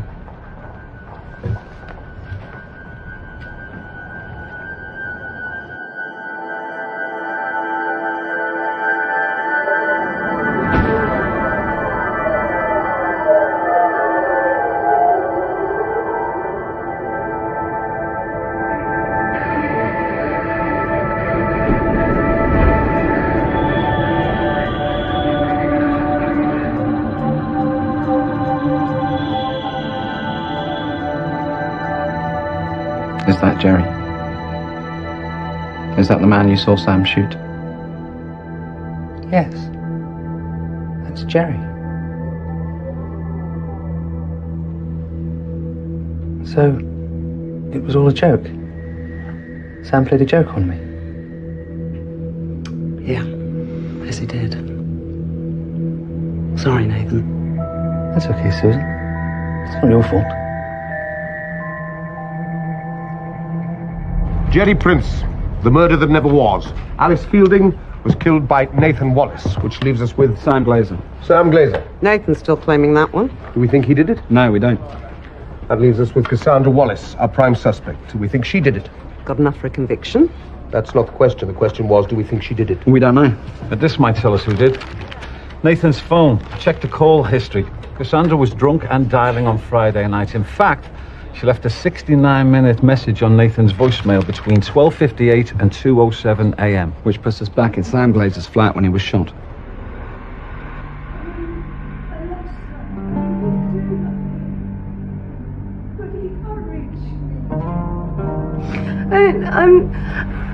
I'm not making any excuses about what happened to us because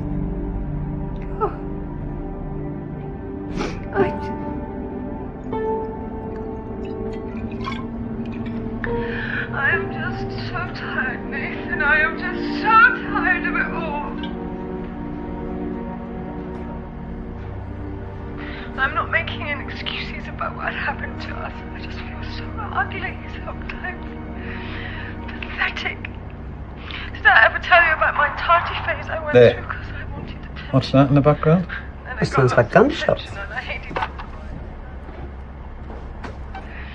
Pathetic. Did I ever tell you about my... Grab the gun and fire. It's that pinball machine. And it's not just the 10-second burst. This is continuous.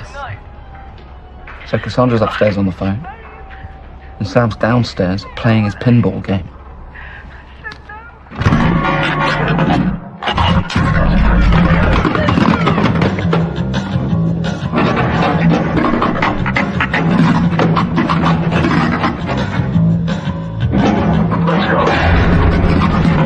Susan, we need to get this tape cleaned up.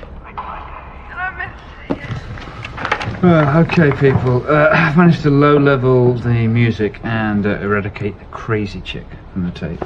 Seriously, dude, what is their problem? You know what, Crumb? If you use a little bit more... Guys, could we just get on with this? Any anomalies? Anomalies? Mm-hmm. Oh, yeah. We got anomalies. Okay, listen up. What you can hear is the background in isolation. Now, see the frequency of the pinball machine's gunshot effect up there, yeah? Yeah. Okay. Well, check this out, yeah? Right at the end there. There. We suddenly get a rogue gunshot. Now, there's an abnormal level of activity on this, honey. And why? Because that, oh children of Grub, has the oral signature of a real gunshot. Sam Glazer was shot while he was playing his pinball game.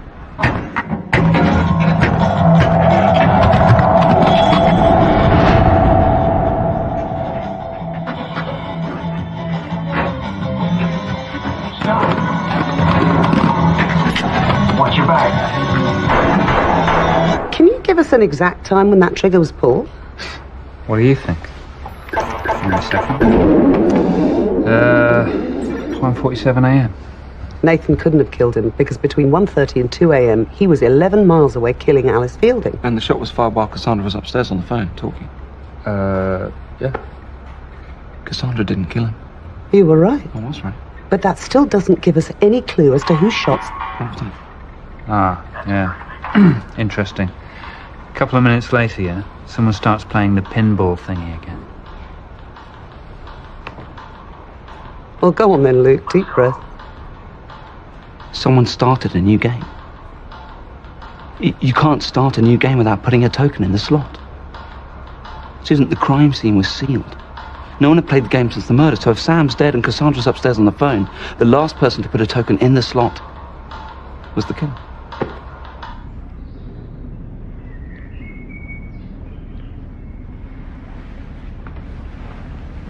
Okay, go to work, guys. Let's go.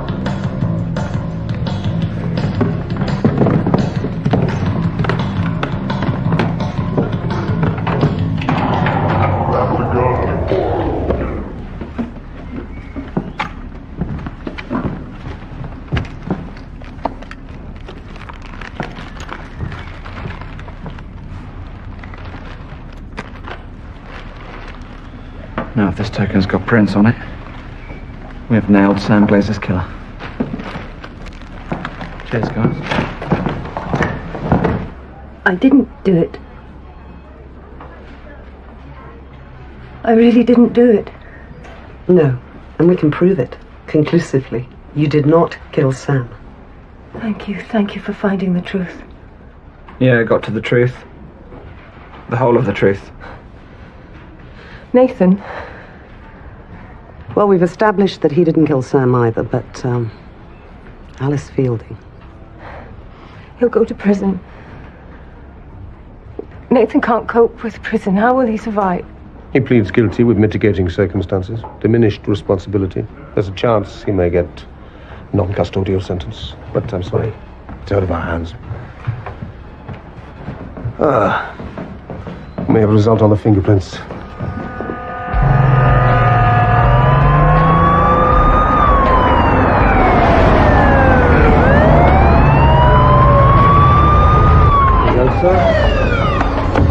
Hey, Tony, how you doing? I'm arresting you for the murder of Sam Glazer. You do not have to say anything, but it may harm you the case if you do not mention one question, something which you later rely on in court. Anything you do say may be given in evidence. You got that? Good man.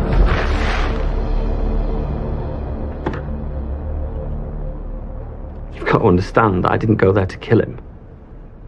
Another joke, was it? No. It was an accident.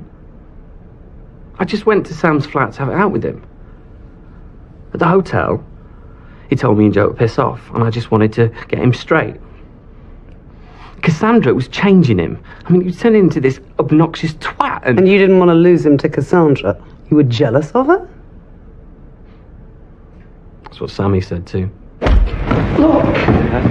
You're my best mate, and I'm just trying to tell you that Cassandra is bad news. Hey?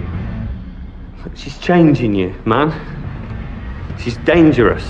And he tells me that he's asked Cassandra to marry him. I couldn't believe it. I couldn't believe that he could be so stupid. And the worst thing was, even though she wasn't going to marry him... I love her, okay? I love her, and I'm going to ask her to marry me again. And if she says no, I'm going to keep on asking her until she says yes. Because she needs me, and I need her. Understand? She's a waste of time. Oh, Tony, come here.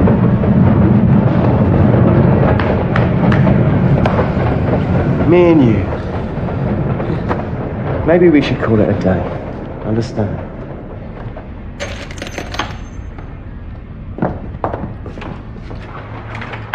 I just wanted to teach him a lesson.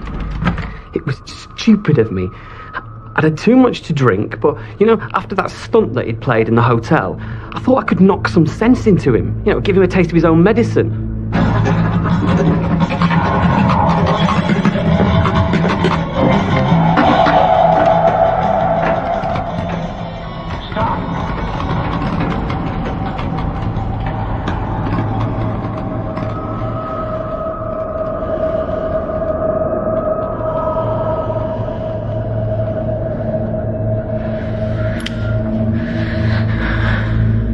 It was a sick joke.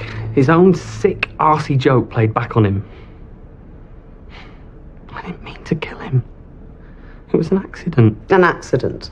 You put a gun to a man's head and you pulled the trigger. I didn't know Sam had put real bullets in the gun. There were no real bullets in the gun. Sam was killed by a blank. A blank? How? 60 grains of gunpowder fired through a barrel at high velocity and point-blank range. That is plenty to kill a man, and I think that you knew that. No. Oh, God. You didn't care whether they were real bullets or blanks. You wanted to kill him. And you lost it, Tony, didn't you? You couldn't take the fact that your old mate was rejecting you. He'd grown up. He was leaving you behind. He didn't need you. And all the old petty jealousies and rivalries that had built up over the years came bubbling up. Plus the fact that Sam had blown all your money on his development and you just lost it. For a split second you lost it and you murdered him. With intent.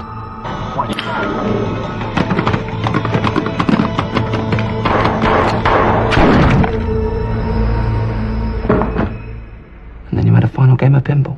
What competitive streak get the better of you, did it? Or did you just want to buy yourself some time? You knew Cassandra was upstairs. Make it all appear normal while you thought out your next move.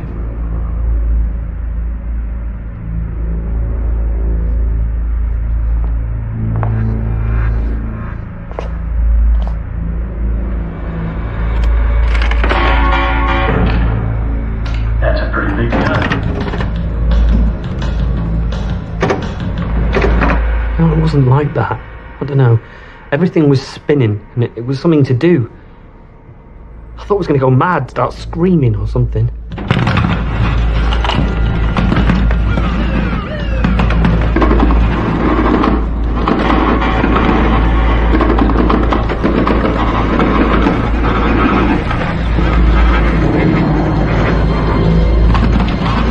Sam was my best friend, and I really miss him.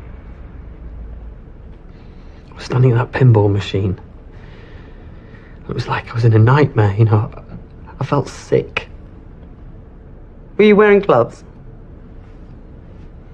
No. You were in a nightmare, you felt sick, and you were overcome by remorse. But you still had the presence of mind to wipe the prints off the gun before you left.